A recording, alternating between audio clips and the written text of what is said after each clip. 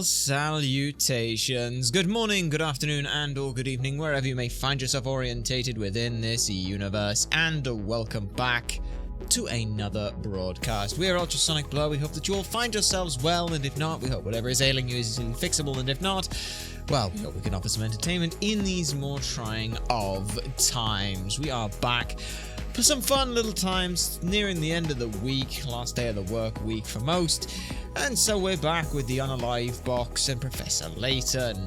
Last time we started up the series, well, I say we started up the series, we started up this game.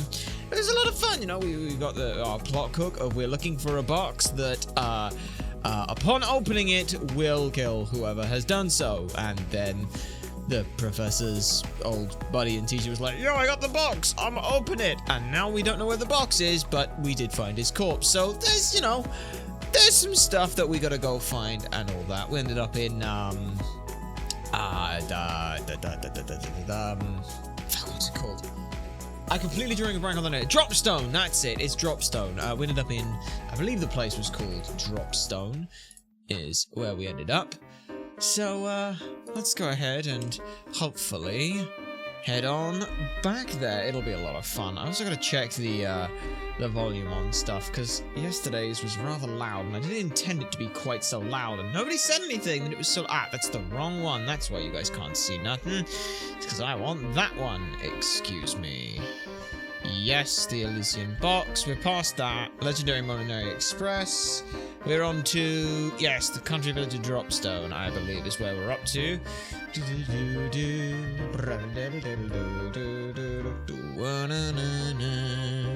Yeah, let me just pull that down a touch. Just a touch, so that we're still a little bit louder, but you can still hear it. Continue on through. I love that track. Alright, Village Hill. Yes, that's where we were up to. I think something like that. The story so far.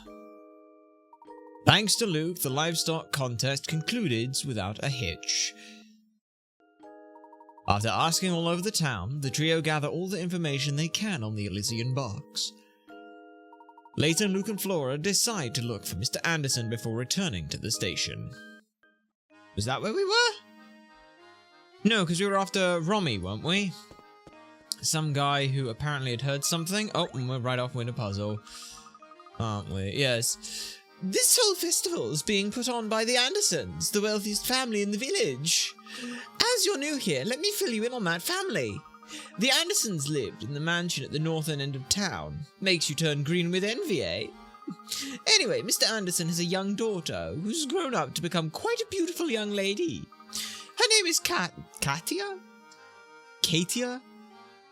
Her name is Katrina. It's not Katrina, but I'll say that until I hear someone pronounce it. And she's the most unusual combination of both beautiful and sweet. Plus, I hear she's very respectful towards her father, unlike most youngsters. The only thing kids these days love more than talking back to their parents are those baggy jeans. Oh, sorry, I do believe I've gone off on a bit of a rant, haven't I? Do you need something from me? Actually, yes. Tell me, madam, have you ever heard of a rare antique known as the Elysian box? That name's new to me. I can't tell you at all. I can't help you at all, so will you leave me alone now? Oh, but you know, you did just remind me of a gem of a puzzle I know that concerns a box. Alright then. Okay. Puzzle number 040, the patterned box.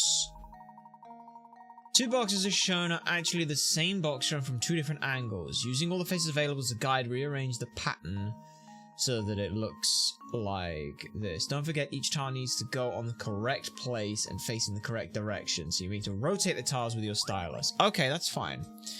So, let's start with this. Let's go ahead and label all four of these right now, because that'll be useful. We'll call that 1, that 2, that 3, and that 4. Which means there's 1, 2, 3, and 4. That's all we really need have at the moment. But from there, we can work a couple of things out. First of all, we know that this line here and here are going to connect, and this line here and here are going to connect.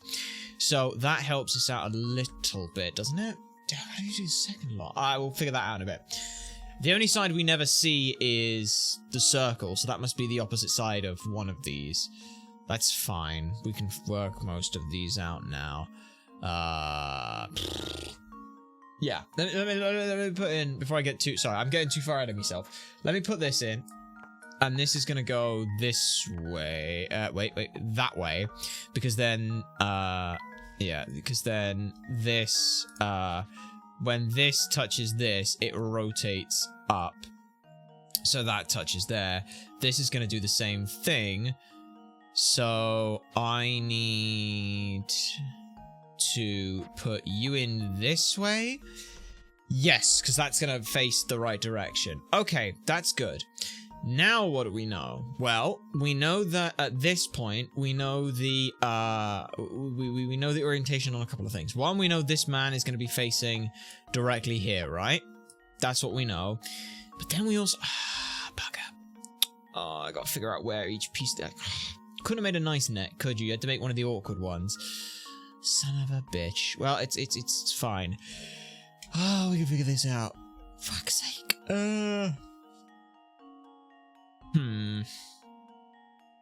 Okay, let's think. Think. You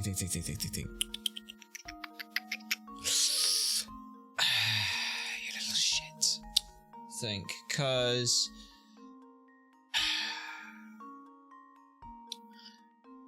right. Can I work out what's either side of, like, what's on the opposite side of anything? Because if I can do that, that can help, right?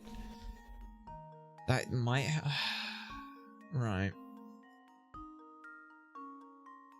Well, let me think. If we're facing this, right now what we know is Memo. We know that the little man is going to be facing this way right now. And he's facing like that. So if that helps, that means that... Oh, I can't fucking tell the construction of these boxes, you son of a bitch. Ah, it's really difficult. Right, let me try and fold this fucking thing in. Cause folding that. So, Memo. This side here is opposite this side here. This side here is opposite this side here. And this side here is opposite this side here. Right? Yes. Yes. Okay. So, here's the thing. Since we know that these two aren't opposite each other, we know where that must go. This one must go here. Now, what's the orientation of it? That I'm not sure yet. But, let me just put X, and X. Let me put a line, or put a line, and we'll put a line this way, and we'll put a line this way. So those are all orientated towards each other. That much we know.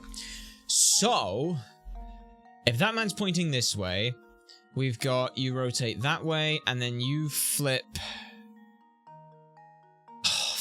Okay, it's gonna be a fucking tricky one, isn't it?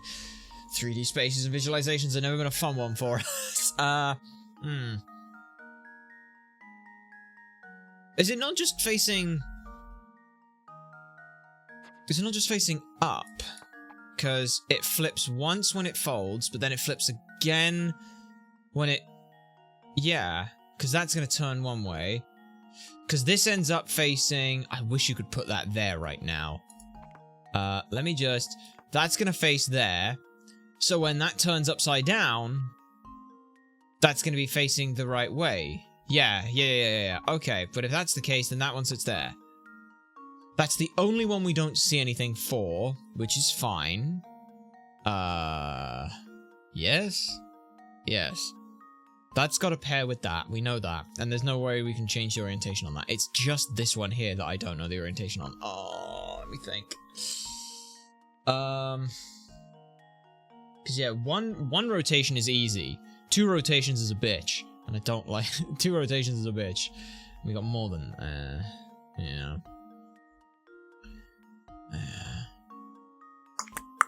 It's literally just thinking. Right. What would it look like after one fold? After one fold, you'd have... we'll have to do it this way.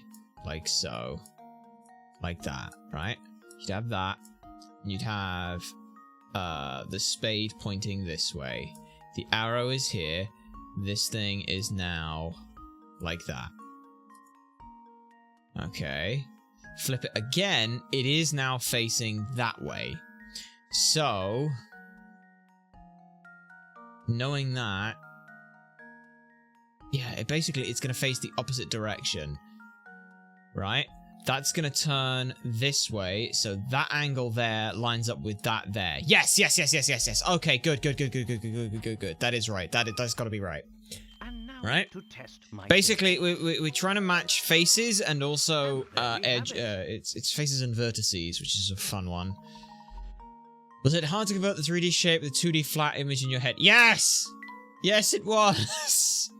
Well, hang me on the washing line and call me a bath mat. I never thought you'd solve that one. You seem like a nice man, so I'll be straight with you. I wouldn't talk about that box in these parts. But why? Well, it's complicated.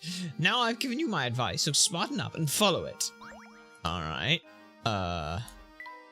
So she does know something about it, she's just not willing to tell us. Oh, Mr. Layton, do you have a moment? Certainly. How may I be of assistance? It seems you've done a great deal of investigating today. Tell me, during the course of your inquiries, you didn't hear anything about my daughter, did you? Your daughter, sir? Yes, Katria.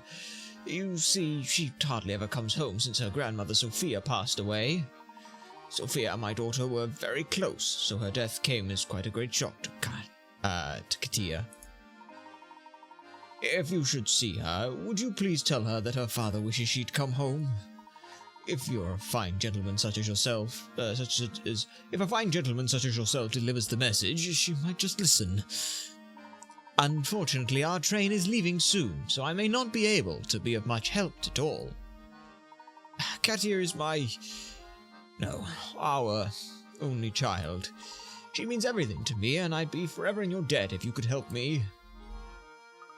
I wonder what kind of person this Katia is. I can call her Katia for now, because I don't know anything else. Your guess is as good as mine, Luke.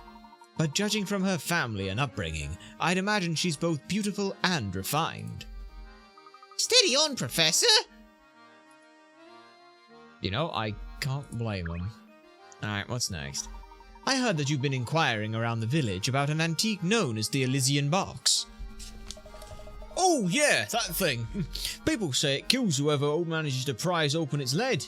Pandora's box, they call it. I just found out about this during the course of my travels, but that box isn't what I'm really after. Well then, if I may be so bold as to ask, what are you looking for, sir? Well, it's funny you should ask. It's a phantom town that's nowhere to be found on any map. A place only the chosen may visit. The only way in, I hear, is on the Molenterry Express. That train and its many mysteries have been the subject of my research for years. From what I can tell, this artifact you're after, this Elysian box, is also tied to that town. Wow! So, when can we set out for it? How do we get there? Yeah, that's the one detail I haven't managed to pin down yet. Maybe you whisper a password when you're on the train and whoosh, the track goes in a new direction, or... Anyway, it's probably just something like that. I'll just have to keep searching until I find a way in. Interesting. Well, thank you for your time. Professor, did you hear that? I think we've finally got a new lead on the Elysian Box. It's a bit early to celebrate, but it looks like our journey on the Molenterry Express isn't over yet. Alright, you two, let's start making our way back towards the station. Okay, Professor, don't do the wham. Oh my god, it didn't. Thank you. Anything from you? I tell you though, those railway folk have some nerve booting me off the train like they did. But while I'm waiting, you can take a peek in my shack for some puzzles. No puzzles. Alright. Well, let's move on then. Let's get out of here. You gonna let me know the station's all good? You've got at least 30 puzzles under your belt. Who's the rock star now? Oh, I guess that just means I can get on the train? No, I can't get on the train. Damn it. How's that festival treating you dudes? Pretty righteous, huh? This train isn't ready to move quite yet, so while you're waiting, I'll lay this sweet puzzle on you. Sure. Puzzle number 055. Sammy's necklace. Okay.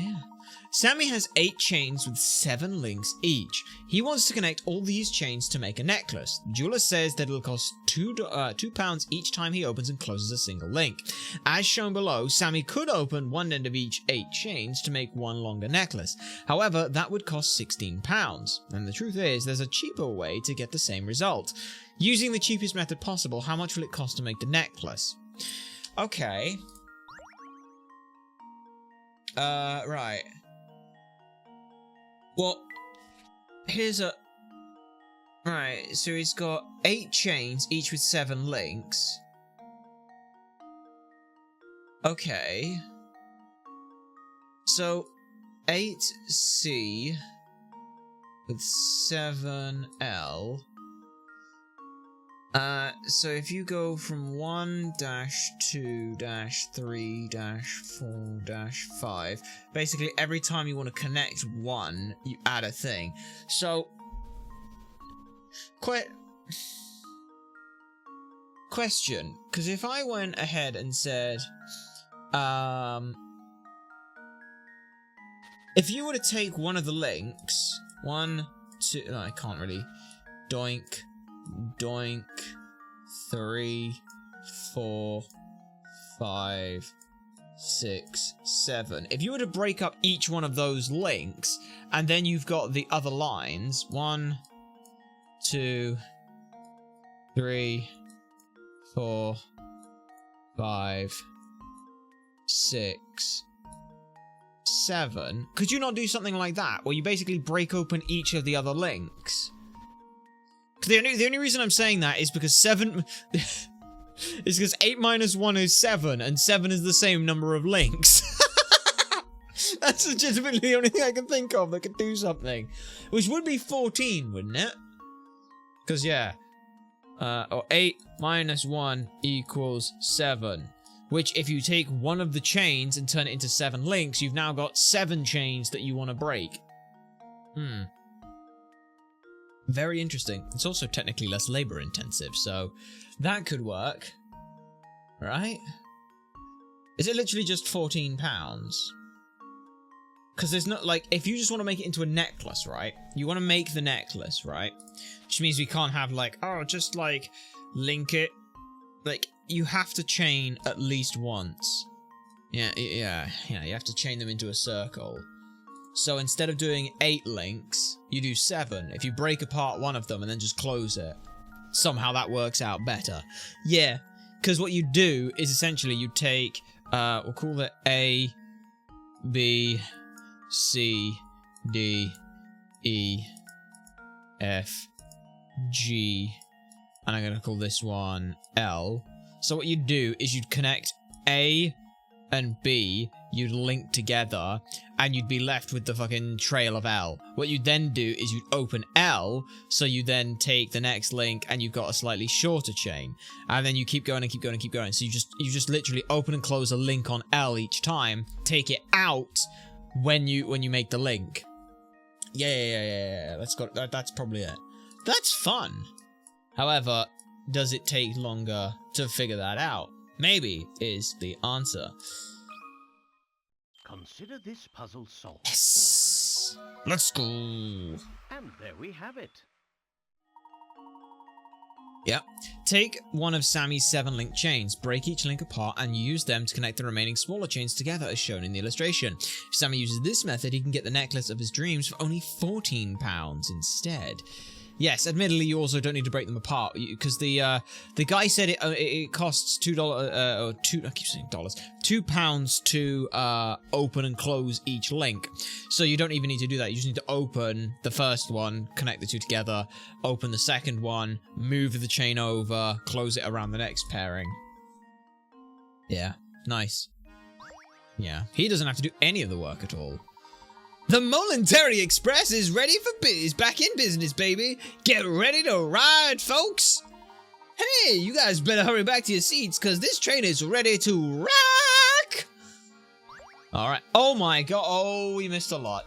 Oh no. 1, 2, 3, 4, 5, 6, 7, 8, 9, 10, 11, 12, 13. I missed 13 puzzles. Oh no.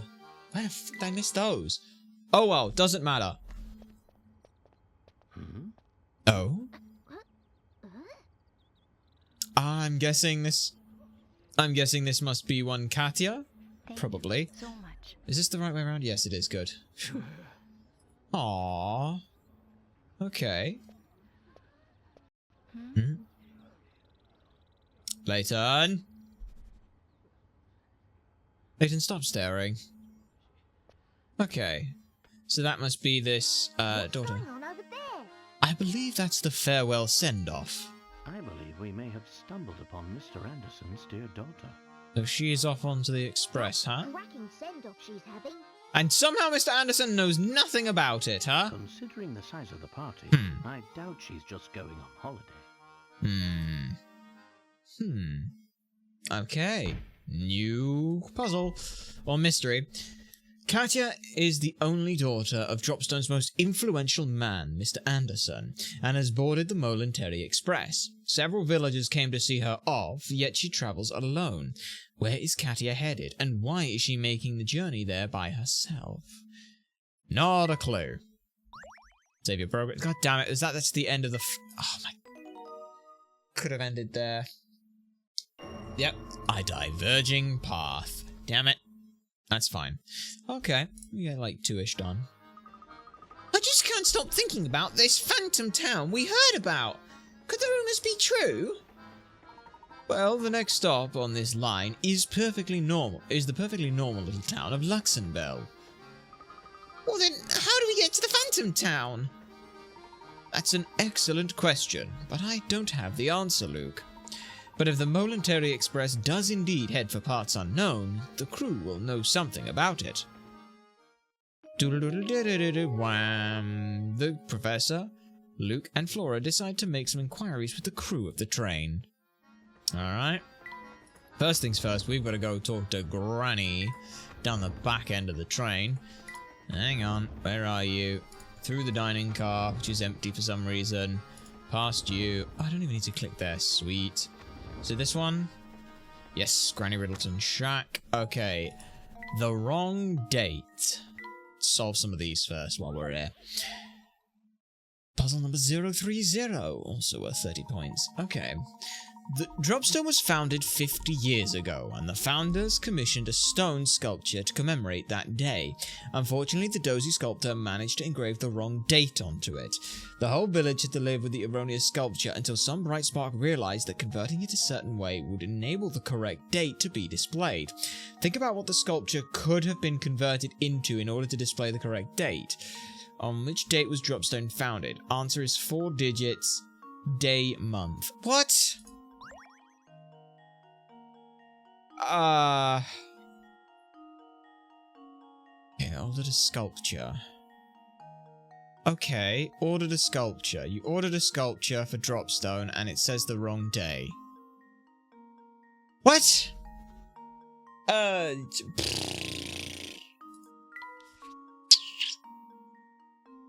So we're looking to change... We need to do something with these numbers to change them somehow. So we know it's something... How the fuck... What?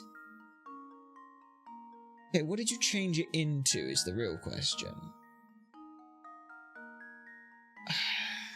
You ordered a... commissioned a stone sculpture to commemorate the day. The date was wrong, so something was added to this so that it... converting it in a certain way would enable the correct date to be displayed.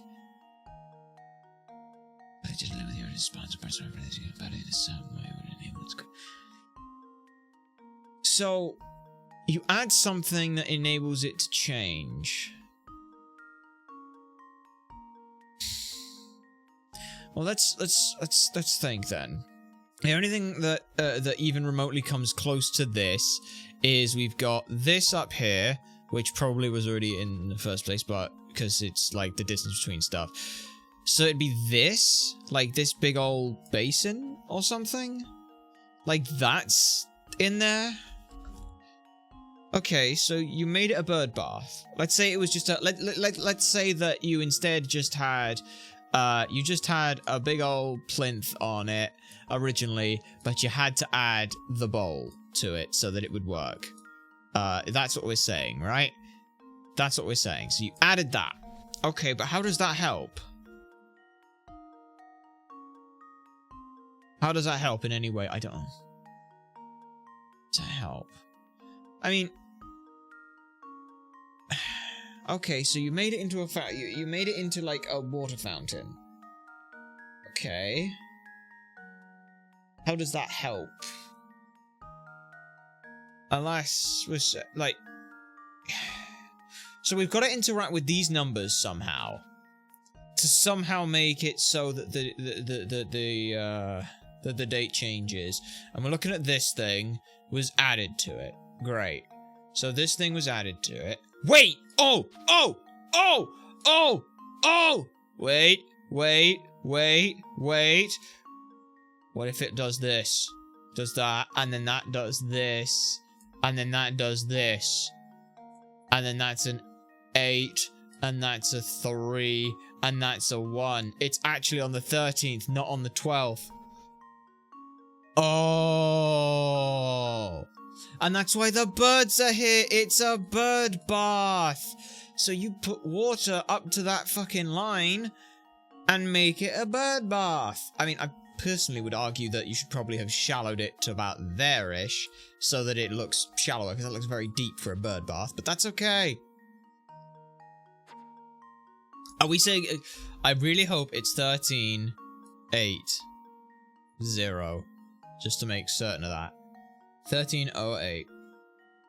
Is that right? Please let that be right. This should do the trick. Yes! Yes! Ah, wonderful. That wasn't... yeah.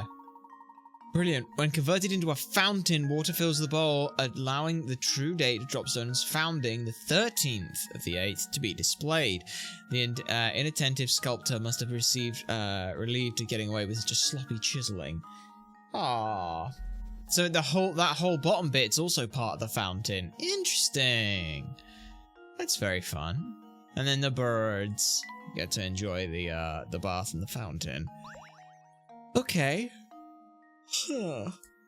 Past the apples.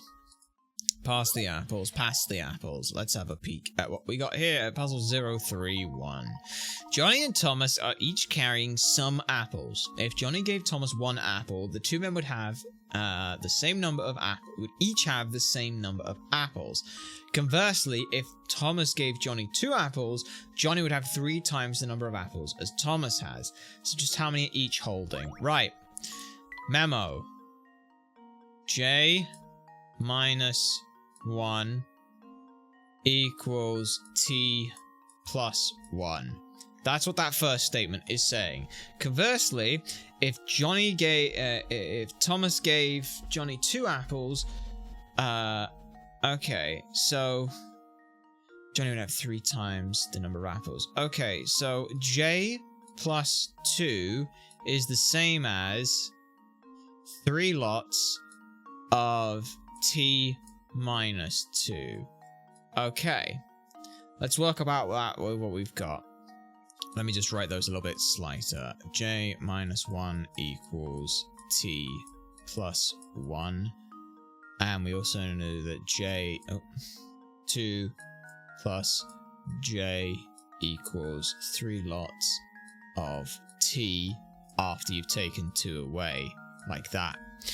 Oh, it's like the fun old one that has been going around recently. People have been talking... Sorry, it's just... We've noticed this one. It's like, hey, what is the answer to this? Is it 50 or is it 0? Place your bets what the answer is. People have been so annoying about this, where it's like, well, let's break this down. Like the worst one we saw was someone saying that -5 squared equals minus 1 times 5 squared. Therefore, it's minus 25. Because you do B, I, D, M, A, S. So you've got, in this point, you've got brackets go first, then indices, then division and multiplication in that order, and then addition and subtraction in that order. And it's like, oh, but it's not minus 5 squared. Minus 5 squared would be minus 5 squared. That is minus 25. That is minus 25. You are doing minus 5 squared. Not minus 5 squared. It's minus 5 squared, which equals 25. There is a big fucking difference. And, numbers and words don't go together. That's what we're saying. Anyway, sorry. If Johnny gave Thomas 1 apple, so J minus 1 equals T plus 1. Okay. J plus 2 equals 3 lots of T minus 2. Okay. Let's go ahead and flip everything onto one side. So we will go ahead and say that J equals T plus 2. J equals T plus, J equals T plus 2. Because what I'm going to tell you is take that top one, add 1 to both sides, get J on its own. Okay, so now we know that T plus 2 is the same as 3 lots of T minus 6. Okay, so what do we know about that? Well, let's go ahead and convert this out effectively. We have T plus 4 equals 3T minus 6. Let's go ahead and throw the 6 over to the other side. And then we can work that out. So let me just do that again. Because there's so little fucking room on this, I'm sorry. So it was saying that... so yeah, it's T plus 4 equals 3T minus 6. Let's go ahead and put everything all on one side. So we'll put the 3T on its own because that makes life easier. T plus 10 equals 3T. So now we move the other way over. We've got 10 equals 2T. So we are saying in this that 5 equals T. That's what we're arguing here. So we're now saying that if that's the case, T equals 5. We know that J minus 1 equals T plus 1 is what we're saying. So that should be that they both have 6 is what we're arguing here. So if you have 7, then yes, that will work out because we're saying that J minus 1 equals 5 plus 1. We are saying that J equals 7. And then let's just go ahead and check this. 7 plus 2 equals 3 lots of 5 minus 2, which is 9, which equals 3. 9 equals 9. So J equals 7. T equals 5. Basically, what that first one is telling you is these two numbers are one number apart. That's all you need to know. It's two numbers that when added together. Yeah. Okay. Yeah. Okay, so let me just get this right. Johnny is 7. Yep, and you are 5. Okay. 7 to 5. Submit. Why the fuck they're both carrying a total of 12 apples, I don't know, but hey, maybe it's for the rest of the class. Wonderful. There we go. Nice. Johnny has 7 apples and Thomas has 5. As you can tell, if Johnny gave Thomas 1, they'd both have 6. Additionally, if Thomas decided to give Johnny 2 apples, Johnny would have 9, which totals 3 times as many as Thomas. Isn't that sweet? Yes, it is. Alright. Not bad. Pass the apples. Puzzle number 032. It's a wrap. Okay. What are we looking at here? Ew, oh, fuck it, right. Laurel is very particular about wrapping this flower as a gift for an important friend of hers. She would like to be wrapped as shown, but has no idea where to begin. In order to wrap the flower just like the leftmost drawing, how should you begin your wrapping? Oh, fuck. Oh, bollocks. Oh, fucking hell. Well, what we can see here is you've curved... let's look at... Memo, let's look at this bit up here to start with. Since this is where you have to start wrapping from, you're slowly wrapping around this way. So, what that's telling me is that A is out and D is out. The reason we can put both of those out immediately is because of the fact that you'll end up with you're ending up with this bit here is where you end up with it. So the real question is, which fucking way do you wrap? Are you wrapping from the bottom or from the top? Okay. Well, we know A and D are out. Those we know for certain. So it literally just comes down to which way the roll is going. Which, if you're going this way up... Yeah. Okay. Here's the little trick with this. Let's go ahead and set a piece of paper this way, like this, rather than the direction they've shown it. And we'll put the line there, and we'll color this bit in black.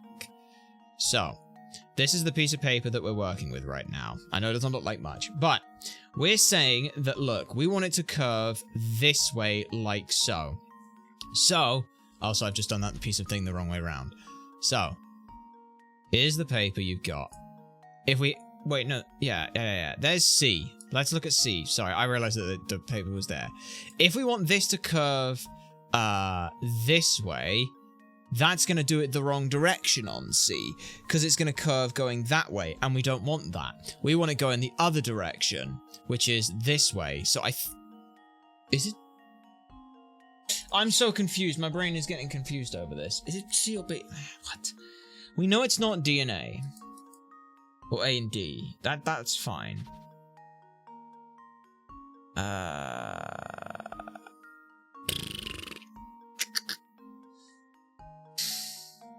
This might actually be easier if we had a piece of paper to be able to do this with. Hang on, let's just fucking materialize a bit of paper into existence and figure this out. Color one end of the bugger as well. Give me a sec. Just mark it off with something.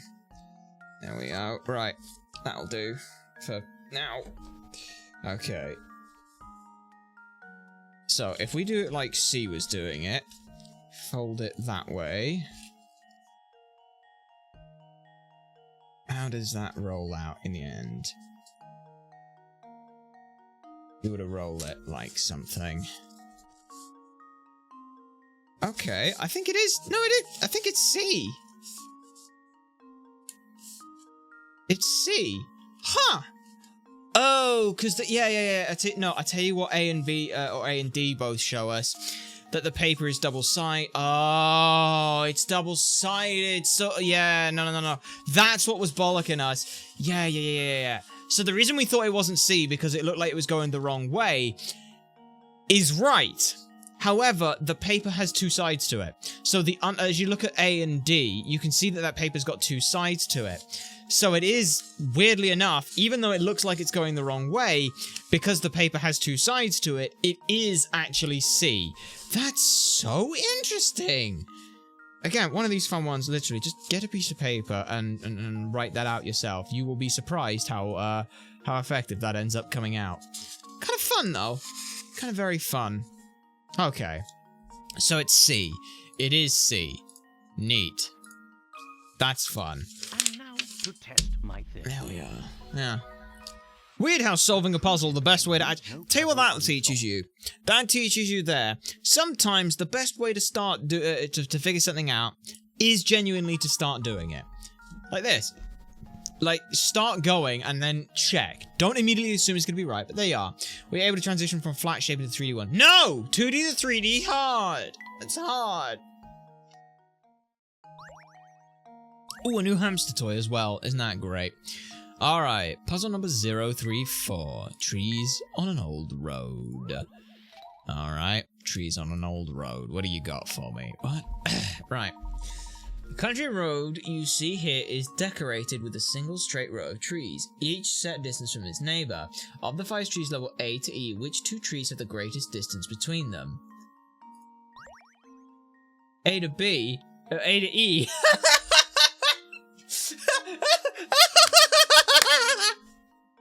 Sorry, that one doesn't, like, it's like, oh, what is the distance between this tree and this tree? And it's like, oh, well, that could be the same as this one, but that one looks like it's more. It's like, it never said 2 consecutive trees have the greatest distance. It says which 2 trees. It doesn't matter about B, C, and D. It doesn't matter the distance to any others. It has to be A to E.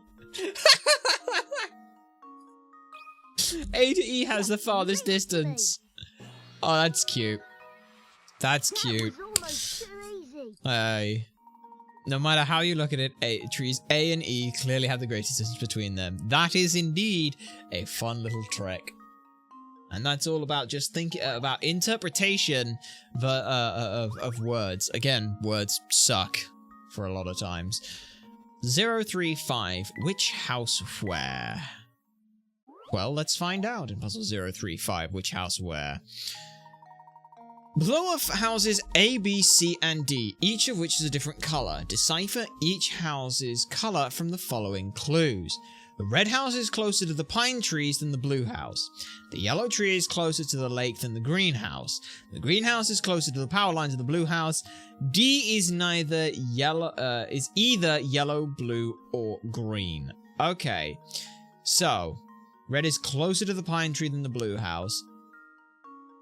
Ooh, okay. Right. Right, okay. Let's start off, let's just put that as green for now. It's kind of the power lines. So, here's the thing. We know that D cannot be green, because green is closer to the power lines than the blue house, so that can't be that. Yellow is closer to the lake than the green house. That could work, and then green is either one of those 2. You could be blue. Let's just see what blue does right now. What is blue? Blue is never actually stated directly into anything. Green is closer to the power lines of the blue house. That would still work. Red house is closer to the pine tree than the blue house. No, that doesn't work. So that has to be yellow. Because, read the top one. Red is closer than blue. So if that's the case, who's closer to the lake? Yellow is closer to the lake than the green house. So that has to... Oh, sorry. Yeah, that's yellow. So... green is either one of these 2. Greenhouse is closer to the power lines than blue house, which can only be A, which means red house is closer to the pine tree, so that's red, and that's blue. Right, let's just see if that meets all the conditions. It meets all the conditions. So, red is closer to the pine tree than the blue house. That is correct. Yellow house is closer to the lake than the green house. Yeah, from a fucking directional point of view, we don't fucking know, but I will assume they're gonna say yes. Right. Okay, the greenhouse is closer to the power lines than the blue house. Yep, that is indeed correct. And D is either yellow, blue, or green. Yes, that works. Okay, that's right. Please be right. Yeah. Oh, thank fuck. Oh. Wonderful. Good shit. It's one of those puzzles where you need to use the given conditions to deduce the answer. You know, shit, that's what you need to do. Okay. What else have we got then? Puzzle number 037. The world's best golfer. A pro golfer has the amazing ability to consecutively putt distances of 3, 5, and 11 meters. Strangely enough, though, those are the only distances he can putt. Currently, our golfer stands on the green with his ball 20 meters from the hole. What are the fewest number of strokes he can use to get the ball into the hole?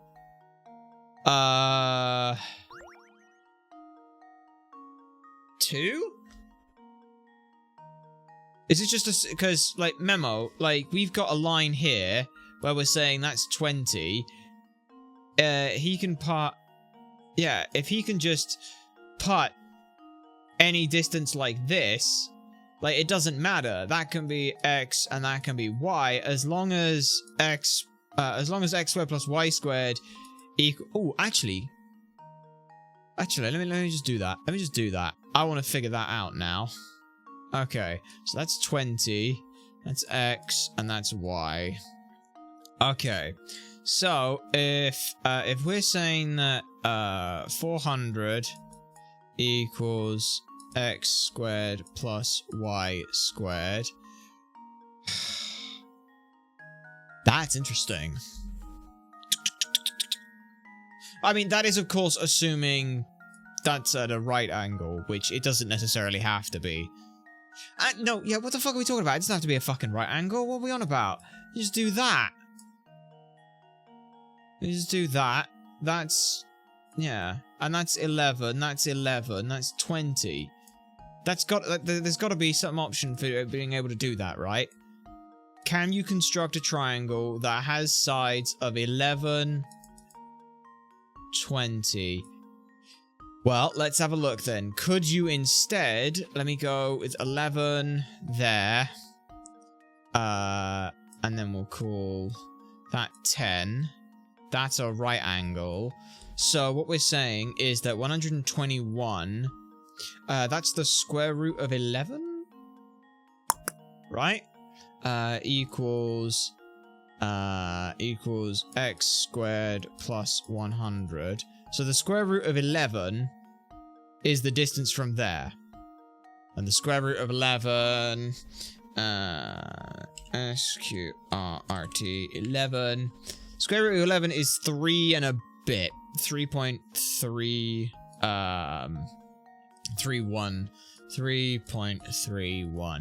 So that answers that question. Yes, you can construct, if you can construct a triangle like this, where it's 3.31, that's 11, that's 10, you can construct a triangle the opposite way, where it's 11 and 20 for the total distance there to there. So you can do it in 2 shots. You can do it in 2 shots. The funny thing is that if you think about, like, oh, what if you went like, what if you said he like overshot and then undershot and then came back in and out? That's just following a straight line. You don't have to use a straight line. What if you go out like that? Technically, I wonder if you could do it in any. I mean, as long as the number is, yeah, that'd be fun. That'd be it. Ooh, now I wonder how many different shots, how many different triangles you can construct that has a total of 20 here, where this is either 3, 5, 7, or 11, and this is 3, 5, 7, or 11. That would be fun. That would be a fun puzzle. How many different ways can you do it in 2 shots? Because, I don't know. I don't know if there is some kind of angle on those kind of triangles, because we just did it an easy way where it was like we made it a 11 and 11, which is greater than 22. Ah, wait a minute. No. Hang on. Here's how you choose it. Here's how you tell. These 2 lengths must be greater than or equal to this, or else it's not the hypotenuse. Like the trick with any triangle. I'll show you with a right angle to start with, but the hypotenuse is always the longest side, or at the very least equal to both the others in their minimum. Like that's kind of how that just absolutely has to work. So as a result, you could, like, there's no way you could make a triangle. Like, let's make that 3, let's make that 5, let's make that 7, let's make that 11. There's no way that on a distance of 20, you could do anything but 11. Because, let's say I put a distance of 3 in. I put a distance of 3 in at any angle. Great, okay. I now need to somehow cover that distance again here. You can't, like, join those lines up and have room and have space for it. So it has to be 11 and 11. Because, if you look at it, you get 11, which goes you about halfway, and then you get 11, which goes you about halfway. So you only can do it in 11. So there's only one triangle with that. Salutations, sunshine! We're talking about maths. It's kind of fun. We were just discussing a fun puzzle within a puzzle, which is this golfer who wants to shoot 20 meters, but can only shoot in weird fucking prime number distances.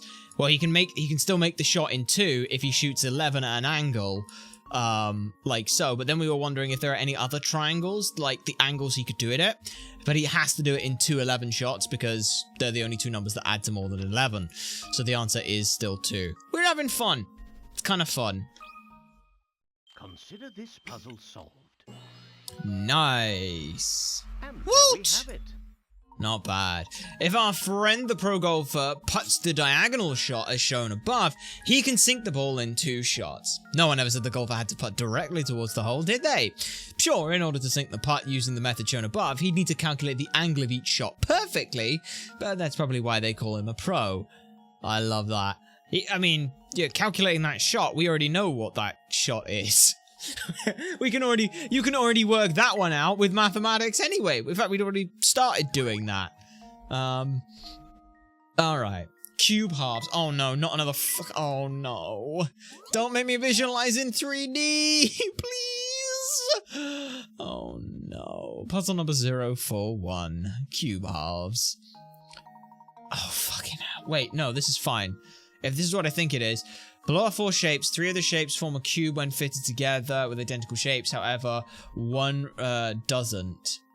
Okay, which one doesn't?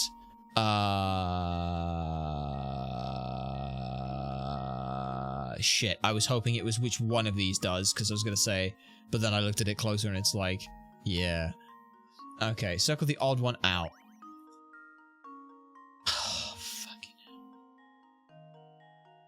Wait, it's just C. It's just C. Sorry. No, that was a lot harder than I thought. A lot easier than I thought it was going to be. You just find the line of symmetry and see what's been changed between the 2 of them. A's cut its symmetry along one way. It's C. It's C. Sorry, that took like I'm so glad it's not that difficult. Because yeah, if we look at D, you'll notice that if you cut that here, this fills that space in perfectly. If you cut that along, again, the same direction, this little trapezoid fills the dent of that little trapezoid here. On A, you've got this shape going along, so they still fit together. You can still fit them together by sliding them on top of each other. C doesn't work because C almost looks like it's doing the same thing that A is doing, but what you've done is you've whacked this bit off here and popped it up here, which suddenly means that you can't just like neatly stack them together. And you might think, oh, but have you just done it the right way? No. It just doesn't work because the angles on this don't match properly. Look at this and these bits here. You don't have that up here. You just don't have that. It's not quite right. It's not quite right. I'm pretty sure that's it because like all the other shapes seem to match up. This one just doesn't quite. Right? Consider this puzzle solved. Yes. Ah. And there we have it. Wonderful. C will not form a cube when joined with another identical shape. Some areas of the shape just are a little too complex to fit together neatly. Still, with just a few alterations, you could probably change that shape into something that works, don't you think? Yes, you could. Yeah, it's the fact that, like, parts of the corners haven't come off right, and yeah, it's just a mess. Just a mess. But it's kind of fun. Alright, puzzle number 0. Oh, another board cutter. I vaguely remember this one from last time. 043. Board cutter number 2. Oh, what the fuck have you done here, you... Ah. Okay, right. You have another inconveniently shaped board. This one's even more unwieldy than the last, so you need to cut it into 2 pieces that you can reassemble to form a rectangle. The rectangle has to be a 4x5. Okay. So what have we got here? We've got memo. We've got a 1, 2, 3, 4, 5, 6, 7 by 4. So we need to take 3 off the one end to make it a 4, and then add 1 on the other to make it a 5. Can I not just do this? Like that? And then... because then it's got 1, 2, 3, 4, 5. 1, 2, 3, 4, 5 fits there. And then 1, 2, 3, 4, 5. There goes 1, 2, 3, 4, 5. Yeah, okay. Okay, it's not that bad. I thought that was going to be worse than it was, but it's not. You just fit them there like that. Because it's, yes, because it's a symmetrical shape. Right? Assume you aren't allowed to flip either piece. Yeah. That works, I think. Test my theory. Yay! And there we have it. Yay, we made 2 identical shapes. Yep. Aren't these broadcasting puzzles fun? They're not bad. Not necessarily gonna say they're fun. Ooh, and a battery as well. Board putter. Alright. Odd shape out 046. Right. Okay. Let's see. Odd shape out. Use the box below. Using the white cubes as 2 standard units. The box is 2 cubes wide and 3 cubes long by cubes tall and 2 cubes tall. 2 white cubes are permanently attached to the floor of the box. 3 of the 4 shapes A through D can fit into it together with no tops or with no gaps. Using the shape that doesn't fit into the box, using the digits code above. Well, the answer is D, because I finished that before even doing it, because look, memo, C sits there, and there, which flushes out that whole row, like so, and then we just need, oh, what adds together to make 6 out of those? It's just those 2 there. Yeah, so the odd one out is D, because D can't fit into the initial part of that, which is a shame. Nice! Yay! Alright. There we have it. Not too shabby. D isn't the only shape that doesn't fit. Yep. What's hard to visualize shape? Surprisingly, that one was easy because it was 3D to 3D, not 2D to 3D, which is always a bastard. The mayoral election. Oh boy. Right, what's going on here? 3 people at odds with one another are running for mayor in the upcoming town election. They're all locals of the town, with a voter population of 40. In order to win, the candidate must get more votes than any other candidate. If each vote of the 40 voters casts a single vote and every vote is recognized, what are the fewest number of votes a candidate needs to secure victory? Oh, this is a mess. Is it not just half the votes, right? Right?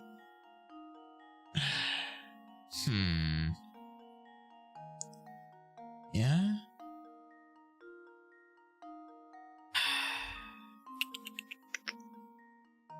See, I'm looking at this and I'm basically just saying, if they had 20 votes, like, we'll call you A, call you B, and this is also as well we started, okay, I was trying to avoid getting this political, but we have to for this, because literally it's a fucking politics question. Is this first past the fucking post? Because if it's first past the post, that completely fucking changes everything. If it's, like, so A, B, C, D, I assume they all vote as well, of the 40, so we've got 38 unaccounted votes. So we've got 1 vote there, 1 vote there, and 1 vote there. Of the 37 votes, you need a majority of those. So let's just divide that by 2 real quick. I know you can't, but just give me a moment. 2, that goes in 1, carry the 1, 17, let me do it down here. 17 divided by 2. That comes through at 16, which is an 8, carry the 1, and so on and so on. So, that would be 19 votes, right? Because if you got 19 votes, you got 18 votes. That would be, like, in the absolute worst, like, worst case scenario, C gets no votes except for themselves, B gets almost all of the votes, and A gets the remaining 1. You end up with 1, 19, and 20, right? Which means they've got the majority. Yeah, because unless we're looking at like, oh, could you form a coalition as well and cause some problems? Alright. Yeah. Right? I don't know. I don't fucking know, okay? I'm looking at this like, hey, if it's split down the middle like that, because normally, like, here's the thing. Here's the actually where it gets fun on this. If you only had A and B, A versus B, for example, in that situation where they both vote for each other, they each both take half the votes. Do you want help? No. We're fine. we're fine on this because, you know, we say that they both each get half the votes, which is 19 and 19. That doesn't guarantee a victory, but what it does mean is that you get a fun thing in first past the post called the spoiler effect. Let's put person C in, who is more in line with people who would vote A. You know, like A is a conspiracy theory spouting, climate change denying, science ignoring moron who people like because they tell it how it is, and they're not, you know, they're new to the politics and they're gonna come in and make big changes. Person B is a twat who is just turning around and saying, I'm not person A, so you should vote for me because they're shit. If person C comes in and says, no, let's actually fucking fix the town, no one who votes for C, no one who votes for A gives a shit about person C. They're talking about helping people and, you know, communism and shit like that. Fucking socialism may as well be communism to them. So they're never going to vote for him. But B, who's looking at this and going, well, you're not fucking doing anything. I'm not going to vote for you. So votes go from B to C. They lose votes. So you minus a couple of votes here or there. Let's say they lose 2 votes. This person suddenly got 2 votes. This person has 18 votes. Hey! A wins with 20. Because fuck you! That's how politics works. First past the post is a terrible system that has a thing called the spoiler effect. It's a genuinely true thing where the better a third party does, the worse the outcome is for those people. It's why there's a whole thing where people are like, I hope you're happy if you voted for Jill Stein. She's a fucking third party who ruined everything in America. It's like, no. First, fucking person B who decided to... Actually, I shouldn't call you person B. I'll call you person K who decided to vote on saying that they're not person T and there's J. So it's like, oh, look at that. They person K voted for shit. Anyway, sorry. I think the answer is 20. Let's get back to it before we get too off topic. Oh, thank fuck for that. Yes, there's no way that persons A, B, and C are not going to vote for themselves. Winner needs at least 20 votes. Since each candidate dislikes the other 2, they will vote for themselves. 40 votes minus those 3 leaves 37 votes. The winner will need over half the votes, or 19. And the winning candidate's personal vote to that... Add the personal winning candidate's vote to that, and you get 20. Even if the other candidates gathered all the remaining 18 votes, that wouldn't be enough to overcome the candidate with 20 votes. Spoiler effect! Perfectly explained. Yes. That would be rather fun. Alright, a royal show-off. Puzzle 049. Let's have a peek at you and see what you're gonna do. Alright then. In a far-off country, there is a king whose favourite pastime is showing off the latest possessions he's collected. The subjects of the kingdom are forbidden from purchasing new items until the king has owned them for a month or so. Only once he's tired of his new purchase can the common folk finally buy that item for themselves. However, the other day, the king bought a new item, and that had him all but commanding his subjects to buy one as soon as possible. Circle the item.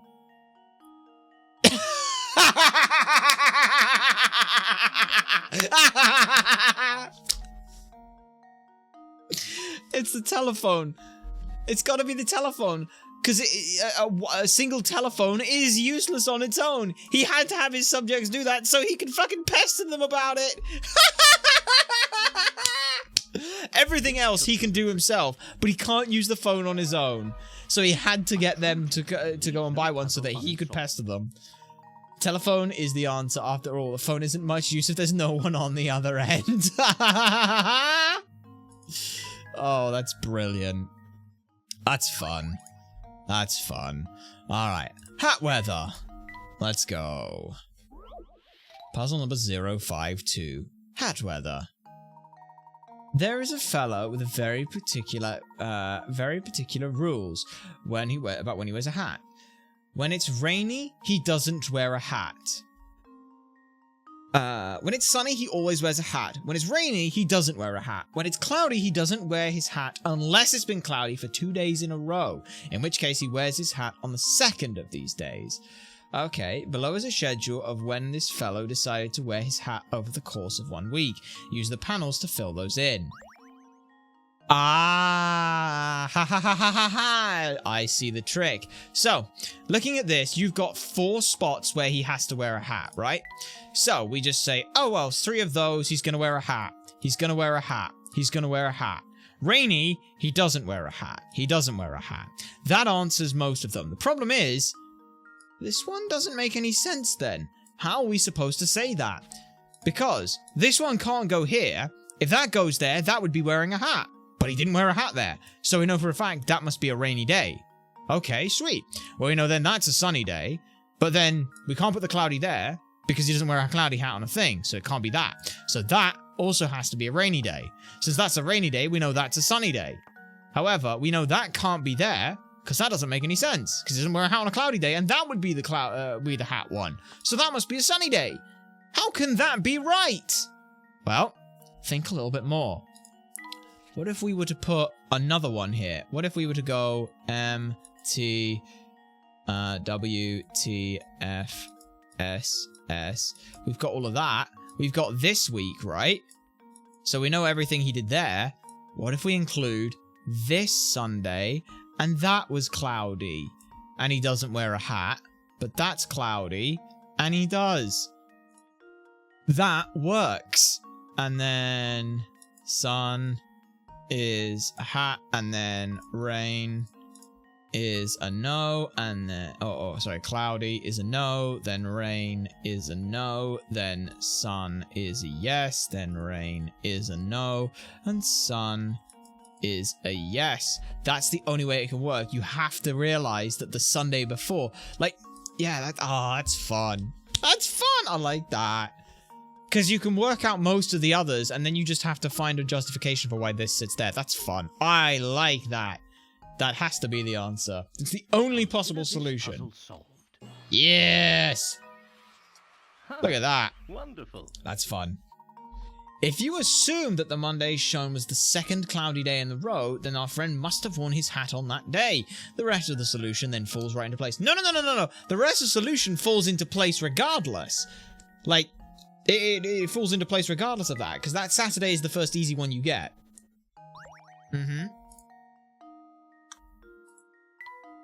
Alright, puzzle number 054. Painting the flag. What do we got? Okay.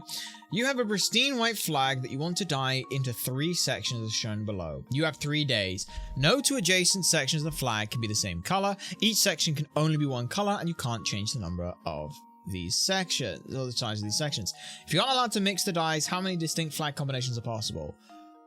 Okay, oh fuck. First question I really have is, can I leave a section white? Because if I can leave a section white, there's a lot more. If not, then, yeah.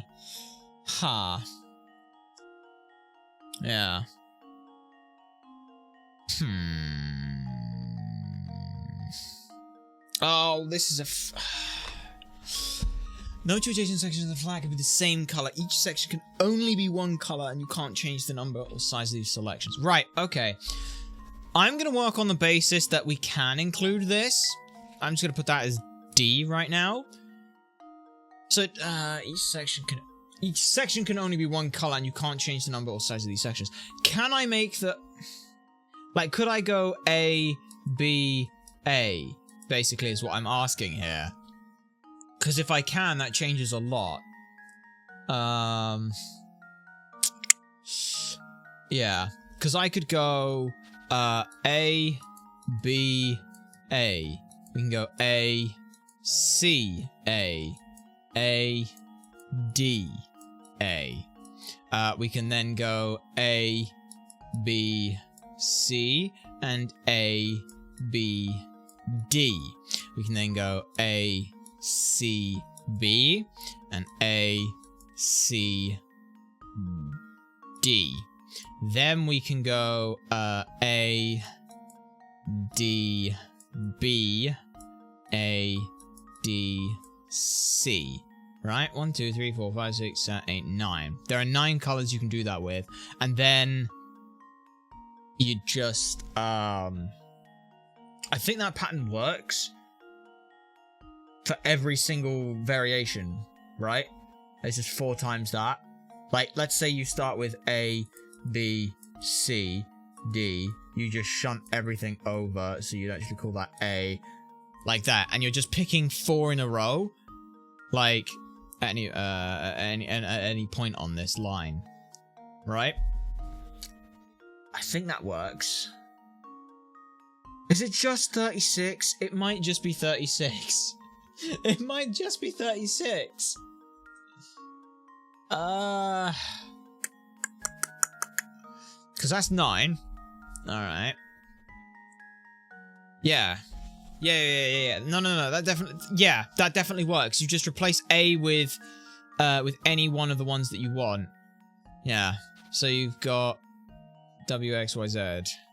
Let's just call it W, X, Y, and Z for now. And then you go W, X, W, W, Y, W, trust me, this is going to make sense in a sec. W, Z. You do the same thing we just did before. Right, so that's all the same. And then you go W, X, Y, W, X, Z. So that's those two continued. W, Y, X, W, Y, Z is those two. And then I'm missing, so 1, 2, 3, 4, 5, 6, 7. Oh, no, I'm not. And then you just go WZX, WZX, WZY. You just put in A, B, C, and D into any of these, and as long as you keep the order the same, there's only 4 different variations of A, B, C, D that you can do. So as a result, it's 4 times this. You times that by 4 because A, B, C, D, A. Oh god, Yes. Because here's the thing. It has to be a completely unique order. Because A, C, B, D is basically the same thing in this instance. You just switch where some of the things are. So that doesn't count. So it has to be a new thing. You have to reposition each one, which means you get A, B, C, D. Then you just move everything over 1. B, C, D, A. Then you move everything over 1. C, C, D, B, A. And then you move everything over again, which is D, A, B, C. Which I think works. So I think it is 36. Because it's not super complex. This is assuming we can... So, this is all making one big assumption. I fucking hope it's right. Because if it's not, I'm going to be so pissed. Please, let me use the white flag as another color. Because it doesn't say I can't use the white flag as another color. It doesn't say it doesn't want me to do that. So I'm working on that. Oh, thank fuck for that. That's a little bit of a leap, but please let it be right. Yes. Once you incorporate the white color of the unpainted flag into your designs, you can actually have 4 colors you can work with. If you assign a color to the left section of the flag and list all the designs possible, you get a total of 9 variations. Multiply this by 4 to represent the total number of colors at your disposal, you get the answer. Yes. It's basically which color is at the front has to, which is the first color has to change each of those 4 times. There's only 4 colors, so it has to be 4. That's the best way I can explain it. Yeah. Okay. And there are no riddles. Let's go. How the fuck did I do there? I'm gonna go ahead and let's have a peek at the camera. I have a battery now, which I think perfectly fits right there. Oh my god, that actually fits there as well. Let's fucking go. I'm like 2 pieces off from this camera. Maybe 1. We got some stuff for the hamster. So let's have a read of what this does. Hamster is attracted to this adorable little house when it's within 3 spaces of him. But he'll always choose an apple over it. Tiny stump attracts hamsters in the 3 spaces. There's an apple. He'll always go for that. Charming little flower is attracted, though he likes apples even more. So 1, 2, 3. Yeah, so it's basically 2 spaces, 2 spaces, 2 spaces. That'll make him move there, won't it? Yes, probably. I'm not so good at moving. Moving and stuff, oh boy.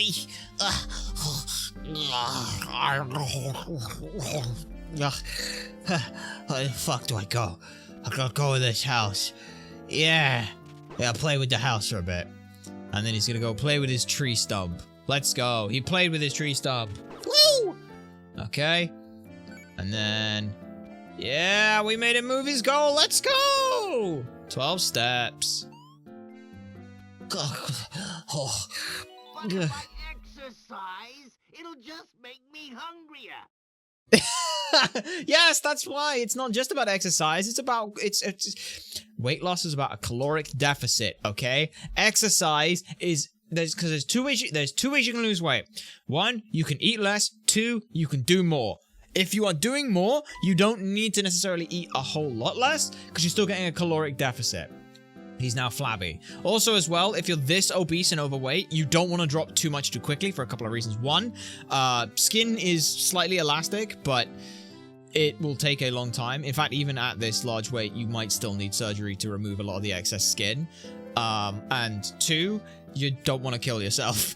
And three, you want to be able to continue doing this thing. It's why you don't, like... If you're going to the gym and things, turning around and saying, sweet, you want to bench press 2 plates either side. Let's go. 100 kg. Fucking go at it. And you just whack 80 kg on a 20 kg plate, 20 kg bar, and you're just like, fuck it, go. And then you fucking choke yourself out doing it and nearly die. You're going to be like, fuck no, I ain't doing that ever again. It's like, I'm just not going. And so... you don't do anything. But if you say, all right, let's start by going for the bar, and you're like, fuck yeah, I can do that. It's been tiring, but I can fucking do that. Sweet. So you do that again. And then that becomes easy. And so you're like, all right, let's add some small plates, and you work up to it. It should always be a challenge, but, you know, turning around and saying, I can't do this super hard thing for me, so I won't do anything, it's a very terrible idea. Anyway, sorry.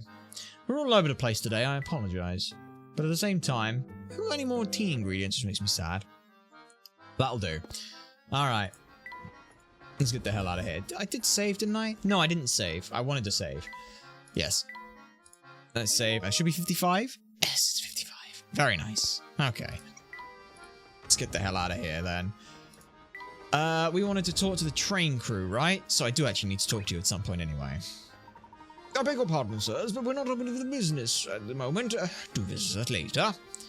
You're really closed?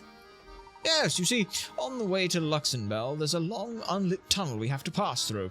While in the tunnel, none of the scenic views our restaurant affords patrons will be visible. It is Mr. Beluga's wish that all patrons be able to enjoy the scenery while they dine.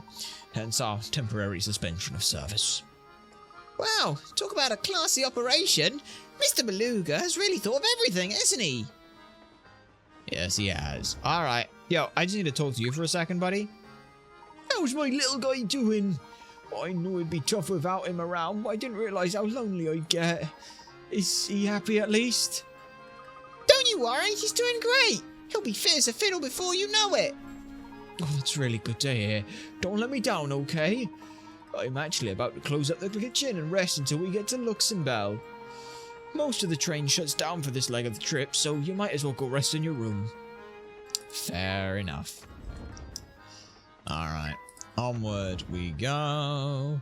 We want to talk to the train crew, so talking to that person in there is irrelevant. And there's no one in there that we want to talk to, so yes. It looks like there's no way in. It does. Okay, so maybe I do have to go talk to the fucking...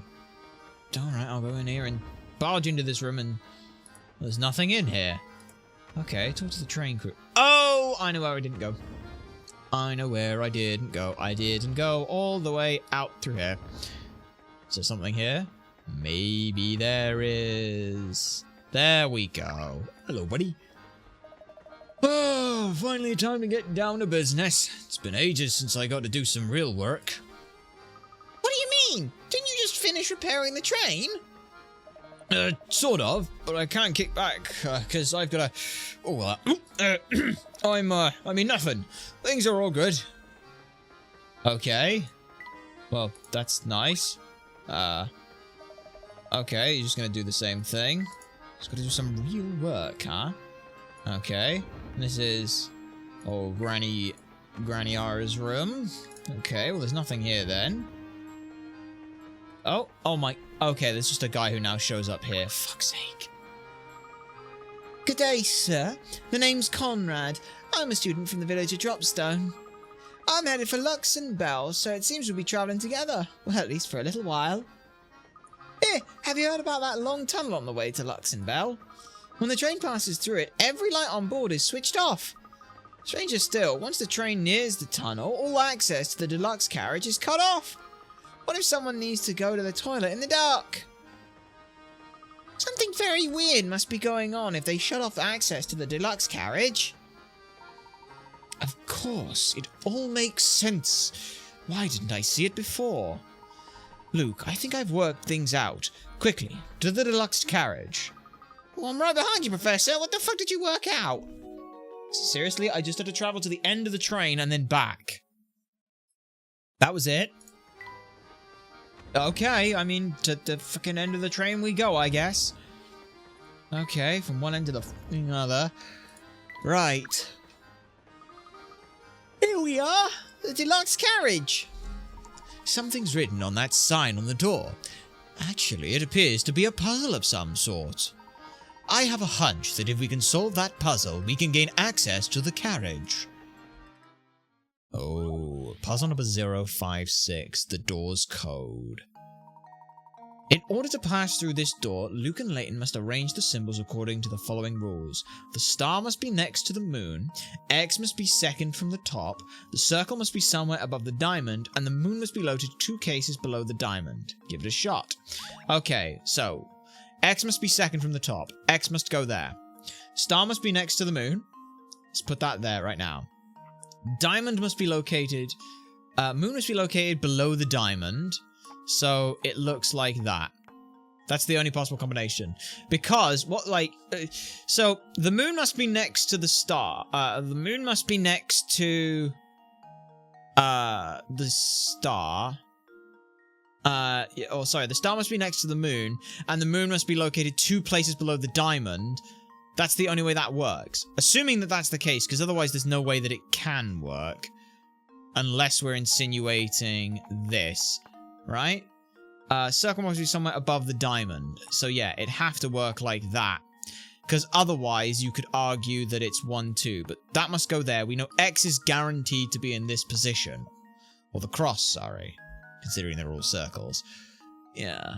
Oh, they're all shapes. Sorry, not they're all circles. Bloody hell. Right? That works. Diamond must be located 2 places below the diamond. Moon must be located 2 places below the diamond. Yeah, 1, 2. It's got to look like that. There's... Right? Because... Yeah. Yeah, there's no other spot that it can go. Test my theory. What? What do you mean there's no other way that can... Well, I suppose fuck's you sake. can't win them all. What do you mean I can't win them all? Did I bugger something up? Oh, where did I bugger up? How did I bugger up? Oh, fucking...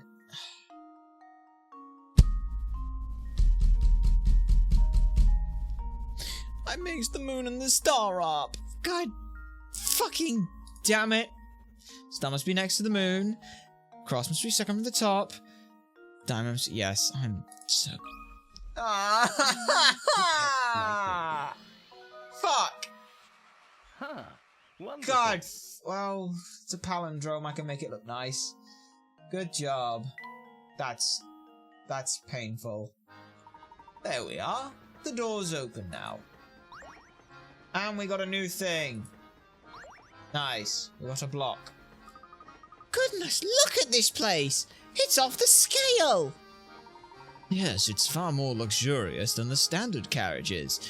These tickets must cost a pretty penny. Alright, well, we're in the second one now. Give me a sec. Let me just read what this does. Hamster isn't interested in these blocks, but they're useful for blocking his path and line of sight. Position them accordingly for maximum effect. Interesting. Okay. Alright then.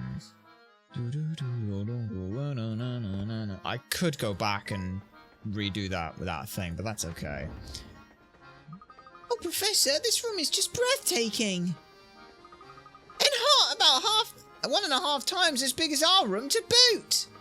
Plus, look at how super squishy this sofa is. Hey! Come now, don't jump on the sofa. Luke, remember that discussion we had about how gentlemen should act in front of ladies? Wow, you're right! It is so squishy! Whee! Okay, hey, what are you doing here? Radical surprise, dudes! Anyway, sorry to burst in on the party, but I'm just here to snazz up the rooms. Let's see. Do I put them here? Negative, Sammy. That's no good. Hey, you there, smart-looking dude. I mean, you, man. Me, good sir. Uncle Beluga. I mean, the boss told me to jazz the place up with some flowers. Can you work out where I should put these things to make this whole area smell nice? But of course, it shouldn't be too much trouble to find a spot for flowers as lovely as these. It puts them on the table. There we are. Oh. There's nothing like freshly cut roses to boost your spirits. Can you help Sammy freshen the whole carriage? The fragrance. Touch a square to stylus to place a rose. The fragrance of each rose can reach 2 squares in all directions but can't penetrate walls. If the fragrance of 2 more roses overlap, the result will smell be overpowering, so make sure to keep them. Touch an existing rose to remove it. Okay. So, let me just see. Okay, so that does go, like, around there. That can go there. That can go there. That can go there. And that can go there. Oh. I was just messing around trying to... And there we have it. I was just messing around trying to figure something out and it just worked. Okay. I just wanted to see, like, how, like, if they curved around corners and such. That was all. Well done. 5 roses was just enough to freshen up the carriage. Okay. There. How's that? Oh, petalicious! It's not crazy, but it'll make a statement. I'm sure it'll go down a treat with the boss man.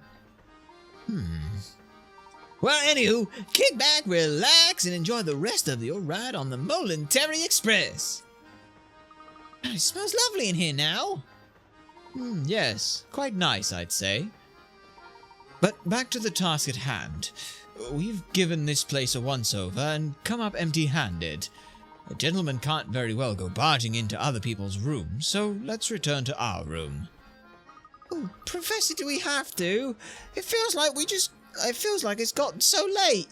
Can't we just stay here for now? Professor, Luke, and Flora decide to return to their quarters once more. Okay. Off we go. It's the strangest thing. All of a sudden, I'm so tired. What's the matter, Flora? Oh gosh, all of a sudden I'm sort of sleepy too.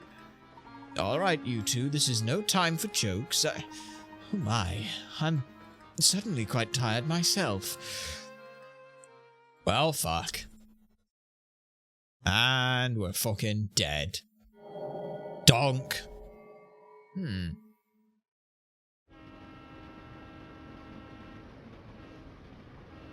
Okay, now we've got our lovely long tunnel. Okay, in which they turn off all the lights? What's going on out there? Am I dreaming? Puzzle number 058.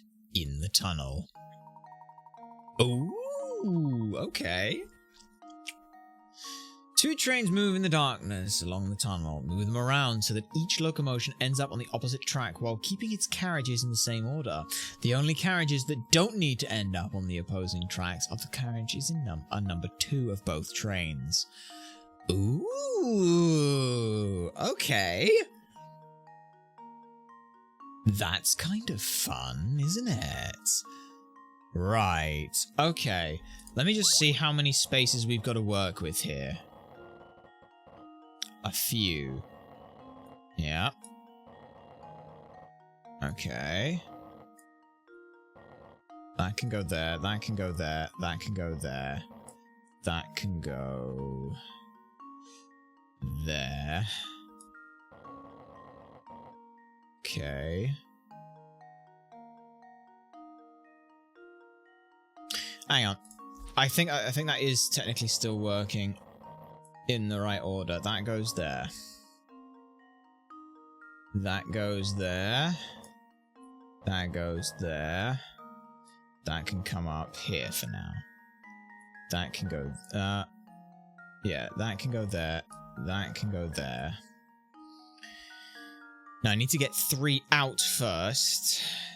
Alright. Let me just put 2 here for now. Yeah.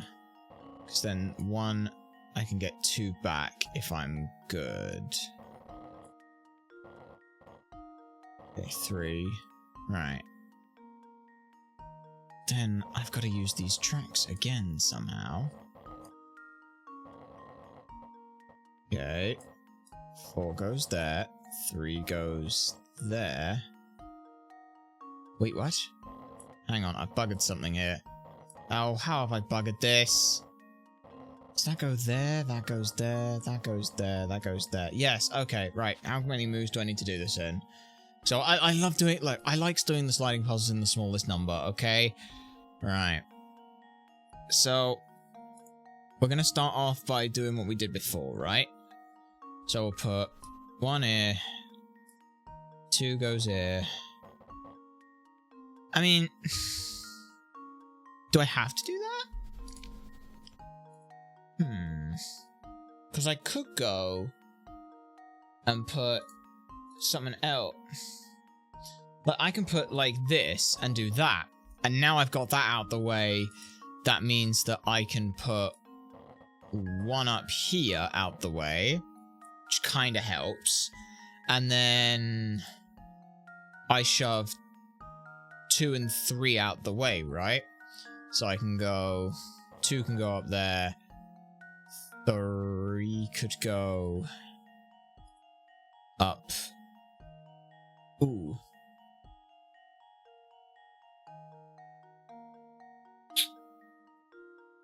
Hang on, let me just memo this. 3 goes there, 1 goes there, 3 goes there, 2 goes there. Yes, okay, that's how I do it. Yeah. Okay. I was just trying to think, like, where do I want to put stuff now? On this, because obviously things are in the wrong spots for stuff, right? Yeah. I think that's... Is that what we want to do?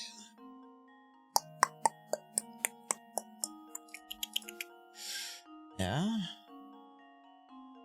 Right? Is that what I want to do? I don't think it actually matters. No, it does, because I need 2 to go back, so I can't move 2. Yes, sorry, I'm thinking, yes, because now I can do this, can't I? And I can shove them both there. So yeah, I need to not break the 2 of them apart. And now I can move 3 over here. Now I've just got to move 4 in place of 1, which isn't too difficult to do, because I just do this, 4, 2, 3, and 4 like that. Is that the fewest number, though? I don't know. I'm gonna assume no, because I'm stupid, and that's gonna make me sad. But I did get it. That's right, the 2 trains speed off into the darkness, each carrying the number 2 carriage of the other. Interesting.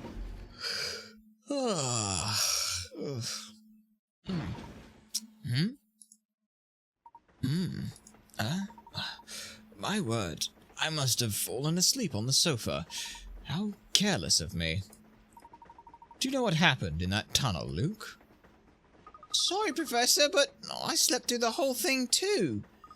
And then I had the strangest dream. In my dream, part of the Momentary Express switched tracks while we were in the tunnel. Switched tracks? You mean to say that one of the train's carriages is now riding different rails? It might not have been a dream after all. If one carriage did split off from the train, it would no longer be bound for Luxembourg. Maybe that carriage is how you get to that phantom town. I'm beginning to suspect that you're right on the money, Luke. I hope that phantom town isn't as creepy as it sounds. A new the light bulb. Ooh. Okay. Everybody get ready to rock. The next stop is frozen. Come on, Okay. passengers, let me hear you scream. Full sense. Eh? Huh. We don't have a ticket to Full Sense. But we did have a ticket that didn't show where it was going. How could I have missed this? Do you recall how this ticket was missing a destination? Mhm. Well, it seems that the destination was staring us in the face all along. Really? How? But where, Professor? Okay. What do you got? Puzzle number 059. A ticket to where? Okay. In front of you is a ticket that Layton and Luke found in Dr. Schrader's flat. At first glance, the ticket appears to have no destination written on it, but when you look at it in just the right way, the ticket discloses destination, the town of Fulsense. The key to spotting the destination is the number that has been cut out of the ticket. Can you work out which number must have been there? Use the ticket in the instruction booklet to puzzle this one out. Okay. Okay, so I only get... Why not just put that in there instead of this? Okay. Oh, hello. I'm gonna do a thing. Let me just do this right now. Don't mind what it's doing. There we are. Okay, let me just yank like that, and then like this. Oh shit! No, oh, I wish there was an undo.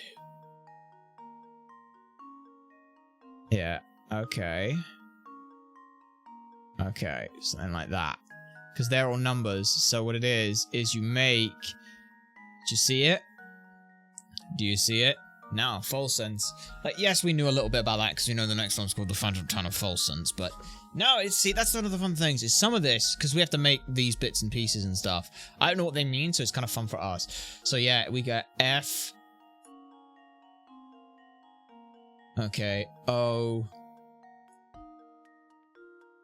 L... E... N... F-O-L-E... F-O-L-S... So it's an S. So it's an S. So what I need is this, which is a 5, right? It's got to be a 5, right? Because that's the only one that helps make an S, which is a 5. So, if that's the case... Is it a 5 or... F-O-L-S... Oh no, we're making an E! Sorry, we're making an E. Memo, we're making an E. F-O-L-S-E. So we are making an E, which needs this shape, which is a 2. So it's a 2, not a 5. Sorry, we're making an E, not an S. Okay. Which would be a 2. I think? Yeah. This should do the trick. Ta-da! There we have it. Very nice. Full Sense. Beautiful. The missing number is 2. If you fold the ticket as shown in the lineup, the 2 sets of numbers, they form the letters that spell out the word Full Sense. If you look, the ticket's destination was there all along. So we were in the wrong fucking train then, because we should have been in these carriages. Bloody hell. That's fun though. Very nice. Hell yeah. Okay, a puzzle to where? I get it. I suppose that means we've almost reached our destination. Yes, but where is that destination? Wow, this is strange. Hmm. When did it get so dark? What do you mean?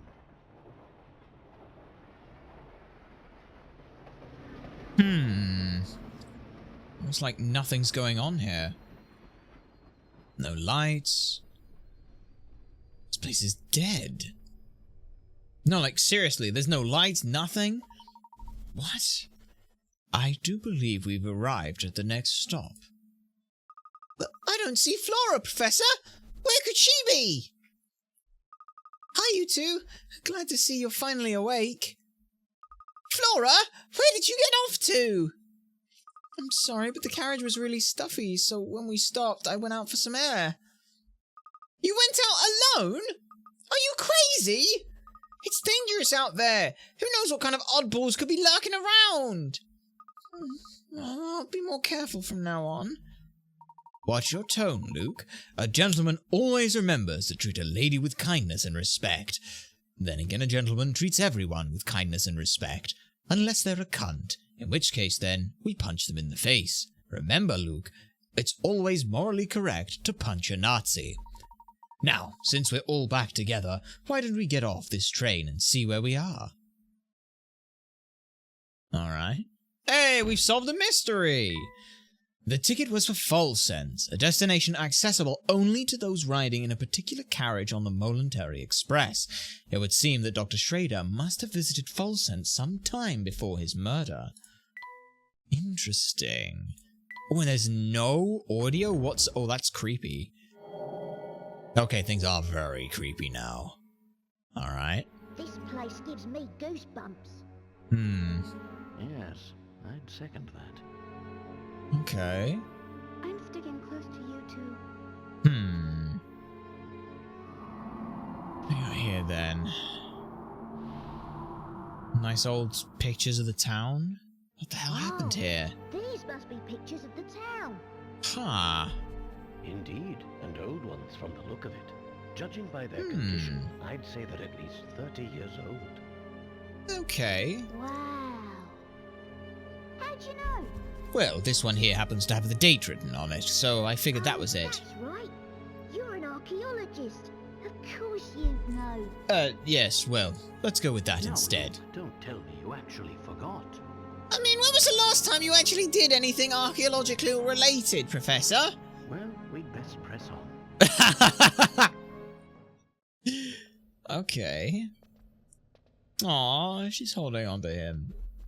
That's kind of nice. Why are we the only ones getting off of this train? Ooh. Okay. Oh. What on earth? Okay. Professor, what was that? Let's go. Ha. So the lights in him? Whoa. Oh my. And now all the lights are on? Oh, that's kind of creepy in the background, but... Whoa. What was that? What the hell?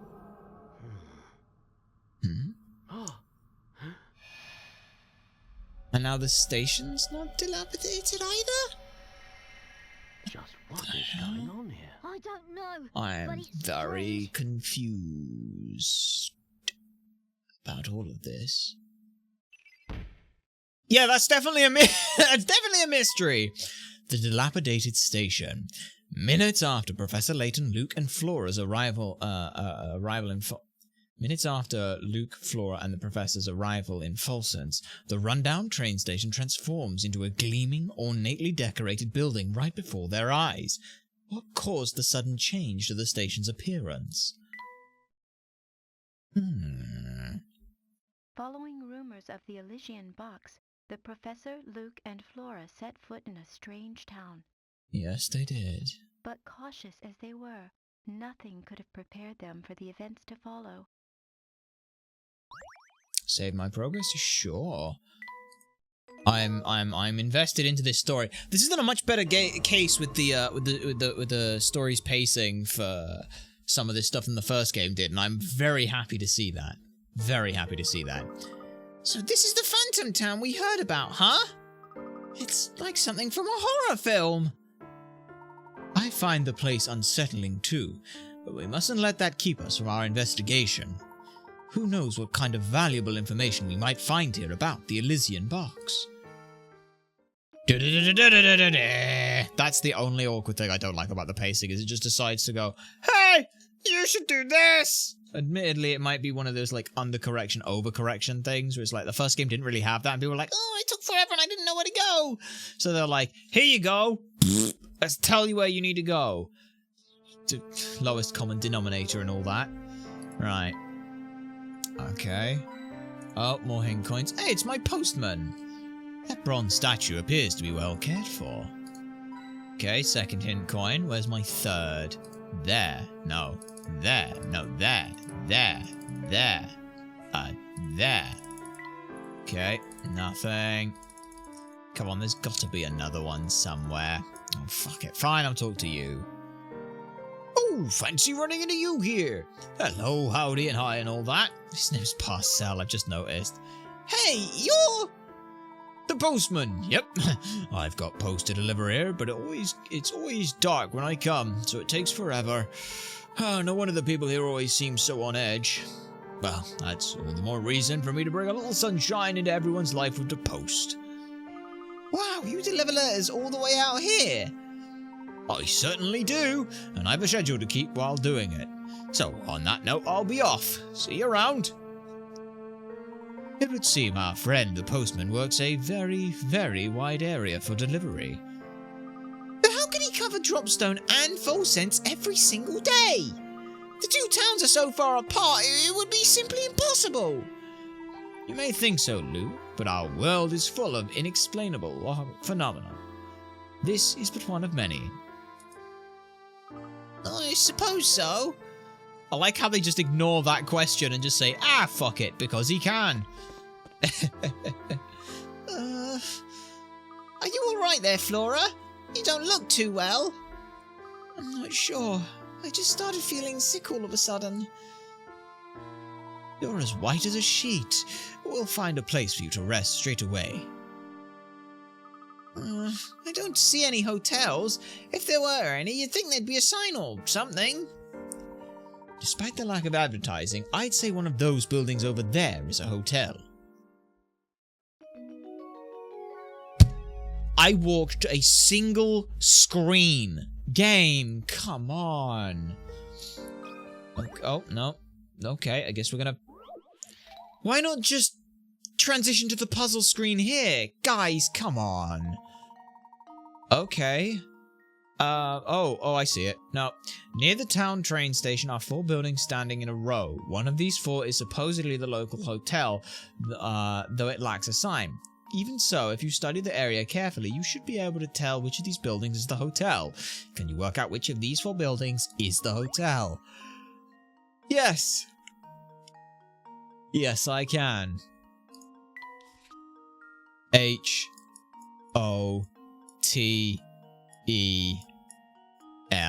It is C. C happens to have a sign. It's just terrible. Right? Nice. I like how they make that one a 30 picker at. When the others have been like 40, and even then this one's more like a 20. Arguably 15. Yes. The windows, the clock, and the door of the building spell out the word hotel. That they do. Alright. You got the ingredient Dream Fluff. Create new blends. Oh, you know what that means. How are you doing, Flora? Any better? A little bit. I think that with some rest, I'll be back to my old self. Flora, Luke and I are going out to learn more about this town. Why don't you stay here for a while and rest? Yeah, take it easy for a while, Flora. I won't be back before long. Thanks, Luke. Be careful out there. You too, Professor. Do you think Flora's going to be okay? I wouldn't fret too much, Luke. She may just be exhausted from our long journey. I think our best course of action is to gather whatever information we can and hurry back to the hotel. After all, a gentleman never keeps a lady waiting. Alright. Nice. It's not even been a screen, guys. You didn't need this. You didn't need that at all. Also, let's go. We've got some new stuff to try. Right. Let's try one of you, one of you, one of you. It's mild and relaxing. Alright. Ding ding ding, ding ding dong, ding ding dong, ding ding dong. Good? Bad. Oh dear. This won't do it all. Oh, this tea's making me sad. One sip would be enough to make me want to cry. I don't think I've ever come out of tea time wanting anything but a smile, wearing anything but a smile, until now. Believe me, Professor, you're not the only one frowning. Okay, let me try 2 of it. 2 of every one of the others except Dream Fluff. Nope, It's not good. Just terrible. Took down another sip. Okay. 2 with Dream Fluff. See what it takes. Nope, that's bad. Well, Professor, I think I'm gonna throw up. I'm not surprised. It's really not the kind of tea that a gentleman should be making. Okay, yes. Sour, and mild. That's gonna be terrible. I'm just gonna point that out. That would be terrible. It's gonna be... Yep, thought so. Tea smells a bit funny. Sure we can drink this. Want to take a sip? Ew, nope. Sure, I brewed something good. Okay. Well, we've done all 3 of them.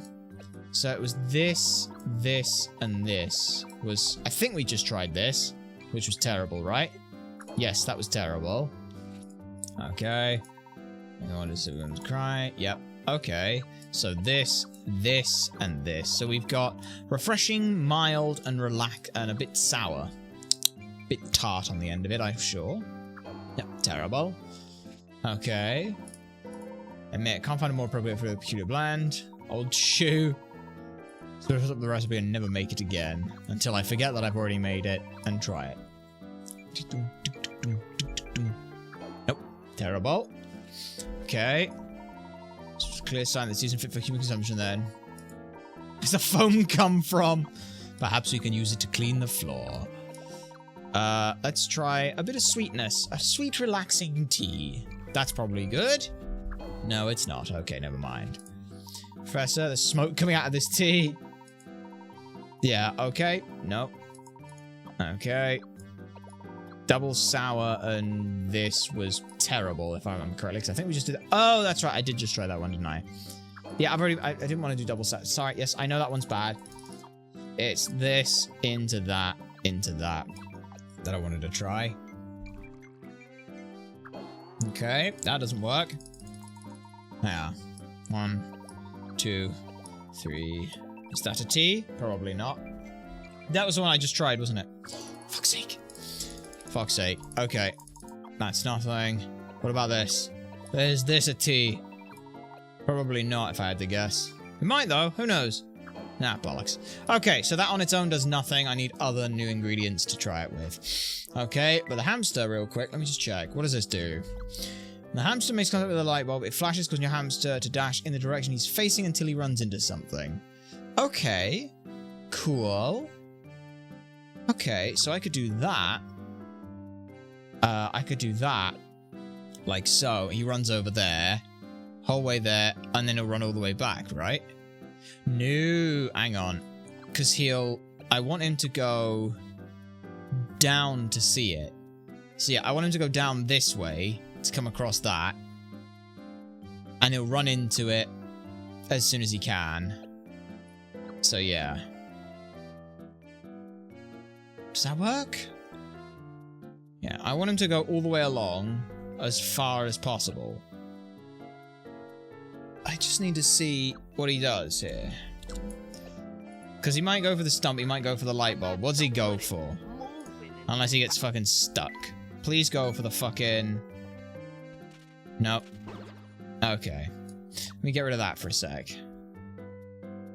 And get rid of that for a sec.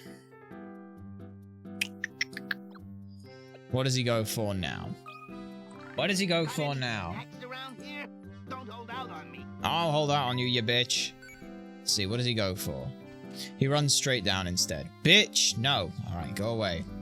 Let me just exercise there, see how much that puts. Because that should put a fair chunk on him, right? Shut up.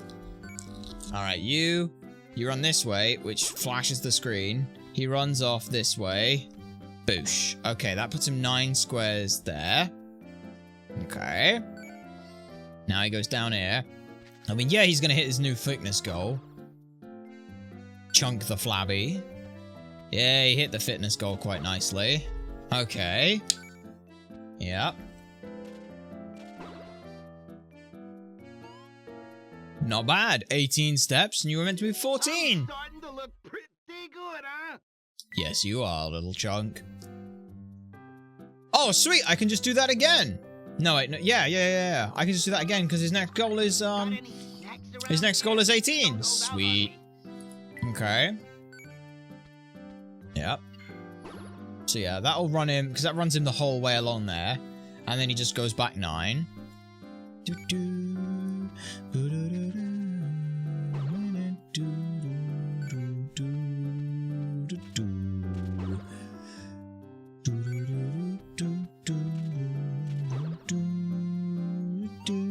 There we are.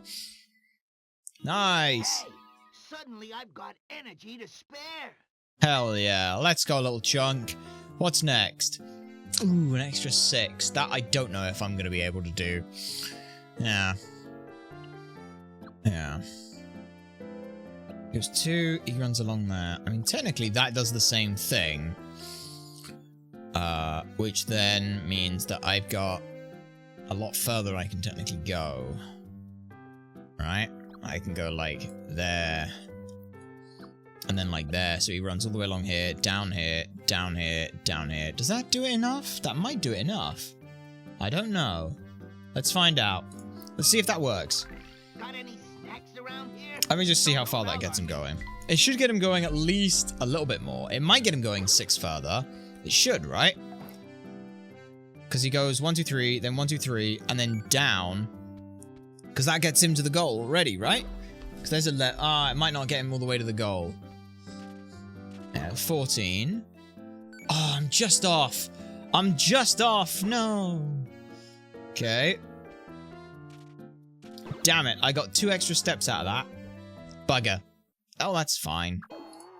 Hey, 20 steps is still good, and that's a record. Okay. Yeah.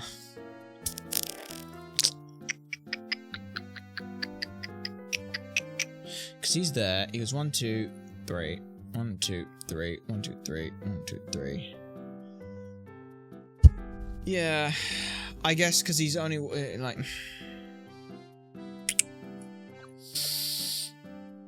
We can go back up the other way. Maybe. Ooh, that's an idea. Hang on, I got an idea. What if I put that same thing here, but I lead him down this way? So it's like, hey, he wants to go for the apple, and then I make him go down for... 1, 2, 3 there. Yeah, so he goes down for the apple, and now he runs the whole way along here. Now he's over here, and now I can just run up the other side without too much issue. So he runs all the way there, so it's 1, 2... Yeah, so I can put that there. Put this there. Put this there like that. And that might get him to go further. Let's find out. I just want to see if that's going to make him go further. Yep. I just also want to see if he's going to run... Does he run down or... Yes, good. He runs down. Sweet. So he's going to keep going that way. Yep. He runs 12. Which is already more than last time, I think. Yep. 15. And now he runs up for you.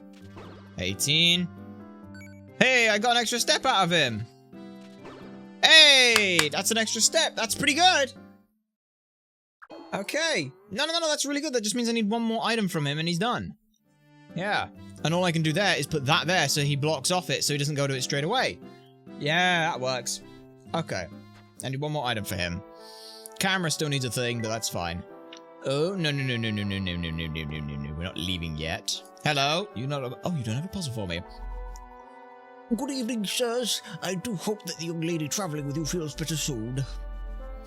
Thank you. Let us leave the hotel.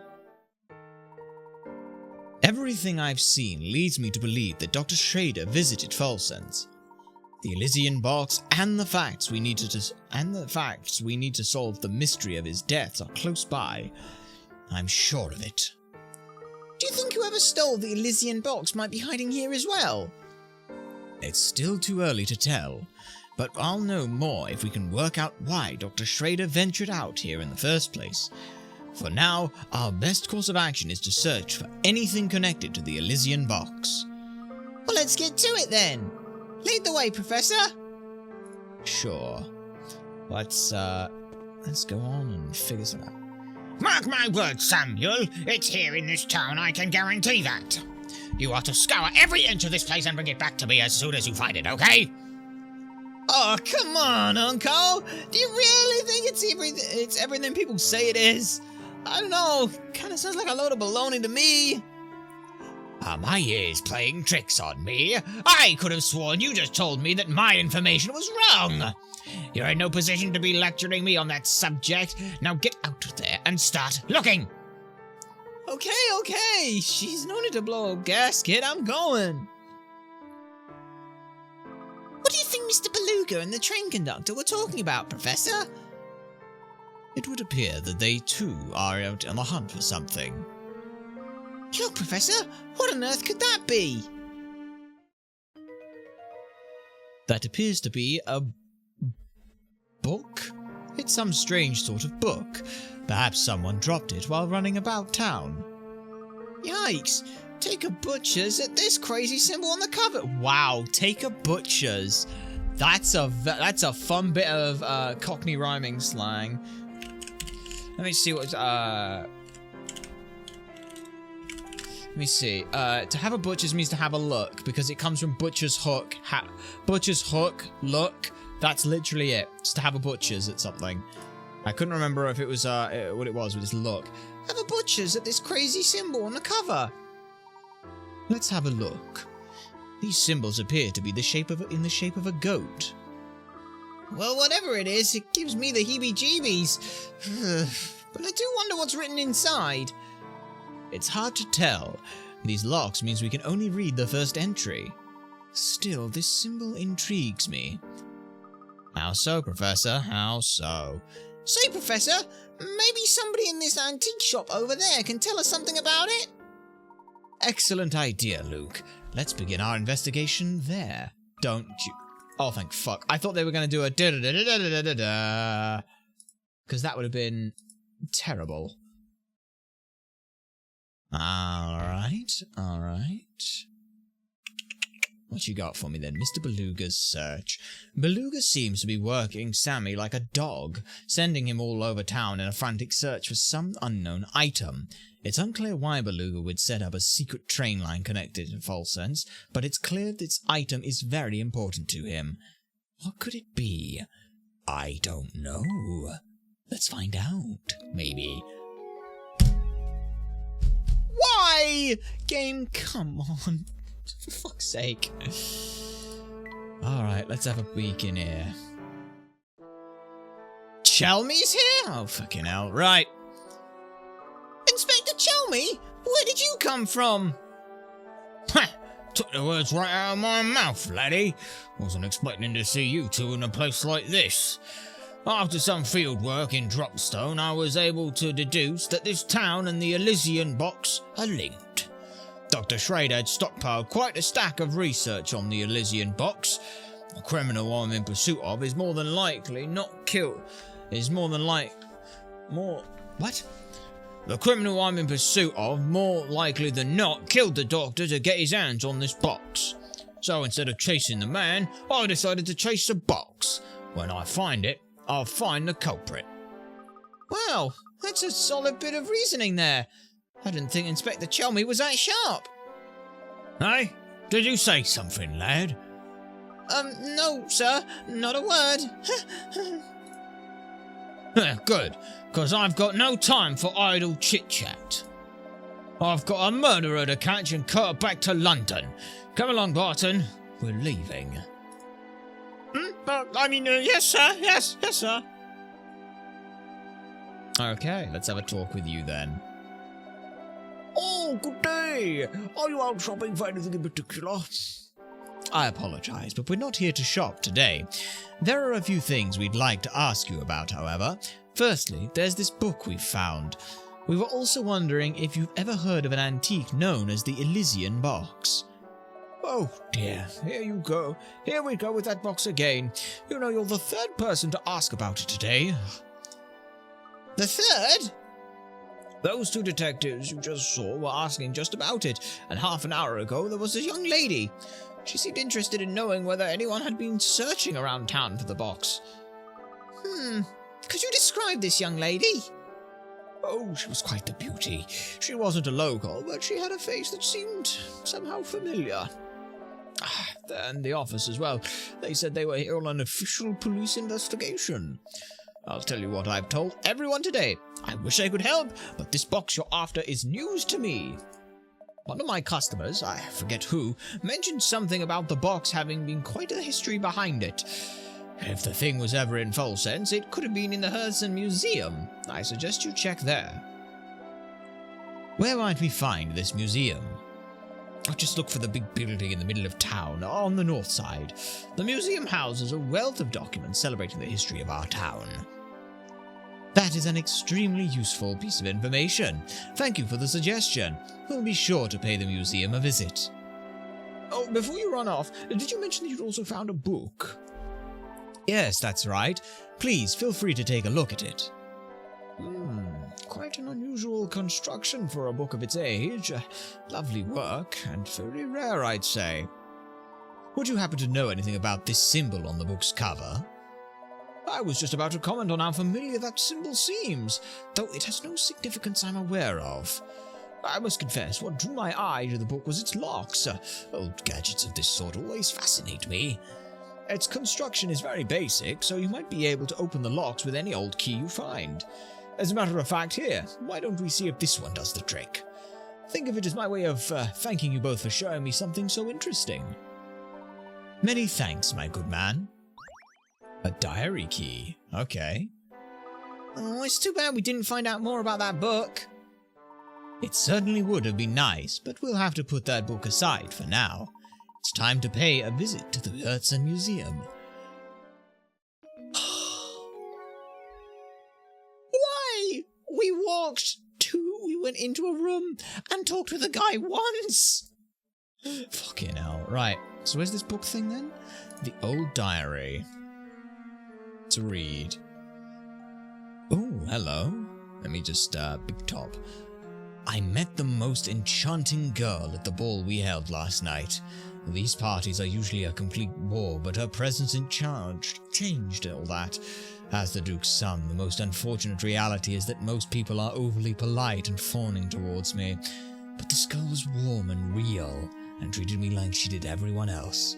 It was very refreshing indeed.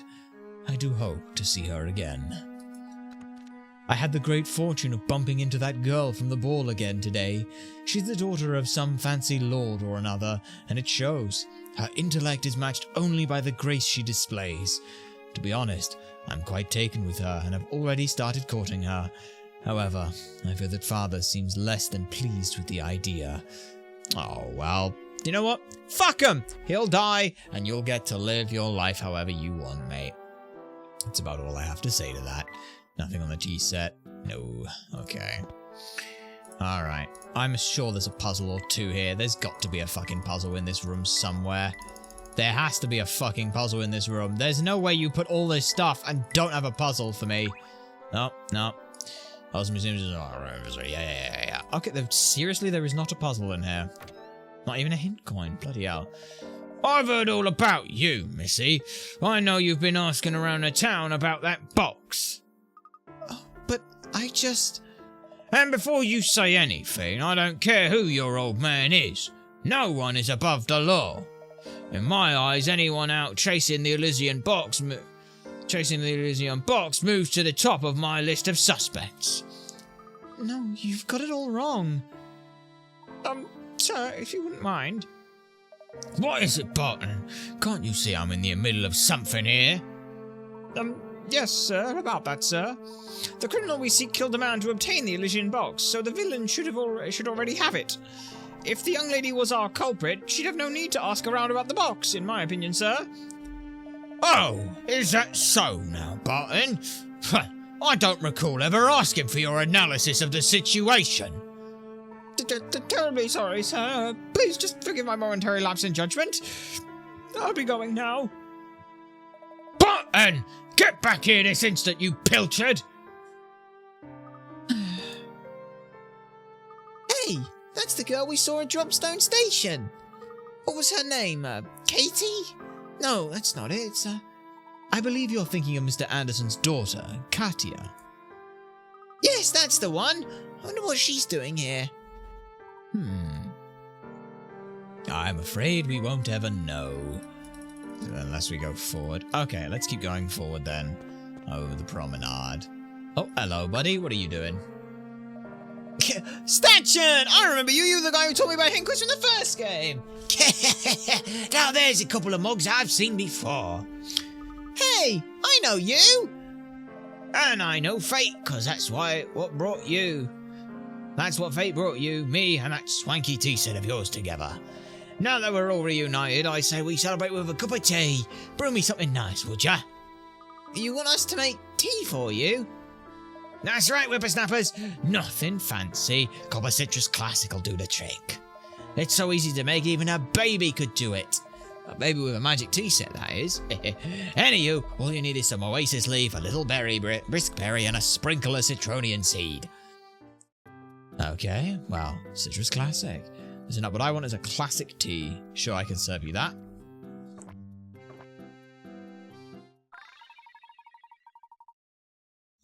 Fantabulous. A smile spreads across Stachenskafen's face. He seems restored and cheerful.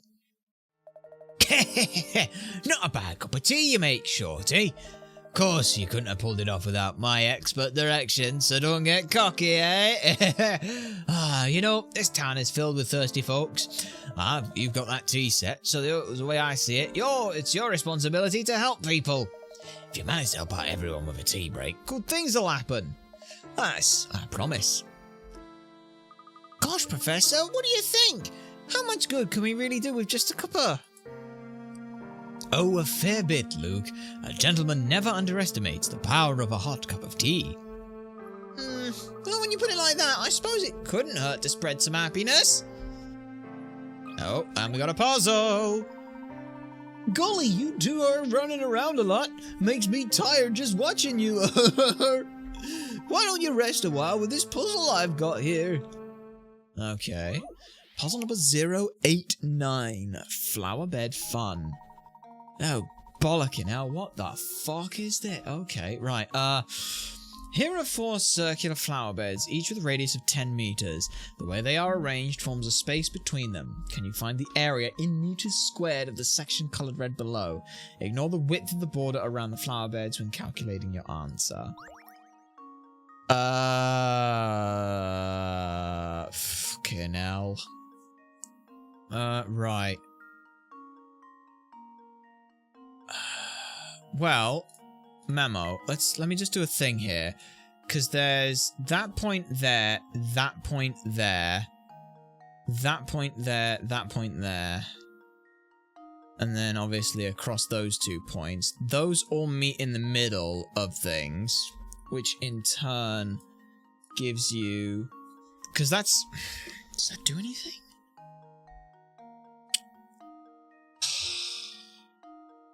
That might be able to help, because what I can do now is essentially take this and cut those into little squares like that. Oh! I don't even need... Sorry. Here's... Let me explain at least my thoughts right now. Here were my thoughts on stuff. What we've got is we've got this shape here. How do we want to find out this middle one? Well, we'll turn it all into squares like this. And what we know is that this square is just 10 meters... it's just 100 m squared minus minus a quarter pi r squared, which is just pi, is just 25 minus 25 pi. Minus 25 pi, and you do that 4 times. So what you've actually got is, so you have this radius here, plus, because we want to basically take all of that, is for that little red section. So if we take that red section, times that by 4, what you end up is 400 meters squared minus one of the things. So yeah. That's actually really fun. You can do this a couple of ways. There's this way that I'm showing you here, but what you could also do, and this is a bit fun and tricky, but go with us here. If you make this, and then this, you notice that you make 4 flush points. So you actually end up with, you can make a square here that's 20 by 20. But basically what I'm saying is you have pi r squared plus 4 lots of 100 100 minus 25 pi r squared, right? Minus 1/4 pi over squared minus 4. So yeah, what you've got is we've got this circle, which is pi r squared, because that's just how you do that. But then you've also got these little ones, which are made up of a cube, which is just 100 squared, or 100 minus pi r squared over 4, but you've got 4 lots of them. So that becomes 400 minus pi r squared plus pi r squared. So those cancel out, meaning it's just 400. That's kind of fun. That's kind of cool. That's kind of fun. Alright, so it's just 400. Just the 400 there. Submit. Nice. Consider this puzzle solved. Yeah. Little bit cheeky. I like the way we did it, where it's you take the little segment, because you can work that out, and because you've got 4 of them, the pi r squared quarter becomes irrelevant. Yeah, they did it that way. The red section is an area of 400 square meters. If you quarter the space in the flower beds and fit the pieces in the circles shown in the diagram on the right, you can turn the circle into a square. Once you do, the sides of the square all have the same dimensions. That's one way of doing it. I like the more mathematical, guaranteed way of showing that you can do it. Just because it makes a little bit more sense to show, hey, this is where the pi r squared disappears to, and why you don't have to worry about it. Golly, you ran through that puzzle so fast it made my head spin. You're just one of those people who does everything, huh? I just get tired just thinking about it. Ooh, pepper cherry. Nice. What can I do with pepper cherries? Oh, bloody hell. Uplifting, relaxing, and revitalizing, restoring. That's got to be something, right? A little bit of pepper, a little bit of... Oh, shit. I wanted that, I wanted that, and I wanted that. I'm trying to guess based off of the ingredients list rather than just throwing them all together. Damn it. Damn it.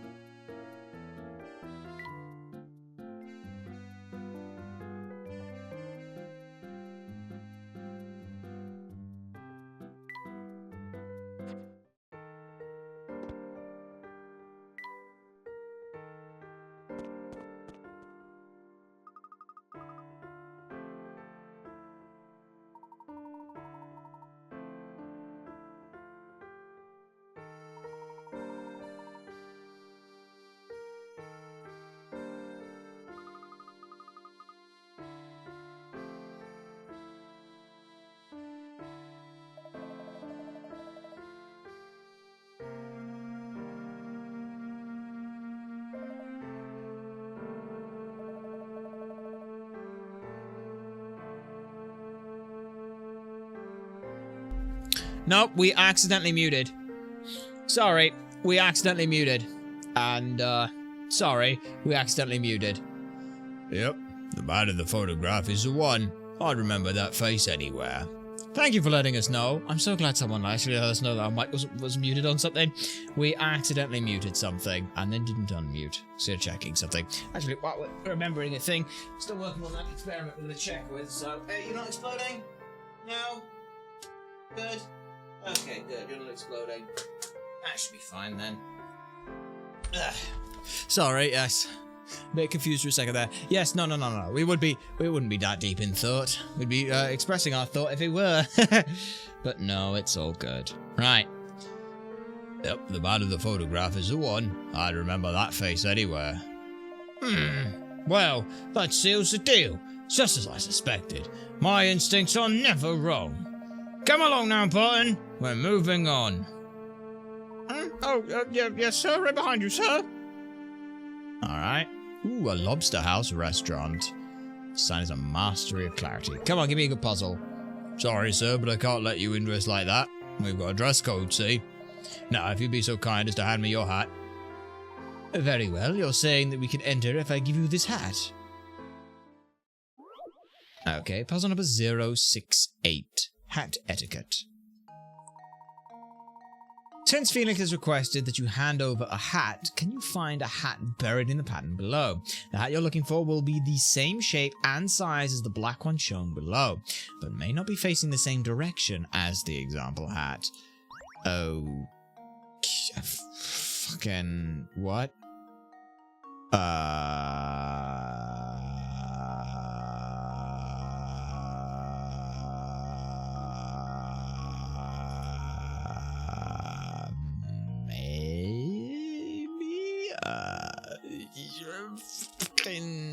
No.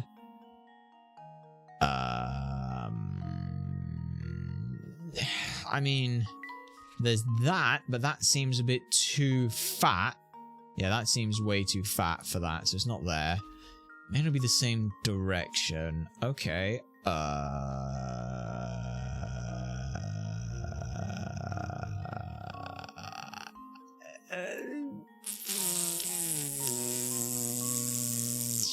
Fucking hell. Right. No, there's not any. Okay.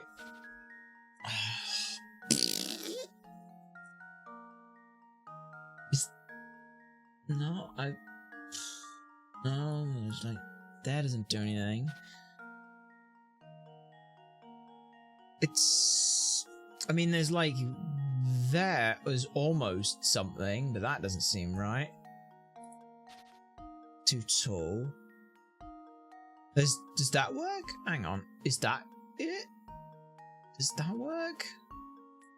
That might work. Oh, please tell me it's there.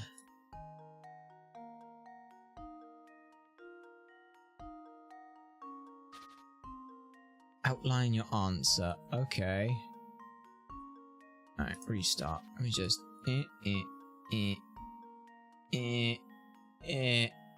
Something like this. Something like that. I hope. Please tell me that fucking works. To test my Oh, thank fuck. I thought we were going to be in another one of those fucking situations with the bloody blue badger. Ooh, it doesn't look quite right. Sneaky. Good job spotting that hidden hat. Now the professor has a hat to give to Felix. There we are. As requested, I have provided you with a hat. Oh? Professor, I don't think that's quite what he meant. Be that as it may, I'm not taking this hat off, Luke. Let's go.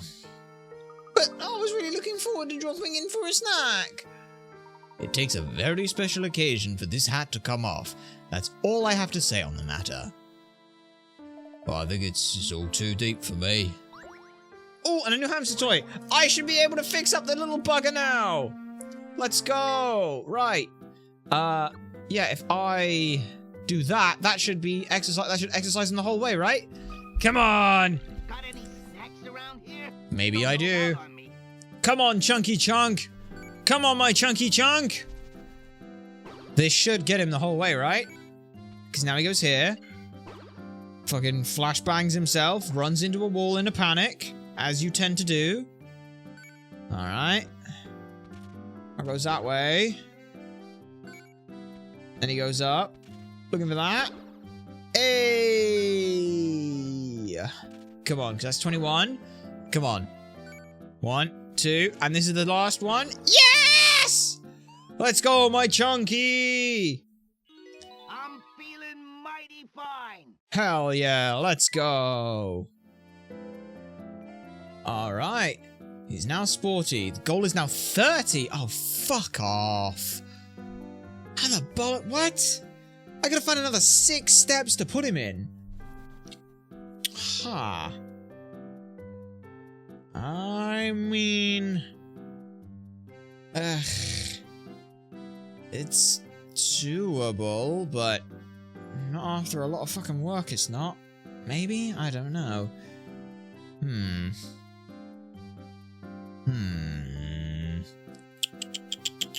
Never mind.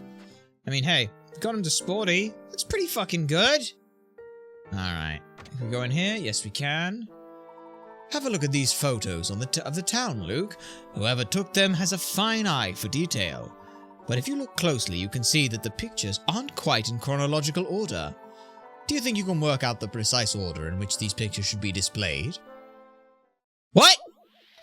What? That just summons a okay. Puzzle number 072, scrambled photos. Right. Ha.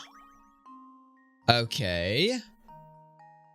What is the order? These 4 photographs decorate the wall of Joseph's photo studio. Each photo depicts the exact same area and was taken on the exact same time of day. However, each photo was taken at a different point in time. If you look carefully, you can work out the order of pictures. Okay.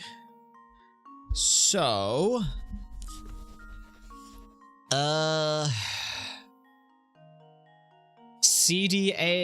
CDBA is my guess for this, because you've got, obviously no light there. This window and this light are gone. This window is here, like that. Those are the big points of contention. Right? So I think it's CDBA. That makes the most sense to me, at least, anyway. Yeah. Alright. C, D, B, A, D. There we go. CD is nuts. Yeah. Submit that. That looks right. Let's see if Alrighty then. piece of cake. Hooray!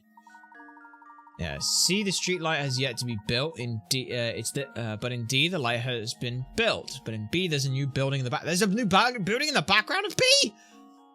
Oh, fucking hell, I didn't I didn't even see that. I did not see the building. Fuck. Or that A has a new door. Finally, the broken window seen in B has been patched up, and some of the lights in the restaurant sign have burned out. What's more, the door in the photo studio has been painted a different color. Didn't see that one. Yeah. There we are. If these photos are any indication, False Sense has quite a rich and lengthy history. Cool. With enough of these pictures, I bet you could see exactly how the town developed. You bring up an interesting point, Luke. But if these photos are that old, why do they look so new? Now that you mention it, I suppose they do look quite new. Photographs this old normally show some signs of deterioration. I wonder what method this studio uses to keep these photos so immaculate. Hey, in a cog-filled pot? I bet you I know where that goes. In my little camera. Yes! We've made a camera! Let's go! We can give it back to Sammy now. Sweet. You've disassembled the camera of the United photos. Sweet. Use the camera to find secrets hidden around the game's locations. While walking in certain areas, a camera icon will appear on the screen. When it does, touch the icon to snap a photo of that area. View the album containing all your photos by touching the camera icon in the professor's trunk. While viewing the album, touch any of your photos to display a Spot the Difference minigame. Your goal list is what the difference is between the touchscreen and the real photo. The actual location is shown on the top screen. Touch any suspicious locations, place a circle on them, and touch here to submit your answers. If you answer correctly, the area selected will be marked with an icon. Each photo has 3 elements that are slightly different from those in the actual location. When you find all 3 in a single location, visit the area where you took the photo. Touch the part that's indicated in the photo, and who knows what you might find. Ooh. No, I keep doing that. I keep wanting to close out of that. Alright, you, my friend. My, these photos all look stunningly new for their age. How do you manage that? Oh, I'm flattered, but really, I take no special measures in that regard. Interesting. Okay. And there's seriously nothing here. Okay, that's fine. You look like you're thirsty, buddy. Ugh. What seems to be ailing you? Every day I stand out here for hours and hours. All that standing makes my knees creak like crazy. I should really start scheduling a mid-shift break or something. Being a doorman does sound like an exhausting job. Perhaps a cup of tea would help restore your spirits? I'd be happy to brew you some. Okay, but I should warn you, working at a 5-star restaurant has made me a fussy drinker, but if you can brew up something that tastes mild with a hint of spice, I'd be a happy camper. Mild with a hint of spice. Okay. I don't blame you for giving up. Okay, mild with a hint of spice. Okay. Mild with a hint of spice. Mild with a hint of spice.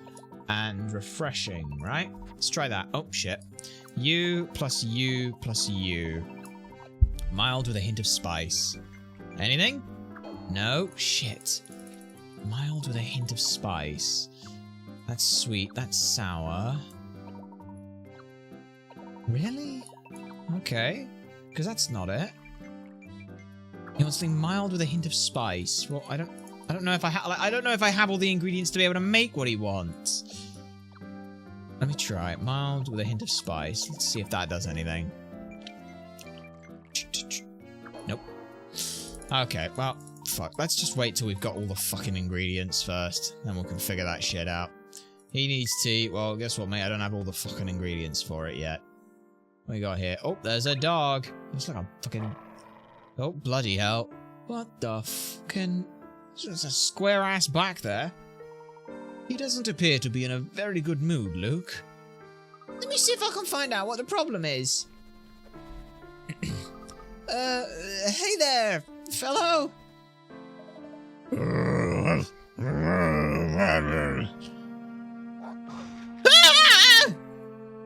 Good heavens, Luke, are you hurt?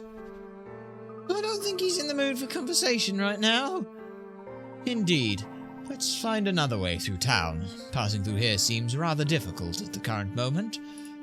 Okay. Hey, got me a hint coin. Come on, there's got to be another... Hey, there's another one.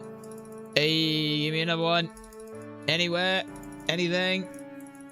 Hey, there's me other hint coin. Alright then. Let's pass a different way. Also, he's still fucking fussy with his drinks, but that's fine. This way? Sir, 1 minute, please. Oh, hello there. You're the fellow who's always with Inspector Chelmy, yes? The name's Barton, sir. I'm a constable serving under Inspector Chelmy, sir. I feel obligated to let you know that you may want to reconsider going up this way by the with the boy. Why? What's up ahead? Things best left unknown till you're older, lad. My advice is to do an about-face and leave the area. I don't think he'll budge on this, Luke. We'll have to find another path leading up that way. Ah, okay. Okay, let me just make sure I haven't missed anything fucking here or anything. In the back here, we've got our thing. Let me just check. Because I never really got to explore this area much. It was just posty, so... Alright, nothing there. But we do have that camera, so I also want to check, make sure there's nothing weird going on. Camera? No camera. Okay. Camera up here. No, but there is that flower. Oh, fucking hell. What an elegant flower. And it smells so nice. While we're on the subject of flowers, Luke, tell me, have you ever heard this puzzle? Puzzle number 062. Smell the roses again. Okay. Alright. Let's see.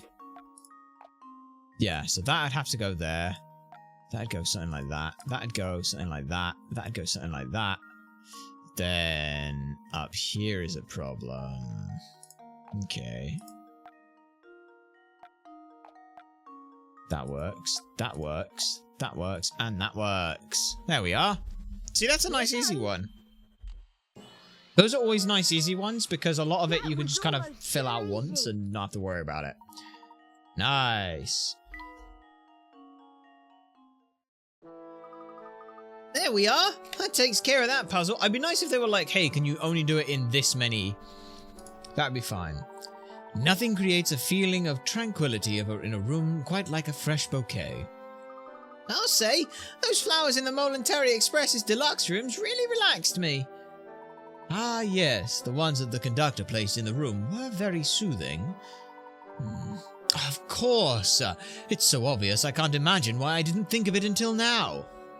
What do you mean, Professor? Luke, think back to when that train carriage switched tracks. Can you remember anything? Well, honestly, I don't remember much. I dozed off during all that, so everything's a bit foggy. Of course it is. The sudden sleepiness we experienced was no coincidence. Furthermore, I don't believe it was mere chance that we awoke upon our arrival in Folsense. No, I'd say our little nap was part of a larger plan. What plan would that be? Were I to venture a guess, I'd say Sammy's roses contained some kind of extra ingredient, which sent everyone to sleep so that one of the carriages could switch tracks. Precisely, my boy. I'd wager that only those riding in the deluxe carriage were taken away to Folsense. There we are. Sweet, so they have now worked out that they were drugged. Also, I'd like to point out that we somehow have a room with one. Yeah. Anything else? Let's use mirror and not a single streak on it. Basically, don't touch it. You got anything? I'll be here resting. You two be careful out there. We will, Flora. Do feel better soon. Alright. Anything else? Nope, just a hint coin, which means there's more. Which means there's got to be more. Nope. Alright, there's something really nice. Yeah, okay. Anything? Nothing. There's my 13 coin, you buggers. Right.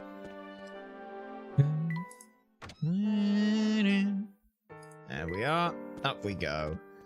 Up and along and down and around, and we don't go the other way because Barton's like, there's stuff over there that you shouldn't see as a kid, so fuck off. Right. Okay, we get past the dog, because we don't want to touch that bitch. Right, I'm assuming that this way... The museum must be around here somewhere. Let's have a closer look at this gate, shall we? Yes, you want me to look at the gate? Okay, I just wanted to see whether or not they had anything else for me. No, no. Nothing up there, nothing up there, nothing up there, in the bushes, in the trees, in anything? No, don't know. Alright, let's go in then. This must be the museum. The gate's shut tight. It must be closed for the night. I was hoping we'd find some useful information inside, but there's no sense in standing around waiting. For the time being, let's continue our investigation elsewhere. God fucking damn it. Why? Son of a bitch. Can I go over this way now? I can now go over this way, even though I couldn't before. Greetings, strangers! Let me guess, you've come seeking fame and fortune. Actually, we're searching for an item called the Elysian Box. Does that name sound familiar? Wow, now that's a fantastic name. Here's a puzzle for sharing that great name with me. Fucking hell. Alright. 170. Okay, 117. Right, okay, there's 117 puzzles. Okay, no, we're fine. Right. A yellowed photograph shows 3 couples. In the photo, no man is standing directly above his spouse. Of the 3 women present, 2 are sisters and sitting next to each other. The elder sister... okay, the elder sister's husband is the man without a mustache. Okay. Everyone in the picture is wearing a hat except the husband of the younger sister. Okay. Right. Yeah. The woman unrelated to the two sisters is sitting in front of the younger sister's husband. Right, okay. Let me work this out. Right. Memo. So, we have O, we have Y, and we have U. Just for older sister, younger sister, unrelated. You are... So, the eldest... Oh, sorry, yeah, we go with... Memo. Clear. We've got elder sister, younger sister, unrelated. So, the elder sister's husband is the man without a mustache. Elder sister's husband. Okay. The woman unrelated to the other two is sitting in front of the younger sister's husband. Right.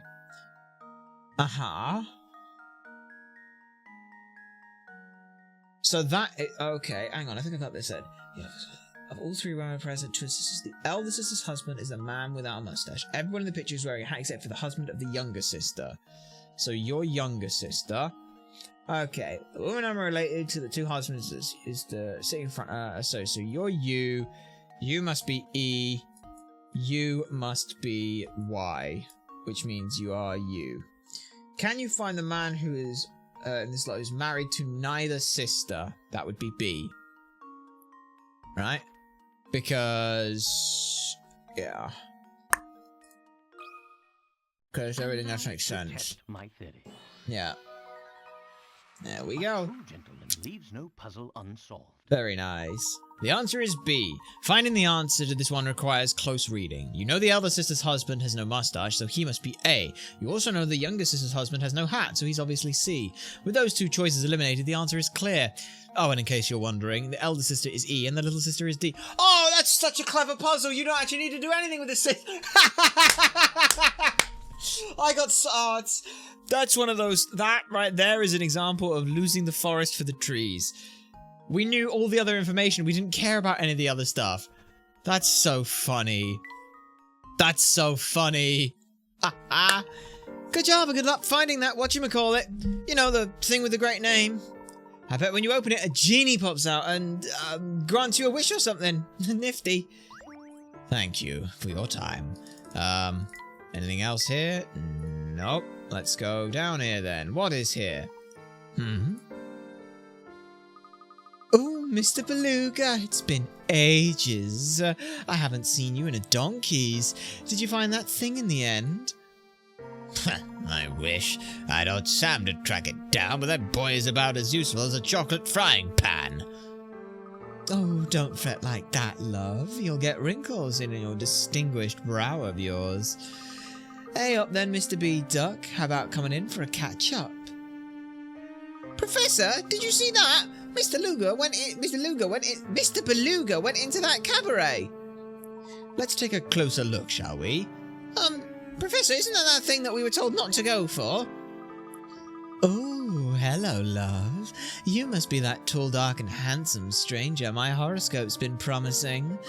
You're coming in to see the show, aren't you, Ducky? I apologize, madam, but we're in the middle of... Hey, you aren't going all shy on me, are you? As you can see, I can see you blushing under that big hat. Oh, and who's your little friend there? Excuse me, madam. He's a right strapping lad, isn't he? Oh, you meant, Luke, aren't you, love? Me? Sorry to change the subject, but I couldn't help but notice Mr. Beluga entering your cabaret. Oh, one of Mr. B's friends, are you? Something like that, yes. Tell me, does Mr. Beluga visit here often?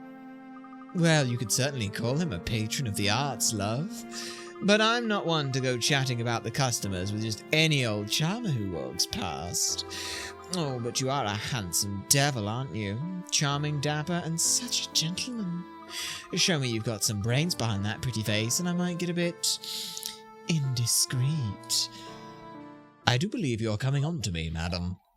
A jeweled necklace. Right.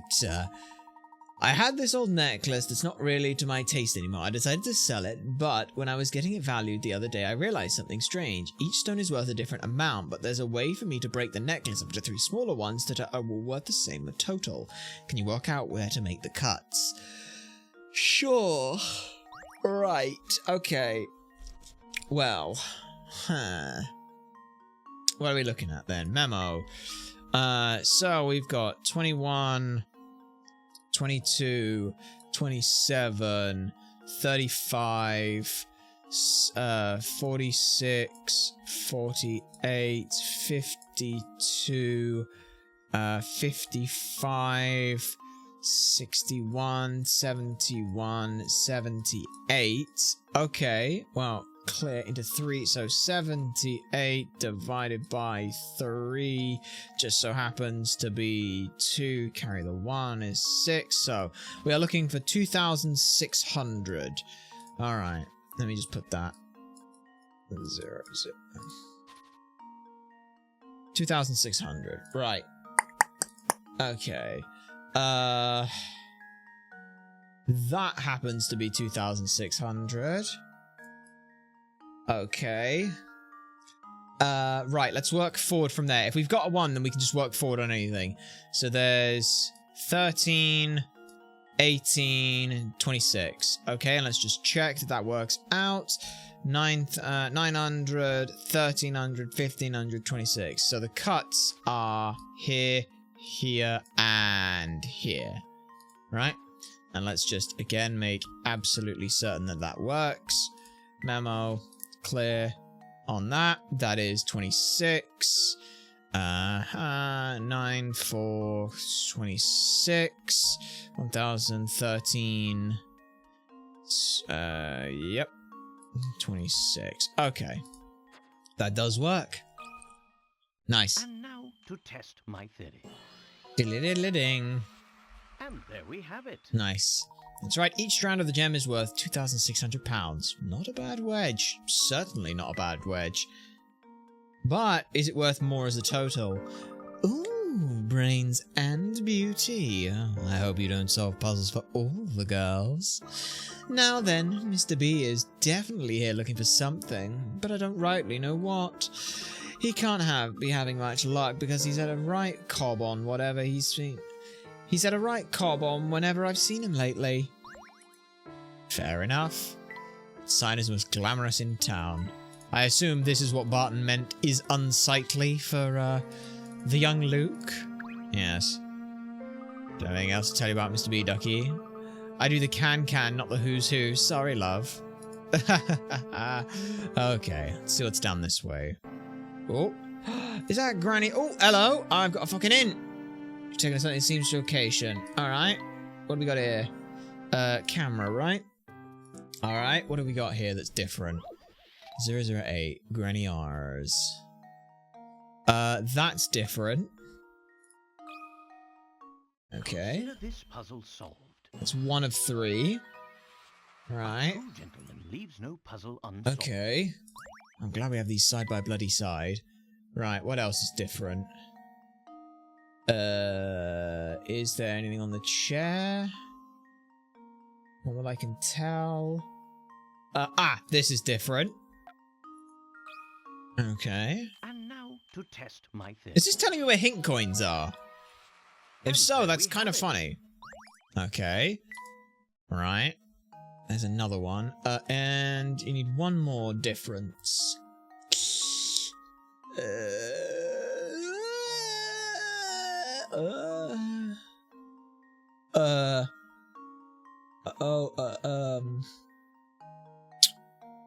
Door handle looks the same. Steps the same color.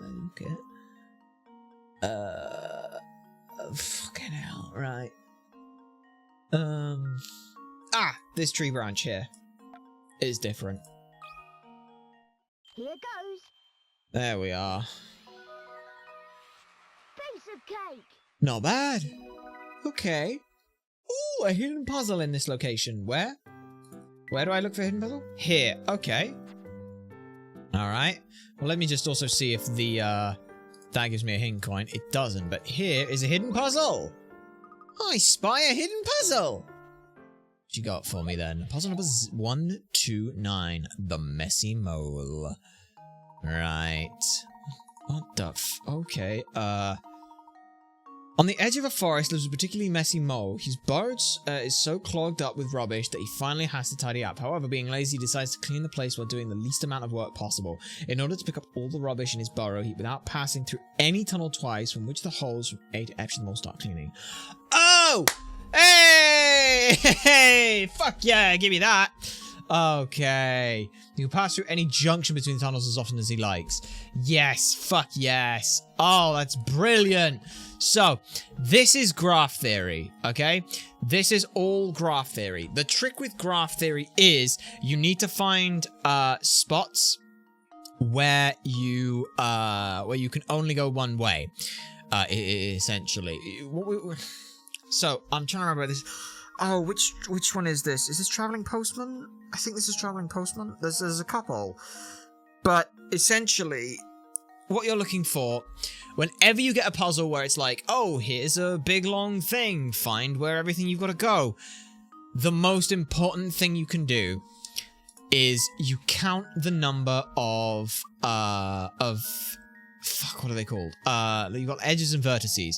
You want to count how many you've got. So, for example, this has got 3, that's got 3, is my main thing.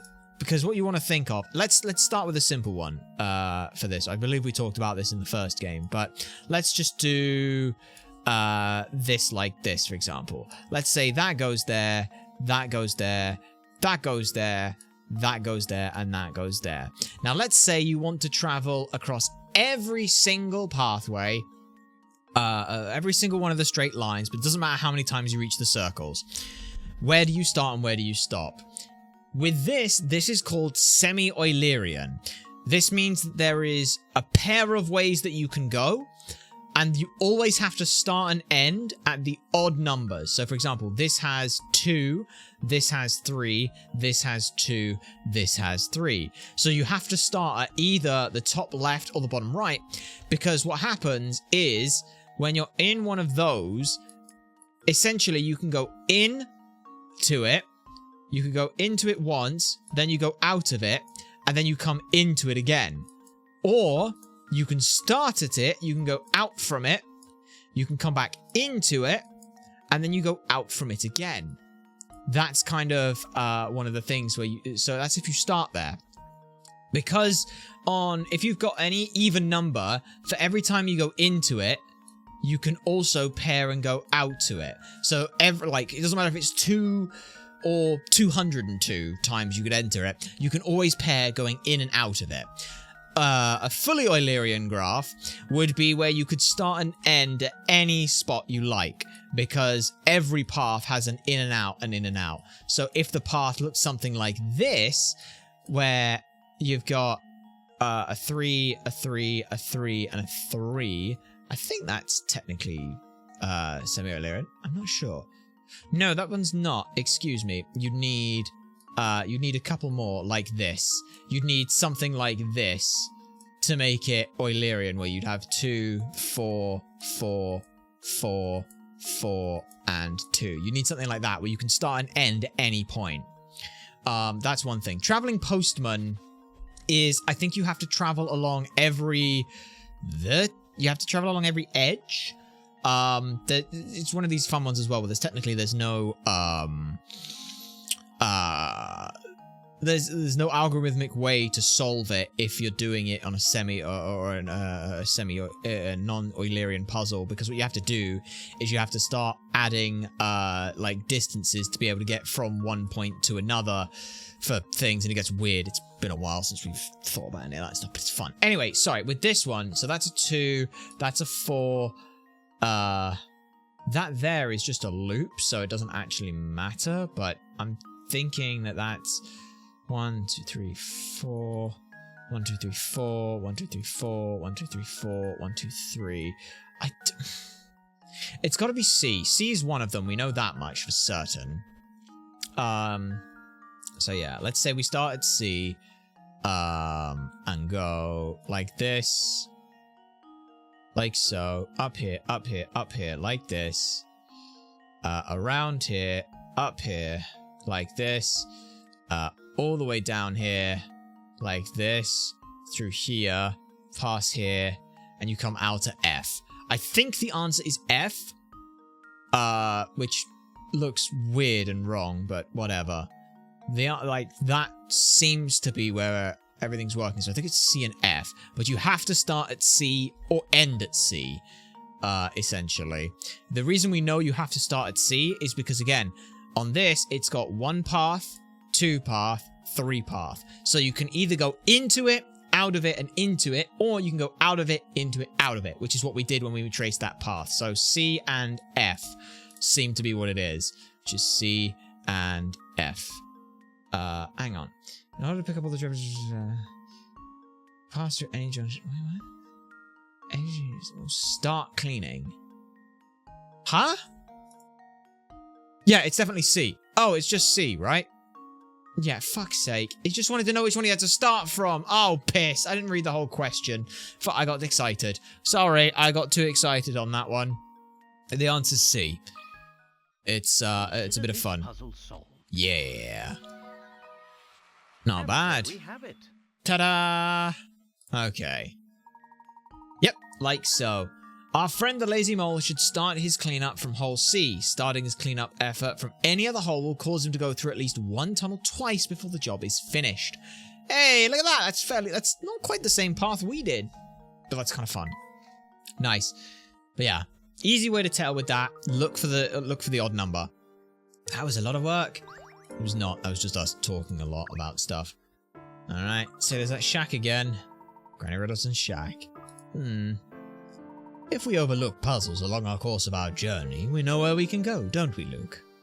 Yes, we do. Okay. Outward from there. Back around here in case there's anything. No, there's that fucker. Okay, gather clues around town. Yeah, I assume it's just talking to people now. Anything? No. There's standing to the edge. Yep, that doesn't change anything. Sweet. Okay. This way. This guy. Strangest couple of chaps I've ever seen. Okay. You're thirsty. Okay. Hey, dude. Hey, you 2 boys are from out of town, right? You certainly are. How do you work that out?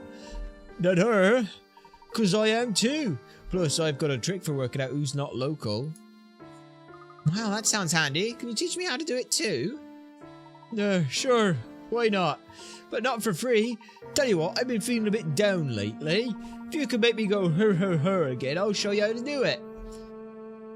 Well, I imagine we might be able to whip up a classic cup of tea that will excite your taste buds. Oh, that sounds delicious. I haven't had tea in a very long time. What do you want? It's got your classic tea taste. Citrus Classic should do you good then. Give you a classic tea. Now that's a good tea. Hey! Content her. Now that's the stuff. Oh, I tell you, the classics really are the best. That goes for tea too. We held up our end of the deal, so spill the beans. How do you tell outsiders from local in this town? Oh, it's a piece of pudding. Just get up real close and give them a sniff.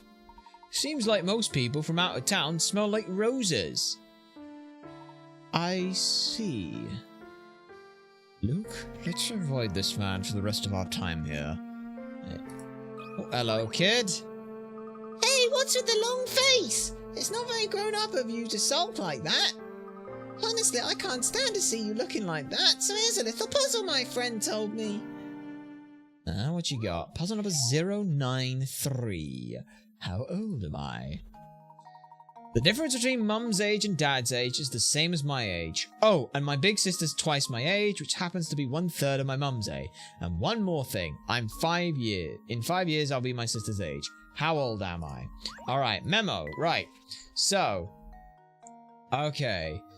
Mum and Dad. So, difference between Mum minus Dad equals...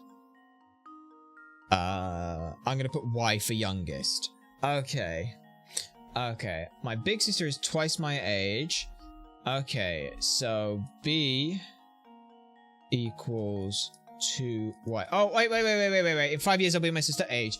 In 5 years, I'll be my sister's age. You're 5. You're 5. You're 5. You're 5. I don't need any of that shit with the mum and dad. That's irrelevant. Big sister's is 10. In 5 years, I'll be my sister's age. There we are. That's completely fine. I mean, I'm gonna figure out the rest of it. Okay, so y plus 5 equals b. Which happens to be 1/3 of my mum's age, so 3b equals m. Okay, so 3b equals m. Yep. Recent size my age happens to be 1/3 my mum's age, and one more thing, in 5 years I'll be my sister's age. Okay, so mum is 30. 3b equals 30. So dad is either 25 or 35. Mum is 30. Sister is 10, and you are 5. Okay. You are 5 years old. Submit. And now to test my theory. Very nice. The girl's father is 35 and her mother is 30, meaning the difference in their age is the same as the girl's age, as she said. As for her big sister, well, she's 10. That's twice the girl's age and 1/3 of her mother's. In 5 years, the girl will be 10, which is her sister's age now. Kids these days grow up so quickly. Well, that's more due to just with the concept of how time works. We'll talk about it a little more. But, like, think of it this way. If your dad is, let's say you are 10 and your dad is 40, that's a 30-year difference, but that's still like 4 times your age. Now let's say 30 years pass, you are 40, he is 70, the distance is still 30, but it's like less than half the distance between you now. Time gets very weird when the older you get on stuff, which is kind of fun. It's weird to think about that though. Hey, pretty good, Smarty Pants. So good, in fact, I think you deserve a reward. What kind of reward? The best kind, a story. Okay, here goes. See, a long time ago, there was another family as rich as the Herzens. But one of the younger daughters got her heart broken by some boy and decided to leave town. It could just be a story somebody made up, but if it's real, that boy must have been a total loser. All right. Okay. Oh, we've got a spot we can go in. You got anything for me? You have a puzzle. Bitch, give me that puzzle. Oh my, now this is just a mess. What's the matter, sir? I had a set of cards that were arranged in a very specific way. Unfortunately, I seem to have full thumbs today and I've dropped them while dusting. I can't, until I put the cards back in their proper order, there's no way I'll be able to sell them. This looks like a job for me. I'll have those cards back in order before you know it. Okay. Puzzle number... Bloody hell, we're going all over the place. Puzzle number 063. Numbered cards. Right. Cards labelled 1 to 6 are arranged as shown below. Rearrange them so that they safely satisfy the conditions following. The sum of the numbers on the top row must be 1 less than the sum of the numbers on the bottom row. 2 cards in the right column must total up to 5. Okay. The 5 card must be the immediate left of the 4. Card 1 must be placed in the left column. Okay, well that answers a lot of questions then, because that means that something like this is what we get.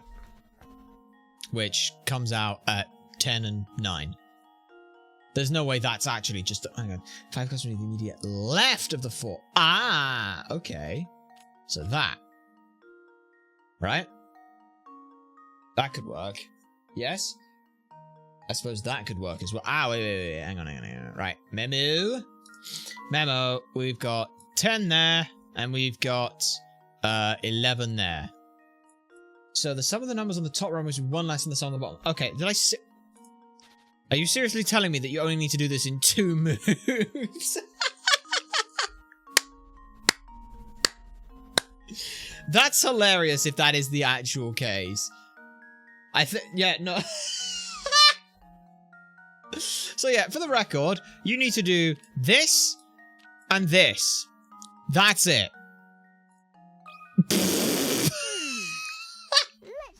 If that's the actual... That's so funny. That was almost That's hilarious. easy. Alright. This is one of those puzzles where the answer becomes really clear as long as you remember to follow the conditions given. I mean, yeah. It's really easy. Ta-da! There we go. Oh, splendid work, young man. You've got quite a way with puzzles for a boy your age. Oh, thank you. Oh, and a new hamster toy. Okay. Sweet. How do I use this hamster toy then? New hamster toy. What does this do? When the hamster draws near, this item bursts open, surprising the hamster and causing him to run away until he bumps into something he came back with. Okay. So if I did this... Let me just see what this does on something, on the off chance that I can potentially knock him there, and then pop it there, and then there, and then there, and then there. Let me just see if that does something right now. It might not, I don't know. Alright. Whoa! My spare tire is gone! Okay. I need to see whether or not he goes straight down, because if he does, that's great. Go down? Yes! Okay. Sweet. Okay, and now he runs all the way back. Nice! Look at that! And now, he'll go up here and grab this. That's 20. Oh my god, I don't know if I'm anywhere near close enough. It's 23. I'm 1 off. You're kidding! Okay. That's really unfortunate. I just gained 5 by doing that. Which is pretty good. I would say that's pretty good, yeah. Okay. See, the nice thing is I can put all of these all over the shop, because it doesn't matter. He's never going to go for them. He's never going to go for that. He's not going to go for that. He's going to go for the apple in front of it. So yeah, I just need 1 more item and then we're done. I literally need 1 more item, because this, it'll be like, hey, what does he want to go for? Does he want to go for the daisy? Does he want to go for the daisy, or does he want to go for the other thing? Yeah. Oh, you fuck. Of course he goes for it now. Fuck. Quit. No, that's... Okay. Yeah. Fuck. Okay, right. Never mind. Never mind. That don't work. Okay. That goes there. That goes... Does he go for this because it's closer now? Let's see. Let me see. I think he will because it's closer. Yeah, unless he'll avoid it and go for the, he'll go for the apple. Now where does he go? Oh, that just works! Sweet! Nice. Okay. Yep. And then he comes up here. Okay. So what I need is some apples to start finagling this route. Yeah. Okay. So he ends up there, but then he wants to go up there and he wants to finagle and finoogle and stuff. So yeah. What I'd need is I need an apple to drive him around some stuff. So yeah, that doesn't work. So it has to go there, which then has to go there, which then I can put something there in this spot here and it'll be fine because he'll run. So yeah, it runs all the way back into something.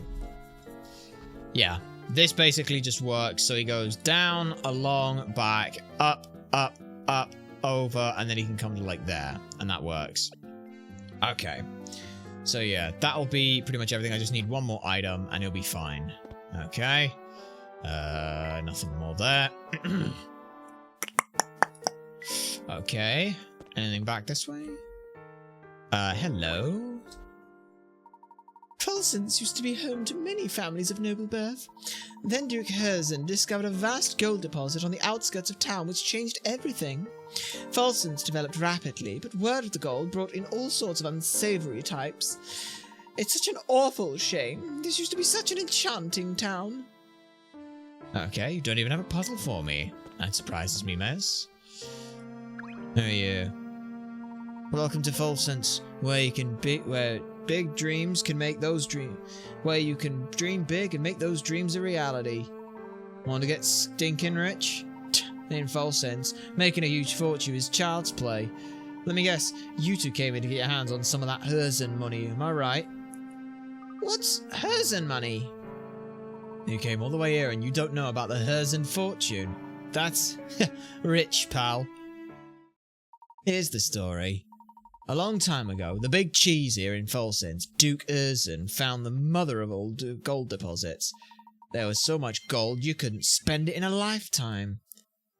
Then, not too long ago, the old man croaked and now all his money sits abandoned in his castle. How's that for an interesting story? Quite. However, we're not here for treasure. Rather, we seek an item known as the Elysian Box. You may also have heard it referred to as Pandora's Box. Pandora's Box? Isn't that a novel? Can't really help you, to be honest. Damn it. Okay. Meanwhile... Professor, the train's still stopped at the station, but there's not a soul in sight. Then it seems we have no choice but to remain in town. All the more reason to proceed with our investigation of the area. I suppose so. Alright, let's keep looking. Okay. Out we go. There's nothing else around. We talked to you, we went into that guy. Gather clues in the town. We've gone this way, we've gone this way. The only other way we've got to go is this bugger. Yeah, and this guy who's still probably not happy. Let's find another way through town. He seems like he's not in a mood. Okay. And we still can't go through here, right? Door's still shut tight. That's fine. This way has an upwards we can go. That's where I'm missing. Do you see that watchtower, Professor? There's something very suspicious about it, isn't there? Is there? Well, first of all, puzzle. It's not every day I see new faces. Are you visiting from out of town? Yes, in a way. We're not here to sightsee. We're searching for an antique known as the Elysian Box. Have you heard of it? Oh, that's the first I've ever heard of it. I wish you had some information. I wish I had some information for you. Oh, I just can't let visitors to our great town go away empty-handed. Here, it's not a key ring, but please take this puzzle as mine as a souvenir of false sense. Okay. Puzzle number 085. The missing shape. Right. 5 shapes are arranged in a sequence, but the 4th shape is missing. Use the 4 visible shapes to determine which A, B, C, or D should be inserted into the sequence. Pretty sure it's just B, because it's 1, 2, 3, 4, 5. Like, if you look at it, rotate your head this way, and you'll see that is 1, 2, 3. So 4 would look something like that, and then 5, which looks like that, which if you read it sideways... Actually, I wonder if I can just... I don't know if I can config view. This might fuck everything up, but if it does, that's hilarious. Don't worry about it. Rotation, 0. I can't change the layout. Never mind. Don't worry. You can't change it. Just rotate your head around a bit, and you'll see it's 1, 2, 3, 4, 5. Like that. So yeah, it's just B. And now to test my Nice. Very nice. Let's go. Leaves no puzzle unsolved. Okay, what do we got next? Answer is B. The number is hidden in each of the shapes. Yes, it is. Easy. Okay. Nice work there, fellows. I hate to burst your bubble, but if your lead on this Elysian Box led you here, you may be out of luck. See, many of the residents who were false sense experts skedaddled a few years ago. It all started over a strange rumour that spread through the town like wildfire. Ah, so even if we are in the right place, there may be no one left to ask. Tell me, what was this rumour? Some silly thing about a curse. I'm not entirely sure what it was, to be honest. But I often find myself wondering where all those people who left false sense ended up. Okay. Right. This barricade seems to be strictly enforced. Yeah, that looks very different. Okay. What's going on in here? Are you? Yeah! This whole place is covered in garlic! Oh, and it definitely smells like it too. Ugh. Yes, it's very pungent. It's a good thing I brought a handkerchief. My eyes are watering. Oh, my nose hurts just being in here, Professor. Finally, some customers. Come in. It's been months since anyone came to my shop. My shop's been out of favour with the townspeople recently. I can see why. Or rather, I can smell why. Okay, my shop smells. So what? It's not for you. It's not for the good of my health, you know. It's for protection. We've got what you might call a bit of a vampire problem here in town, and garlic keeps them away, see? Vampires? Seriously? Do I look like I'm joking, boy? You've seen that castle over there, haven't you? That's where the vampire lives. At least that's what people say. I'm not saying I believe the talk, but you can never be too prepared, you know? Yes, I'm sure. Anything. Nope, there's a hint coin. Nope, nothing. Nope, just from you. Still, you out of town, so keep an eye out for vampires, just in case. If it really comes down to it, you can always hide out in my shop. It's completely vampire-proof. Thank you. I'm, sure we will. You see that watchtower, Professor? There's something very suspicious about it, isn't there? Yeah, I assume you're going to tell me that every fucking time. First and foremost, though, I want to look here. Anything? Hint coins. Okay. Can we keep going this way? We can, but no. This place gives me a bad feeling. Who knows what could be lurking down that path? From what I can see, it's just an expanse of wilderness. Let's leave it be for now. Okay. Yes, I see the fucking watchtower. I don't want to click on it yet. I'm gonna go everywhere I need to first. Hey, Parcel! Oh, it's you two lads. Nice to see you again. Heading to the north side of town, are you? Why? What's up there? Oh, nothing really. Just some old houses. I've got letters from folks in Dropstone to deliver there. Wow, there are people from Dropstone sending letters all the way out here. I was surprised at first too, but there's some sort of connection between Dropstone and this place. It's hard to describe it in words, so I'll just leave it at that. Oh, whoops, I've got a dash. Post can never be late. Mr. Parcel, please, wait a moment. Oh, he's gone. Gosh, he didn't even look back once. Quite a perplexing individual, that one, but never mind. For now, we must focus on our investigation. Yes, which involves, okay, never mind, we're not going up that way. Yes, I see the fucking watchtower. I don't want to click on it yet. Fine, I'll click on the fucking watchtower. Yeah! Oh, that scared me silly, Professor. What's making that awful racket? I don't know, but I think it's coming from right above us. Quick, Luke, up the stairs. Oh, but first, take a picture. Taking a secret location. Okay. What is going on in here? Puzzle number 5. Alright. First of all, there's a crack on that mirror, and the floor there is gone, which is great. Oh, I've seen them all. Consider this puzzle solved. Yep. And there we have Yeah, it. there's a spot on the floor that's missing, and some of the garlic is missing some bulbs.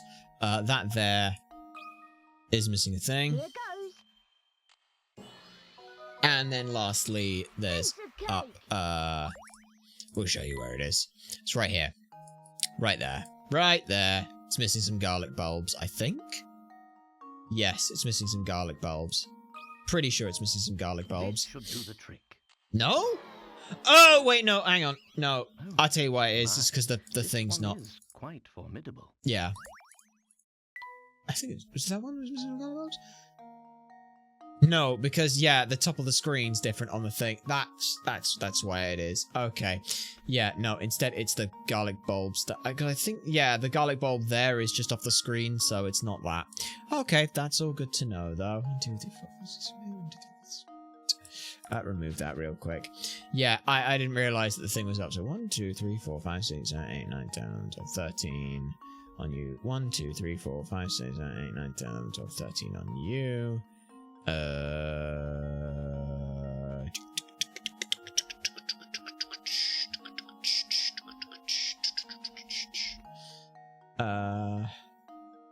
One, 2, 3, 4, 5, 6, 7, 8, 9, 10, 11, 12, 13. 1, 2, 3, 4, 5, 6, 7, 8, 9, 10, 11, 12, 13. Yep. I thought that thing was missing garlics because the thing was up top, but it's not. What the fuck are you missing? Right. Where are you, you cheeky bugger? Most of the differences aren't that hard to see. So I'm not gonna have to be trying to count tiny bits of garlic somewhere. It's probably a fucking colour change or something that's off. It's gonna be the thing that gets us, isn't it?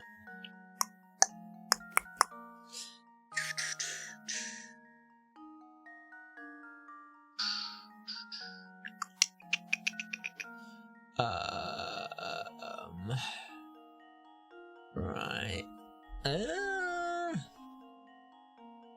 Okay, I'm just trying to compare and contrast a lot of stuff. We're looking like over here-ish.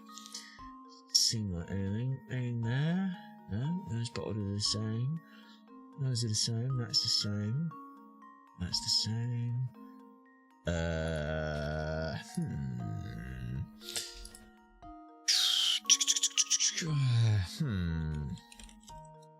Where could you be?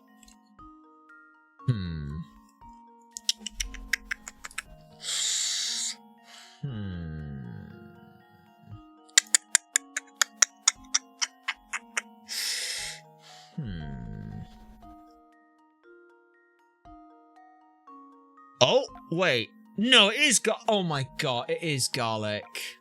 There's one garlic missing from there. Oh my god.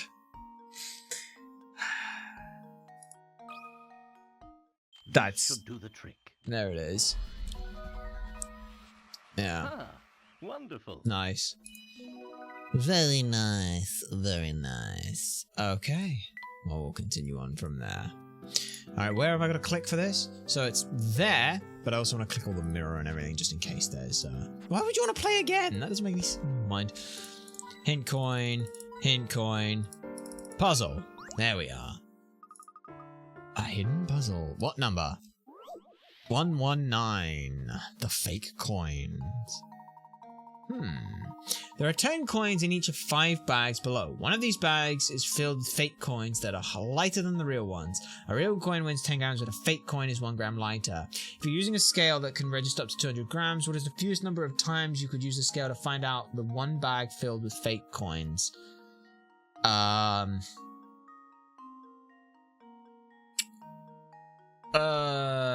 Is it 4 times? Because, right, like, the minimum number it could be, they're all filled, so assuming that all the like, let's say they all have 200 coins in them, so they all weigh 2 kg, or whatever.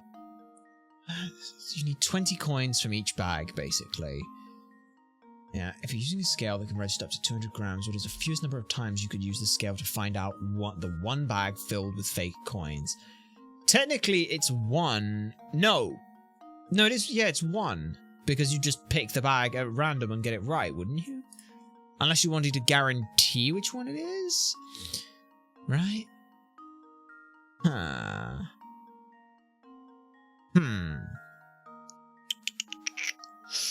Okay. So we need some way of pulling coins from the bags that shows us an exact thing. If we want to do it in 1, let's say that we want to do it in 1 without just guessing one of the bags. There's only a 1 in 5 chance if we were to guess and pick one bag. So let's go ahead and say we pull 1 coin from every bag. We know the weight of that. Oh, that's brilliant! We need to find a way to mark the coins and find out which one it is that's going to have the incorrect coin. So, we need to pull... we know what the total weight of something should be. So, let me think. We can't just pull 1 coin from each of the bags, because we know the weight should be 50, but it's not going to be 50, it's going to be 49. Great. Which of those coins did the bag come from? We don't know. So, we need some method that lets us determine if it was from bag 1, if it was from bag 2, if it was from bag 3, or whatsoever. So, what if we did 1 plus 2 plus 3 plus 4 plus 5? What does that come out at? That comes out at 6, 6, 15. So, it's 15. So, the total should be 150. But it's not going to be, because one of the coins, or one of the bags is fake coins. So, if the weight was, let's say, 149, Well, the one coin we pulled from bag 1 is fake. If it was 148, it was from bag 2. 47, it was from 3. 144, 6, it was from 4. 145, it was from bag 5. This is a way of denoting of pulling things out, having something we're comparing it against, and labeling each of these, because the easiest way is obviously you put one coin into here and you check the weight. You put one coin in from here. Like, technically, like, if you did it that way, you'd only need at most 4, because if all of those weighed 10, you'd know it was in bag 5. But we don't know that that's the case. It could be in bag 1, so you did it in 1. It could be in bag 3. So you've got a range on that. If you want to guarantee it being in the first bag, you need to essentially do that. That's why, because we were looking at that like, why the fuck does the 200 grams matter? It kind of matters. It's basically just telling you like how many coins you can put in there at once. So yeah, if they all look the same but they have different weight on it, then it is just once. You only need to do it the once. But that's also showing a way of how you do it. Do the trick. Yeah. To guaranteed do it 100% of the time without getting lucky 1 in 5. You only need to remove the scale from every bag, remove the number of coins indicated by the bag's number, then yeah. We just did 1 for 1, 2 for 2, 3 for 3. But technically you could do 1 from 5, 2 from 4, 3 from 3, 4 from 2, and 5 from 1. It doesn't fucking matter. It really does not matter. As long as you have a way that denotes them that's less than 200, you'll know the difference. That's really fun. I like that. Alright. And that puzzle actually made me break a sweat. Well, sort of. Yeah. Yeah, there's also apparently a third fucking int coin somewhere. Okay. Well, let's get up the stairs and see what this clangering sound was or whatever. Oh, it's an old man. Okay. Place is also covered with garlic. Great. Oh, there's me ink coin. Oh, that's fine. Hey, buddy. What do you want? Pah! Blasted vampires. Get off my property! Are you alright, mister? Huh? Who goes there? Wait, you didn't tell me. I know vampire henchmen when I see them. Oh, wait a second. What are you talking about? We just heard a scream and came to investigate. Say what you will, Sonny, but it won't do you any good. I see through your vampire lies. If you really want me to believe you're not vampires, you'll solve this puzzle and you'll do it quickly. Okay, right. Puzzle number 076. Top of the tower. Right. Okay. In one quiet town, there's a tower that commands a view of the whole town. Since you can see every building in the tower from the tower, logic dictates that you should be able to see the top of the tower from any building. As you can see on the map shown below, however, there's one building from which you clearly have no chance of seeing the top of the tower, no matter which window you look out of. Ah, I know this. This actually reminds me of a fun story. I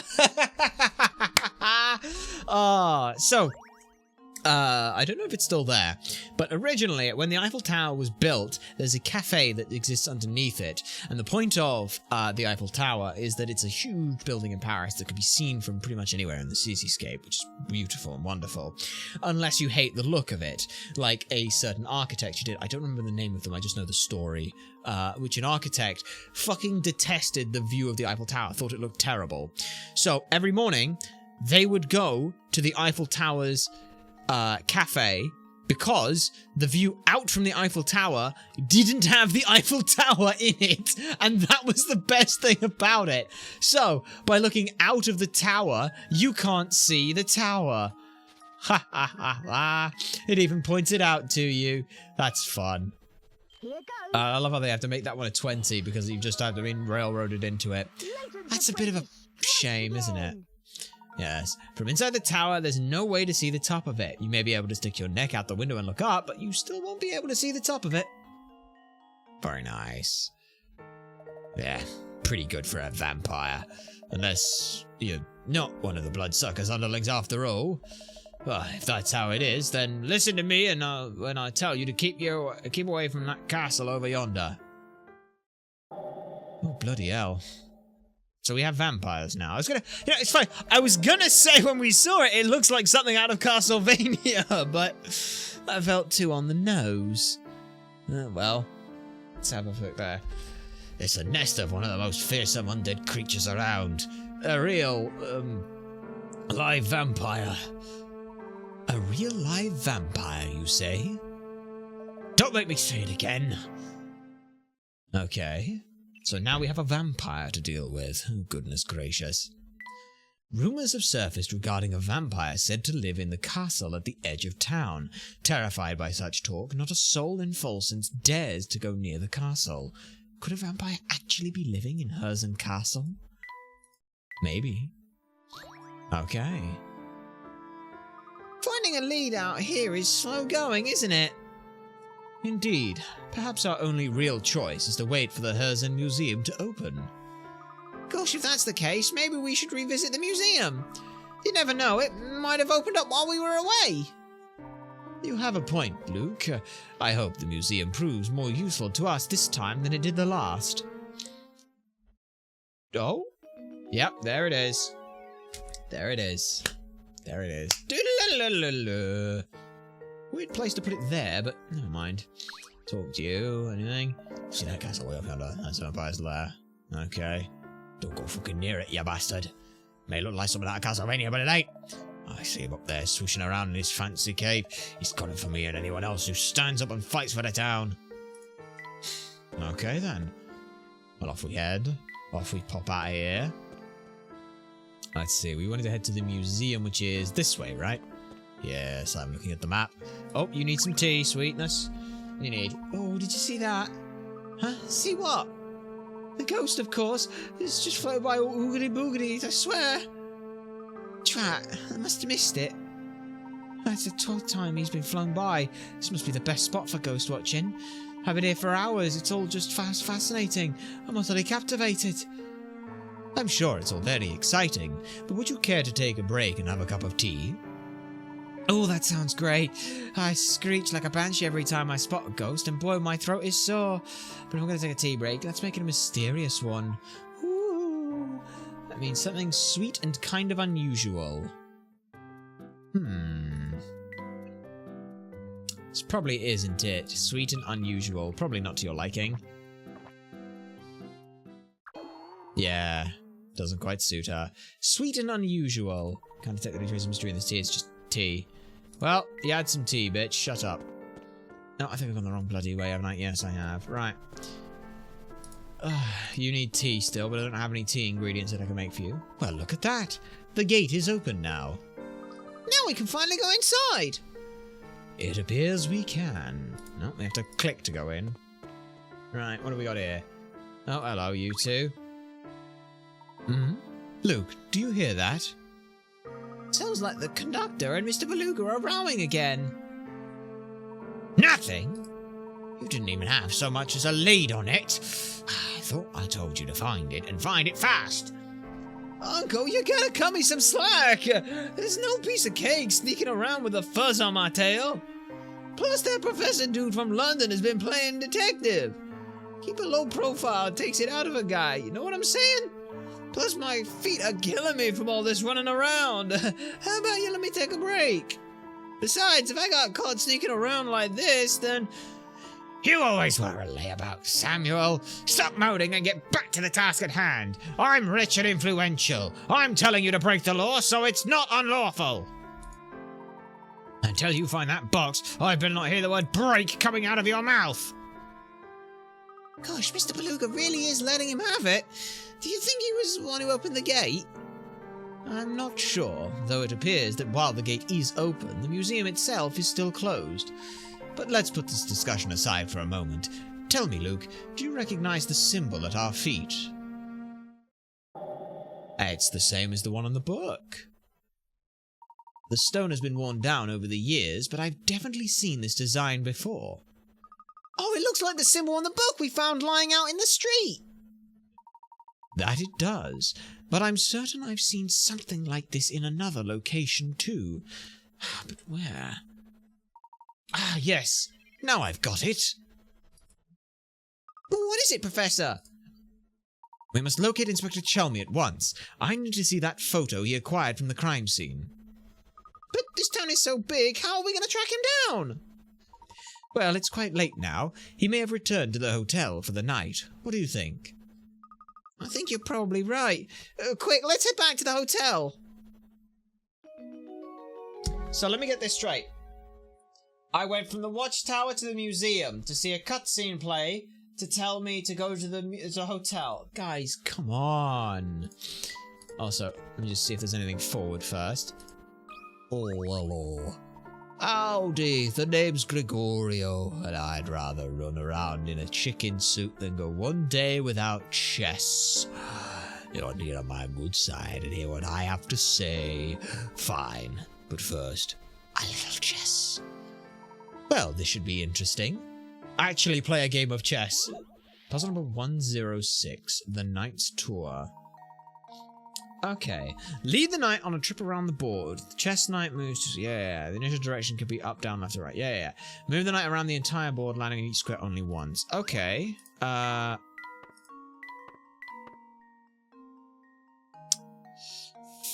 I think I've buggered it. Yeah, I've buggered it. Fuck. Restart. You. To you. There's only one route to go for some of these. Yep. Alright, done it. Easy. I like that. Consider this puzzle solved.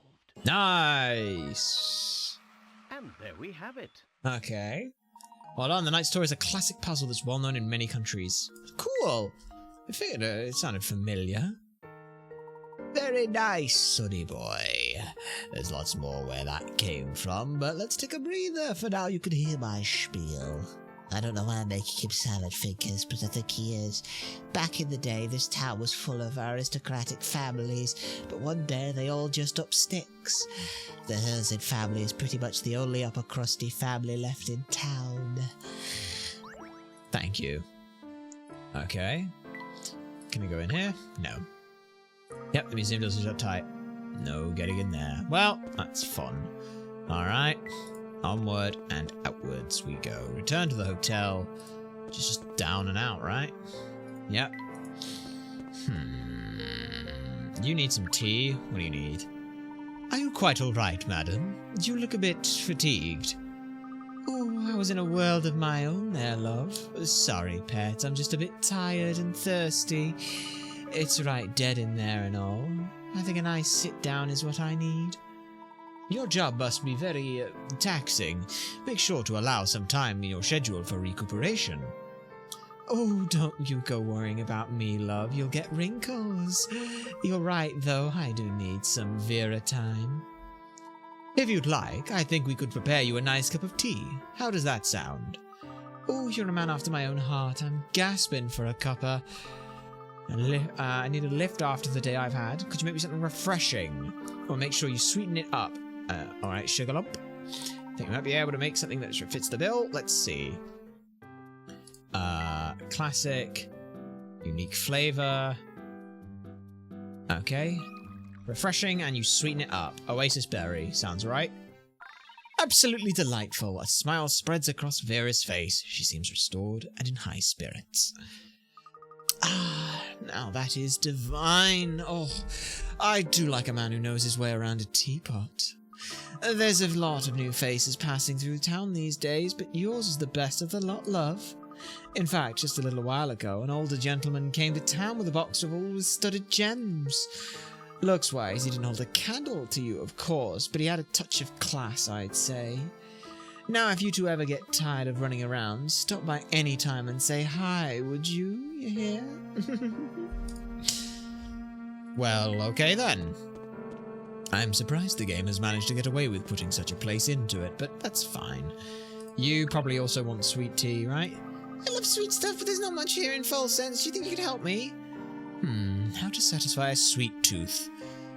Oh, I know! Why don't I make you a cup of tea? Capital idea, Luke. Tea goes out with sugar-coated choco cookie cupcakes, but I suppose tea could be tasty. Make sure it's extra sweet, okay? The good news is, one of the only 2 fucking teas I've got is incredibly sweet. Loved by women and children. There we are. Now that's a tasty cup of tea. Joanne grins widely. She seems restored and in high spirits. You know, that wasn't half bad at all. Actually, it was pretty tasty. Thanks a million. That's the first sweet thing I've had since Mum made me give up cola. She says it rots your teeth. Well, technically this will too, so do be careful. Right. Back to the hotel we go. Ah! Inspector, tell me, huh? Inspector, there's something I need to ask you. Can you spare just a moment? Ah, Layton, didn't I see you've been busy? I didn't think you'd managed to solve 50 puzzles so soon. Oh, and another one, let's go. Oh yeah, you've been very busy sniffing around town for clues. Tell me, has your search yielded any genuinely useful facts yet? Another missing dog, perhaps? Perhaps. Would you mind showing me the photo you recovered from the doctor's flat? Oh, well, am I to understand there's a clue to be found in that photo?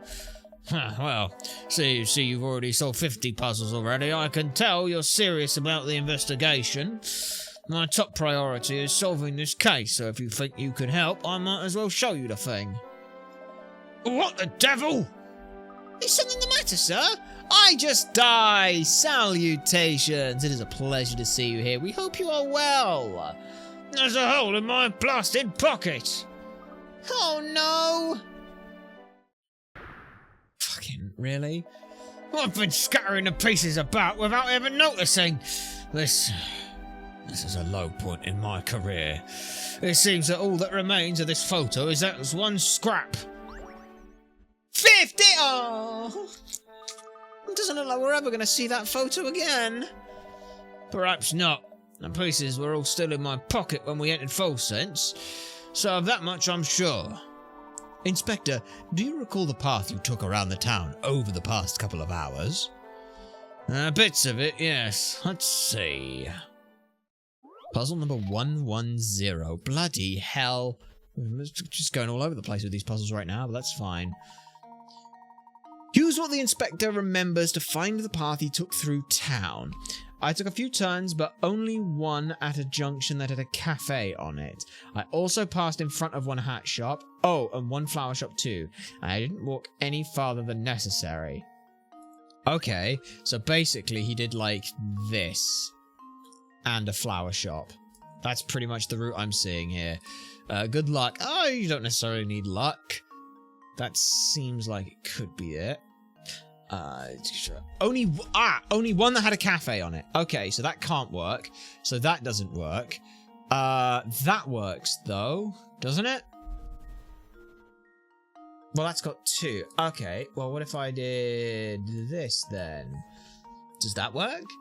Maybe. I have a headache, unfortunately, but I'll keep you on in the background. Oh, well, I wish you the best then. I just die. Hopefully you have some paracetamol or something to be able to just relax with and things. Yes, after a long day, a good puzzle is always nice to be able to sit and unwind with. Yeah, let me just see. Well, no, because surely that's straight. What? There's just one cafe on it. And a flower shop. And I only walk... and I didn't walk any farther than necessary. So basically, he didn't go, like... If he went down, he didn't go back up, because that's more. So if he ever went down, he never went back up. Bag. Alright, thank you very much for the luck. We appreciate that. Now, so he said... Only one junction had a cafe on it. Ah, one junction. Okay, so he could go like that. And then like that. One hat shop, one flower shop, like that. So I think it is that, then. So yeah, I think it is this. Because only one cafe. Because it's got to be that.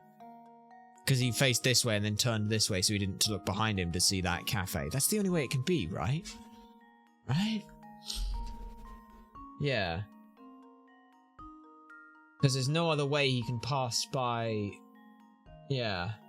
That looks... Yeah, that sounds about right. I don't know. Do the trick. It looks slightly weird, but... Yeah. And there we have it. Okay. You may have worked out the inspector's path through town, but the search of those photo scraps is just beginning. Yeah, And then, after leaving the northeast corner of town, I came straight back to the hotel. That should be enough information to get us started. Thank you. Come, Luke. Let's see if we can recover the pieces of that photo by retracing the inspector's steps. What's so important about that photo, Professor? I'm unsure of the photo's contents, but I have every confidence that it will lead us to the Elysian box. Say no more. I'm sold. After all, your intuition never fails. Let's hurry to the northeast of town. We can think to get there through the little path where the bulldog was sitting. Yes, let's. Here, I'll lead the way. Okay. We only missed a single puzzle as well. Nice. How the fuck? I only missed one. I don't know. But I'll take that. Save your progress? Yes. We'll go for a little while longer. Not too long. On things all this stuff. As we start, the shadows on the street corner. Alright. Let's go. You got a puzzle for me? Yes, of course you do. Keep this under your hats, but you know that hole in the inspector's pocket?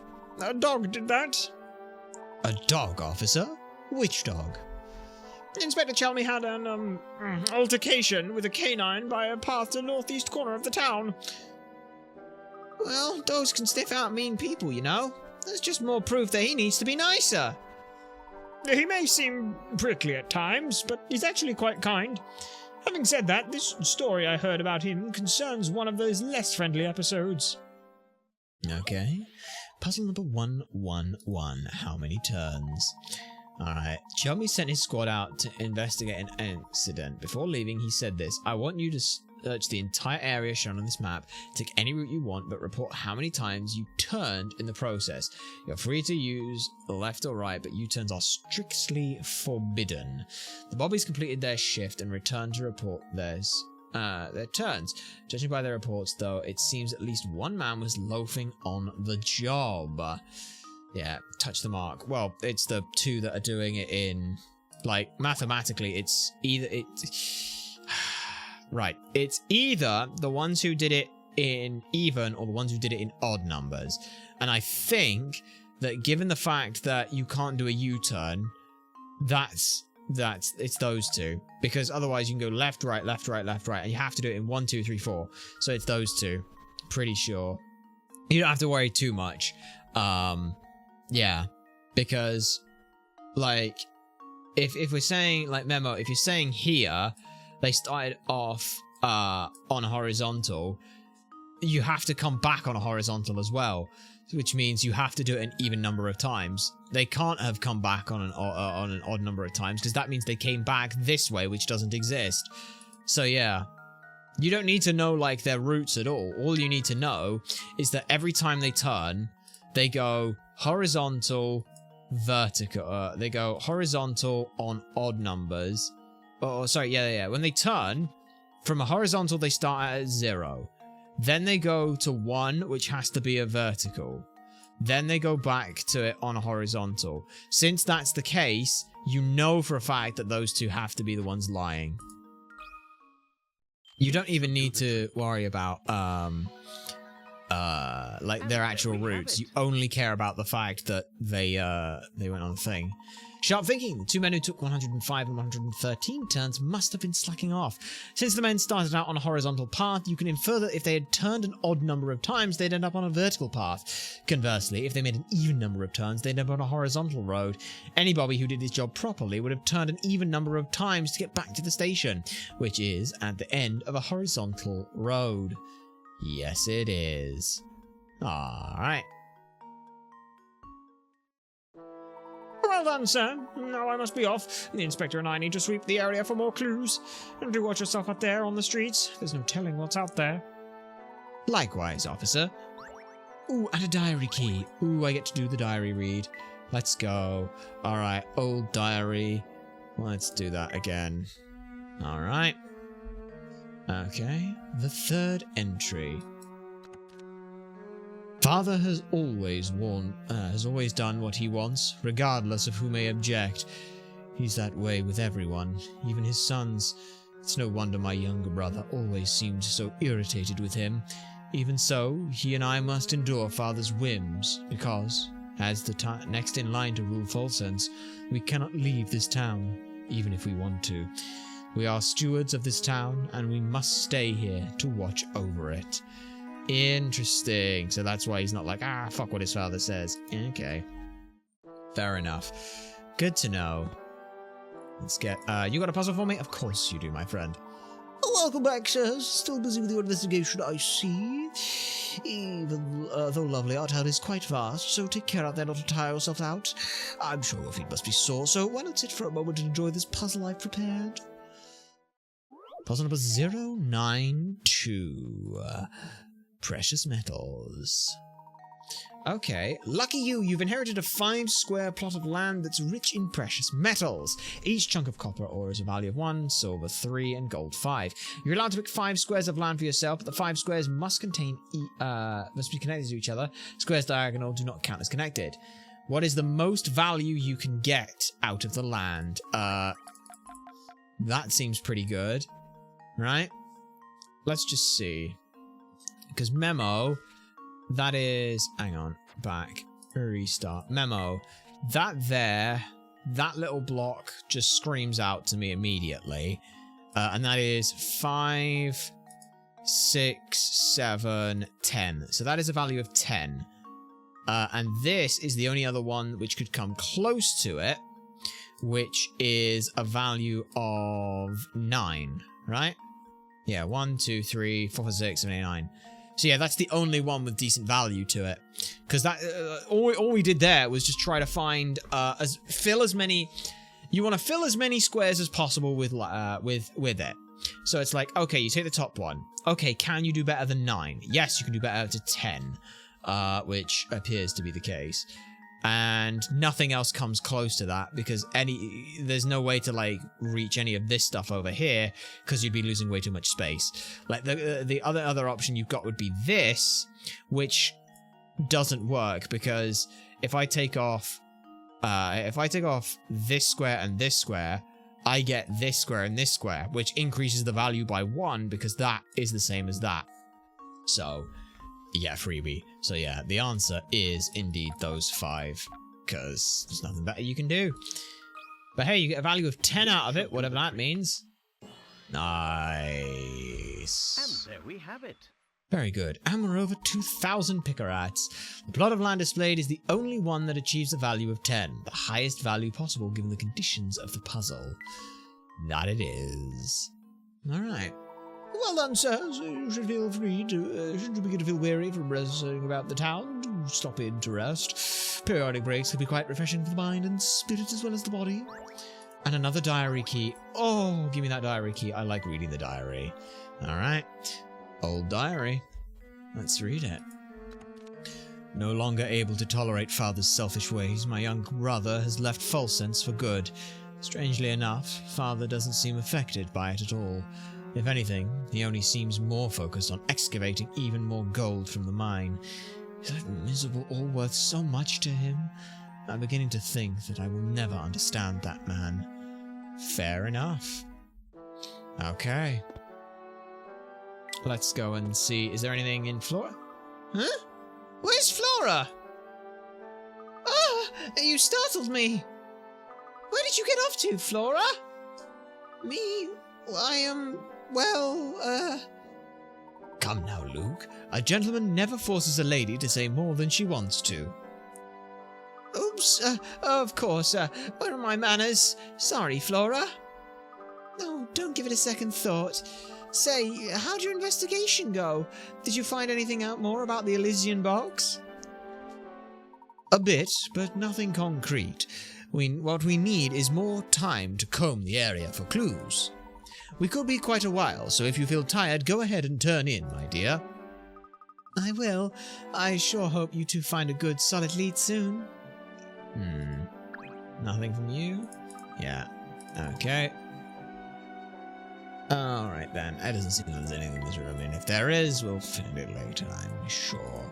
Right, I've got to go find fucking photo scraps now, apparently. Do you not have a puzzle for me? No, you don't. Yes, I know you have that. You got a puzzle? Yeah, he's got a puzzle now, let's go. You're in Falsense now, kids, so go on and dream big, because anything's possible here. Let me welcome you newcomers with a little riddle. It celebrates a plaza like this one you and I are standing in right now. Alright. Puzzle number 060. Plaza puzzle. So, there's this big old statue in the middle of the plaza. When you take away the area occupied by the statue, the plaza looks sort of like a donut shape. What you have to do is divide the donut-shaped plaza into 2 identical shaped parts using only 1 line. Oh, and before you get any big ideas, the dotted lines shown won't cut it, because they're actually 2 lines. What, so you want me to do, like...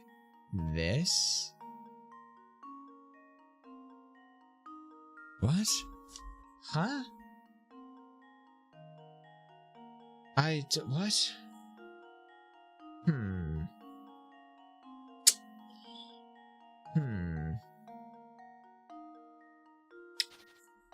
What? Okay. Two identically shaped parts using only one line. Okay, well, if we're not...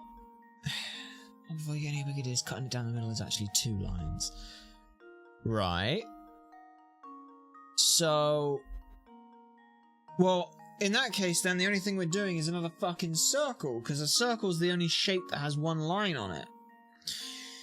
Okay, I'm confused. Give me this. The example illustration of the plaza is divided into 2 lines, which makes the answer invalid. The fact that you need to use a single line to solve the puzzle is key, since you can only use 1 line. You know you won't be solving this one by drawing lines through the middle of the plaza. Yes. Okay, that doesn't help. More. Even if you avoid drawing your line through the middle of the plaza, no straight line will divide the plaza into 2 shapes. By the way, did you notice that the goal here isn't to make 2 pieces that are the same size? Oh, fuck off! Motherfucker, you just want me to draw 2 fucking... You just want me to draw a fucking circle or something? Is that what you want? You want a fucking circle? I don't know. I don't know how you want me to do this, because, like, I can draw basically just a circle, and that'll, like, divide it into 2 even shapes. Right? And now to test my theory. Fuck off. You want 2 identical shapes? But they're similar shapes, not identical. If you draw a circle around the plaza about 1/3 of the way out from the middle, your line will divide the donut shape into 2 identically shaped figures that are directly proportional. In geometric terms, shapes like these are known as similar figures. Fuck off! That's bollocks! That is utter bollocks! Complete and utter bollocks, mate.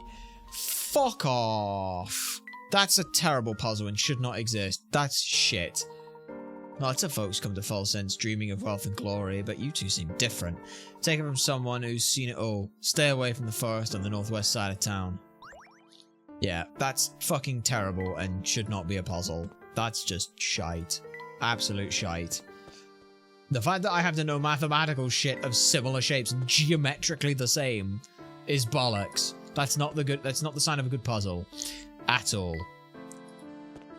Yep, up here. That bulldog is blocking our path in the northeast corner. How to get through? I don't know. Head for the northeast area. Well, I can't because of the dog. Our friend the bulldog seems to have changed his temperament since we last met. He looks really hungry, Professor. I think you'll let us pass if we bring him a snack. Very well. I seem to remember a grocer's beneath the watchtower. I'm sure we can find a suitable snack for our friend there. Great. So we're off now, going to try and find something that's... Hey, Sunshine, if you're around, can dogs deal with garlic? I don't know. It doesn't sound like a good thing. Alright. Over we go. Oh, we got new people here. Is somebody there? Can anyone help me? Are you all right there, madam? Your legs are shaking. My circulation's not very good, so I get the chills really easily. When it gets bad like this, my legs wobble so much that I feel like I'm standing on ice. That sounds terrible. Indeed it does. Might we offer you a little tea to overcome this? Garlic is bad for dogs. Okay, that's not great then. Okay, feel bad circulation. Warm me up, I'm freezing. Oh no, I don't think I've got anything that... Oh shit. You're going to just leave me out there like this. I'm going to turn into an ice pop. I don't have anything that helps with that. And you, I also don't have anything bad for that. Yeah, you want something that's... Hang on. You want what? Sweet and mysterious. Sweet, mild, and spicy. Okay. Sweet, mild, and spicy. That's apparently a tea. Okay.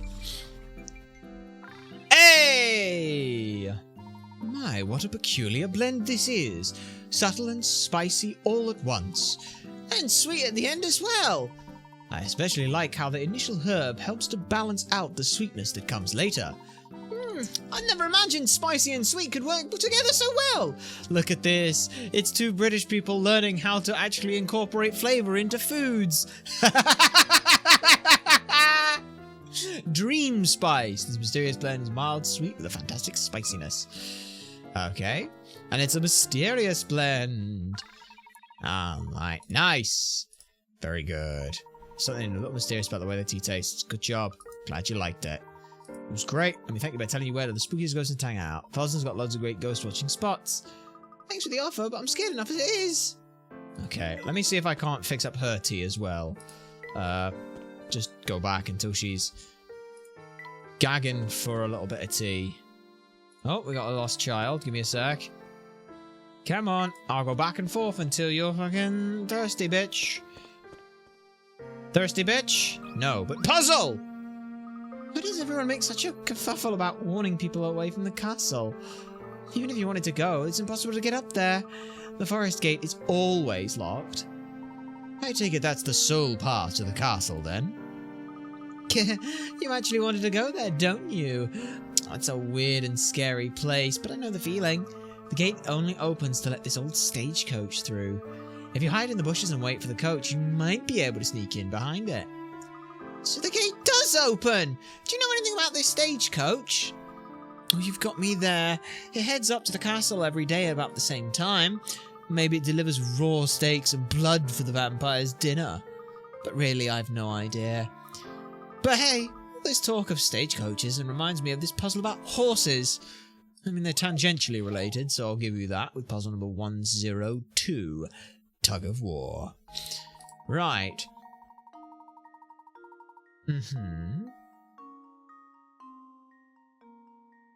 Okay, right. Oh, fucking hell. Alright.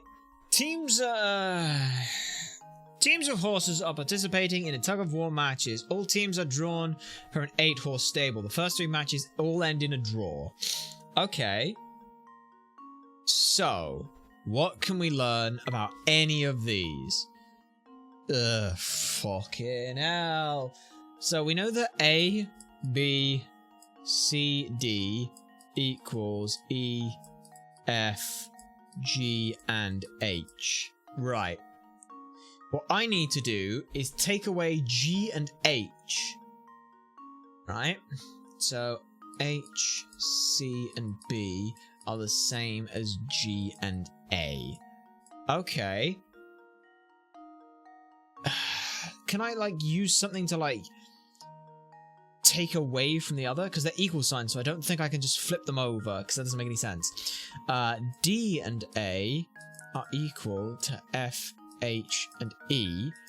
Oh, wait, hang on. I don't need to do anything. I just need to know what H is, and then compare that.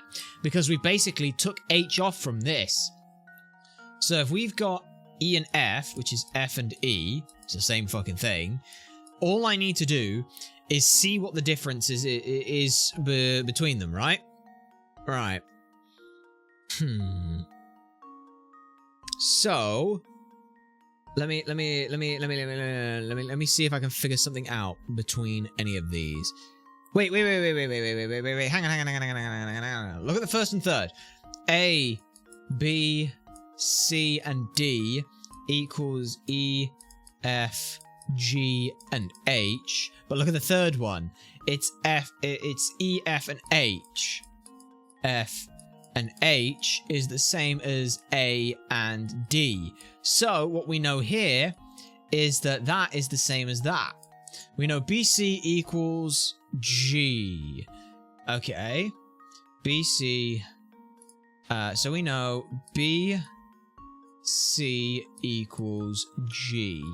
Okay, now let's put them in the fucking order again so it's proper. Okay. Since we know that BC equals, since we know that H must equal A from, look, since we know BCH equals A and G, we know also as well that H is equal to A. So, now that we know that, we know BC equals A, G, and that A is the same as H. Looking at the top one again, we've got A, B, C, D. We've got A, B, and C all equal to E, F, G, and H. We know that G and H are off, so it's just D, right? Right? Just D.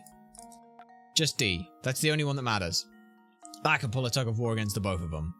Right? Yeah.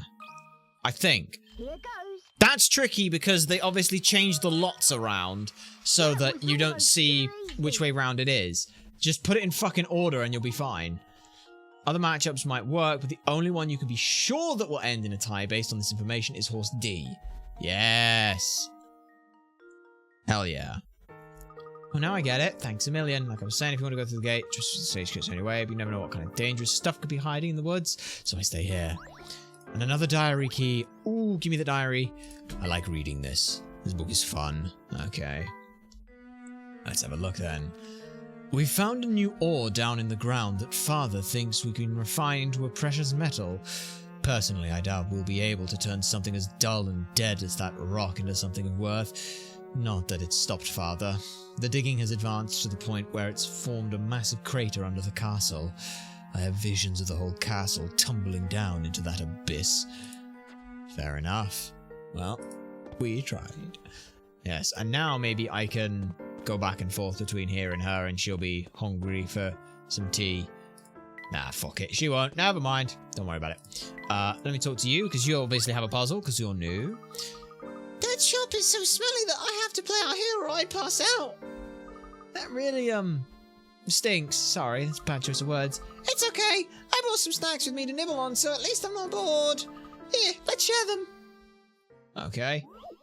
075. Sweets for 5.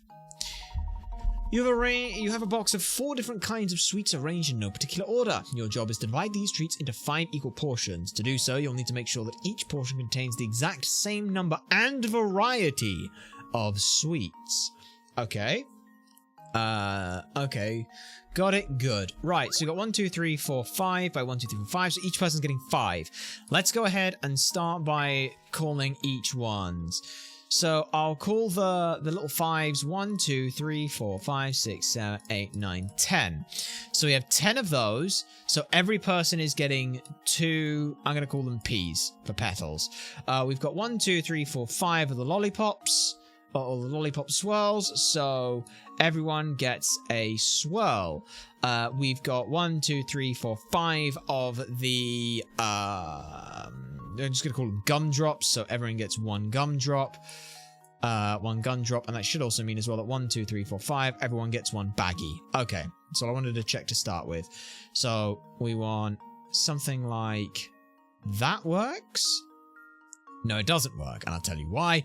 Because you've got this weird thing up top. So what it actually would have to be is... it would have to be this for person 1. One person has to get that. Second person gets that. That works there. That works... here. Yes, like that. So... Yeah. Okay, that looks pretty good, I think. Yeah, I'd say so, because everyone's got 2 of the sweets. Let's memo this. Alright, clear that. Oh, memo. Let me clear this. So, let's count off. 1, 2 of those. 1, 2 of those. 1, 2 of those. 1, 2 of those. 1, 2 of those. Little lollipop, you get 1. You get 1. You get 1. You get 1. And you get 1. Swirl, you get 1. You get 1. You get 1. You get 1. You get 1. And baggie, you get a baggie. You get a baggie. You get a baggie. You get a baggie. You get a baggie. That's good. That's done. Nice. Just leave it to me. Nice. Biddly-diddly-ding. Alright. Puzzle solutions. Oh, remember, those sweets are for everyone, so don't forget to share. Of course. Me, myself, and I would love them. Yay, it's all divided up. Here is some for you. Wow, thanks a lot. These taste like raw garlic. Oopsie. All the garlic in the shop must have made my snacks all weird. I'll have to throw them out. A new hamster toy. An apple! Hey, that might be able to make him go the distance I need. Will that make him go the distance I need? No, it won't. Not quite. But yeah, he'll end up...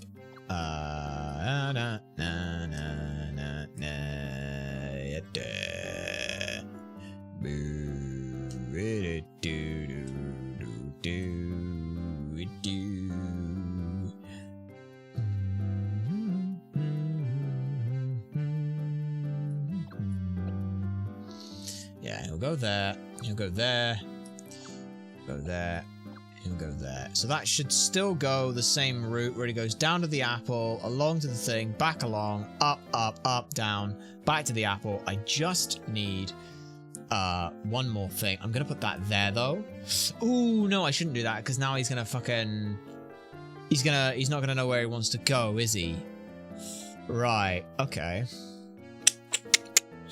Yeah, okay, never mind. That goes there. That goes there. So yeah, he goes down, up, along. 1, 2, 3. As long as I can get another spot. And I suppose I can just make him go along and then go this other route instead, so he ends where that flower is. That also works, I suppose. 1, 2, 1, 2, 1, 2, and then as long as the flower isn't an apple, he'll be fine, and that should get him the whole distance he needs to go.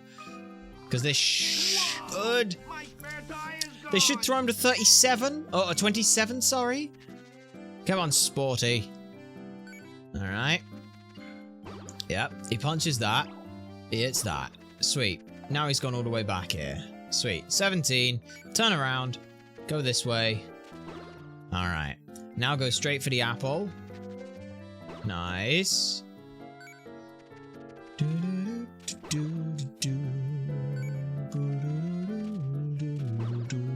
I might be able to make him go further. Here's an idea. What if I could make him go further by putting a box there, making him go down for this. He runs all the way along. He now goes for the apple up top. He comes back down and around. Yeah, like this. It might make him travel further. I don't know. Let's see what that does. I just want to see what that does. Whoa! My spare tire is I hope he goes... He should go... Yeah.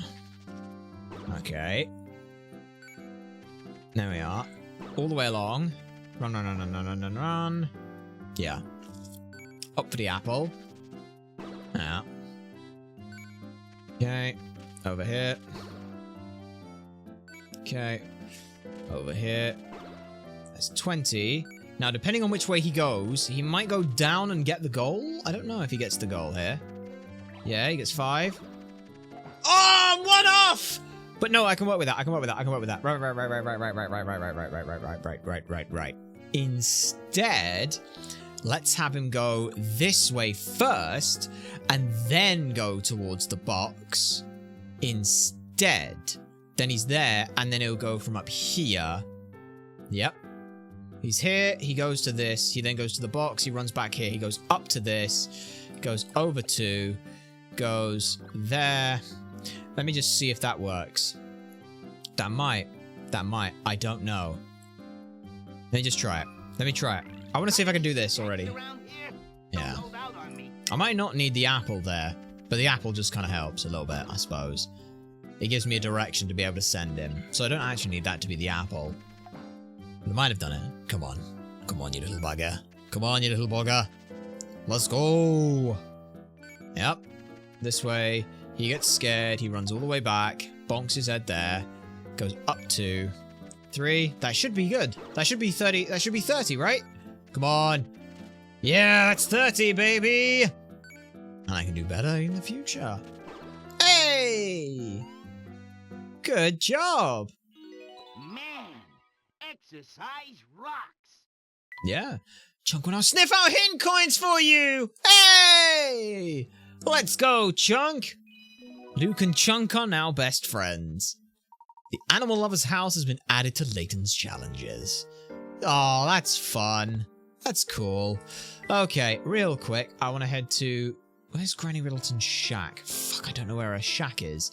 It was this way, wasn't it? It was down, and then down here is Granny Riddleton's shack, I think. Yes, I need to get the one puzzle that we didn't solve. Tricky digits, 115. Let's go, 115. Ooh, a nasty one. Okay. 2 cards sit on a table. Each has a different single-digit number written on it. When they're set side by side, they form a 2-digit pair.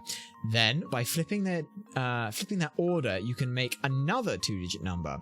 Adding the total of these 2 digits together gives you one of the totals shown below. Which one is it? Oh, bollocks. Right. This is a different... Well, it's not... okay. Memo. It can't be A. And it can't be A... no, it can, because it could be 1 and 3 and 3 and 1. Flipping the order, you can arrange 2-digit number. Or adding the total from these 2 digits together.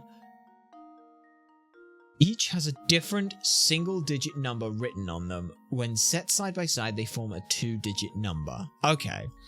So... Adding the total from these 2-digit numbers, which ones of these total numbers showed could you get? Well,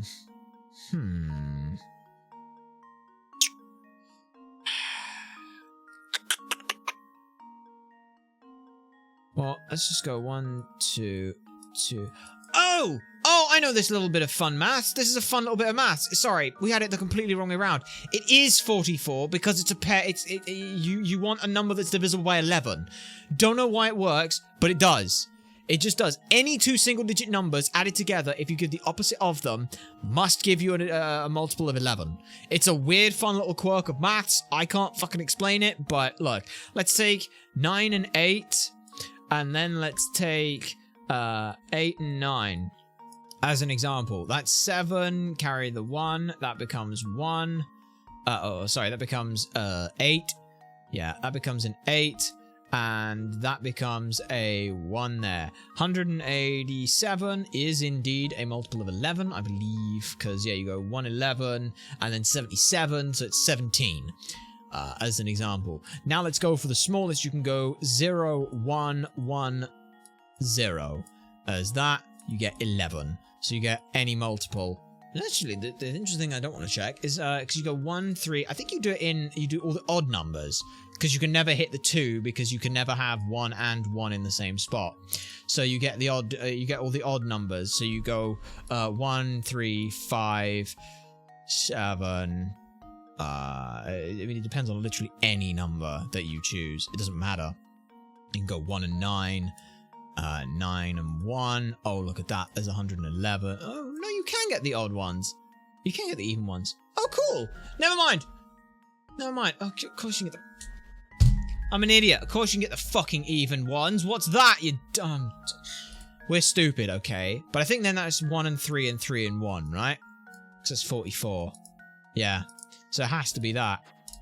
That's interesting. I wonder what the difference... This should do the trick. So yeah, if you do 2 side-by-side numbers and you go up, you end up with the odd ones, and if you jump one between them, you get an even one, and then so on and so on and so on and so on. It's cool. As you can see, the sum of the 2-digit numbers when inverted digits is always multiples of 11. Of the 6 options presented, the only multiple of 11 is 44. Fun. Very fun. Alright. Yes. Well, that was fun. And as you can see, you can get up to the 17th. Which is very fun. Okay. Well, solve. Let's at least get to the steak and stuff, and then we'll probably call it that. Oh, wait, I might be able to help you, bitch. Gotta help me. I don't want to be stuck shivering all night. I need a tea that will warm me up on the double. Okay. Warm up my bad circulation. Maybe this does. I don't know. I doubt it somehow. Probably not. Yeah, I didn't think so. I need more stuff for you. Damn it! Well, your legs are still shaking. That's too bad. Oh, maybe though, I can talk to whatever the fuck Nugget's name is. Where's his fucking name? You. You thirsty bitch? Come on then, you thirsty bitch. Mild yet slightly spicy tea is what I'm after. I can handle that. That's dream fluff, buddy. You want some dream fluff. Mild but spicy. There we go. Now that's a good tea. Felix seems restored and ready to do some karate kicks. I know good tea when I taste it. This tea, my friend, is simply out of this world. Working as a doorman is the best restaurant in town. I have to be on the ball 100% of the time. I mean, back in the day, even the Duke's son and his fiancée used to come here. When you got customers like that, service has to be perfect from the second they turn up.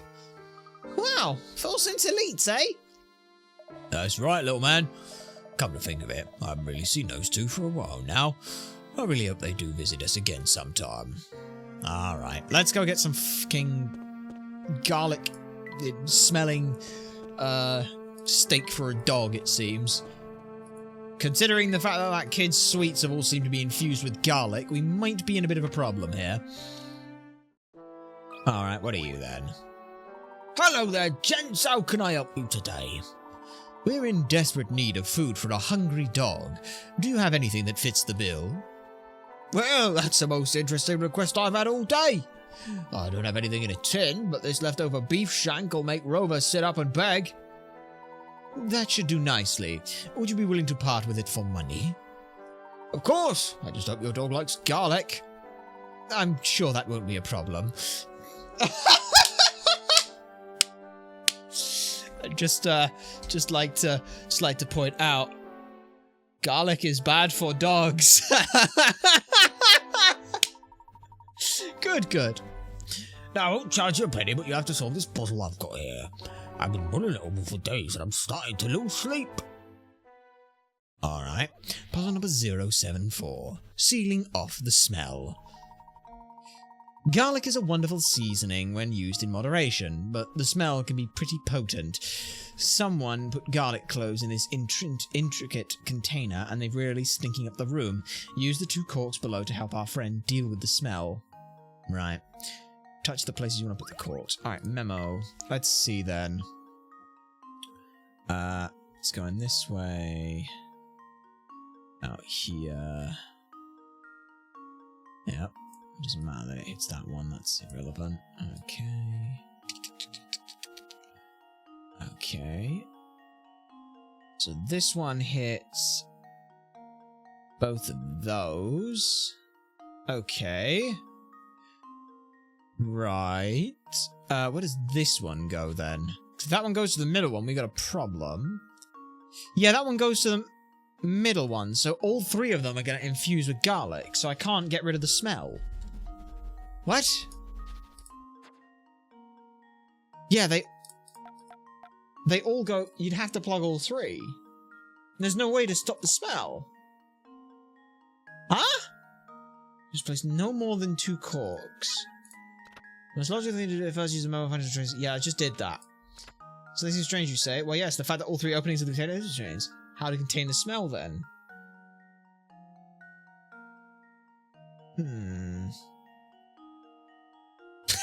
Wait. I gotta try something stupid. What if we flip our thinking? Instead of making everything smell not like garlic, what if we just make it so the person can't smell? Yeah! Let's see if this works. Layton's a present. Ah, sweet relief. Each of the 3 holes goes to the container. Each of the 3 holes in the container is connected to the garlic, so there's no real way to seal off the container. Using 2 corks, yeah, no way to contain the smell, our friend had no choice but to plug his nostrils. Hopefully he has the good sense to stay inside when no one could see him like that. Yes, how unfortunate. You've got a real big garlic lover like me to solve that one. Here, you've worked up this beef shank. That's all yours now. Sweet! We have a beef shank that's basically infused with garlic. Oh, and jolly root clover! Very nice. The Professor and Luke decided to take the beef shank to the dog in the alley. I'm sure they did. Alright, first of all, what do you need? Now that one's basically some sugar smoked tea with that. You had sugar smoked tea? Burn it to doddle. What you need to do is basic citrus classic, make one little substitution. Ooh, sugar smoke. Okay. Fruity and smoky. Citrus tea. Yeah, with 1 change. Earthy, maybe. Let's try that. Nope, not that one. Okay. Okay. Let's try this. Mood lifting and earthy. Was it citrus smoke was its name? It's not that. No, sorry. Yeah, he said, what did I say? Make me a tea that's fruity and smoky. To get that flavour I'm after, it needs something burned.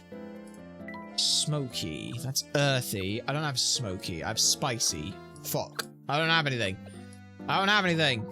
Don't suppose that would bring anything. An earthy, spicy, mild. That's probably going to be awful. Oh, it's not! Hey! Nice. Cayenne Twilight. Ah, just take in the aroma. It's incredibly relaxing. Sort of makes you forget all your troubles for a minute, eh, Professor?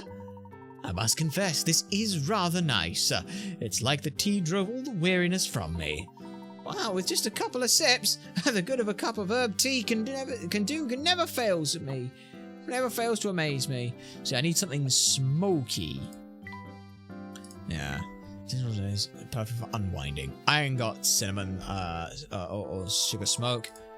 It's a shame. I just know those fancy cups of yours, the right tea would be amazing. I'm sure it would, but I don't got the fucking tools for it, bitch. Now fuck off. Yeah. Which probably means she ain't going to be able to take that tea either. She needs something that warms her up, and that ain't going to warm anyone up. Either way, I think that as it stands right now, that's a decent stopping point. We know what we're doing next time. We're going to go feed garlic to a dog. Don't do that. Well, yeah, we'll just leave that. Maybe, you know, maybe, just maybe, that'll give us a little bit of time to, do that. Oh, fucking hell. All right, fine. You found a hint coin. Where? There. You didn't fucking point at it, you dick. Anyway, I'm sure that's all fine. But yes, we'll save it. No, I got that again. Diddle-ding. Very nice. Okay. So yeah, that was not too bad. Enjoyed ourselves a lot with that. It's been good to get back to the old Layton. Lot of fun with it, I must say. A lot of fun. Hopefully next week will be a lot of fun. Of course, speaking about next week, now that we've finished Crash, the grind for that, we gotta find something new to do, don't we? Well, hopefully we'll have something by then. I think we got some plans, got some ideas of what it could be, at the very least, in the back of the head, but we'll obviously let you all know via the schedule. And if you want to know where you can find all that, there's a very easy way you can do that. What you need to do is go down in the description. That's where you find all that stuff. YouTube, that is where we're going to go ahead and end things off, just because I don't want fucking YouTube yelling at me about copyright for the outro song that we use. That said, if you do want to pop on over to the twitch.tv/ultrasonicblur, we're going to be going ahead and doing our raid. So if you want to go ahead and join us for that, that would be absolutely fantastic. But if not, well, we will see you all next time. There we go. Let's end it off that one. And now, over on the Twitch side of things, like we said, we are going to be going on for our raid, and if you do want to find and follow some more information about when we're going live, what we're doing, and all the good stuff, there's a very easy way that you can do that. All you need to do is go down below in the description below, where you can find and follow some more information about when we're going to be live, what we're doing, and all the good stuff. But until next time, thank you to everyone who's found, followed, and stuck around on the stream. We hope that you'll stick around for our raid, but until next time, we've been Ultrasonic Blur, you nerds have been a fantastic audience, and we'll see you next time.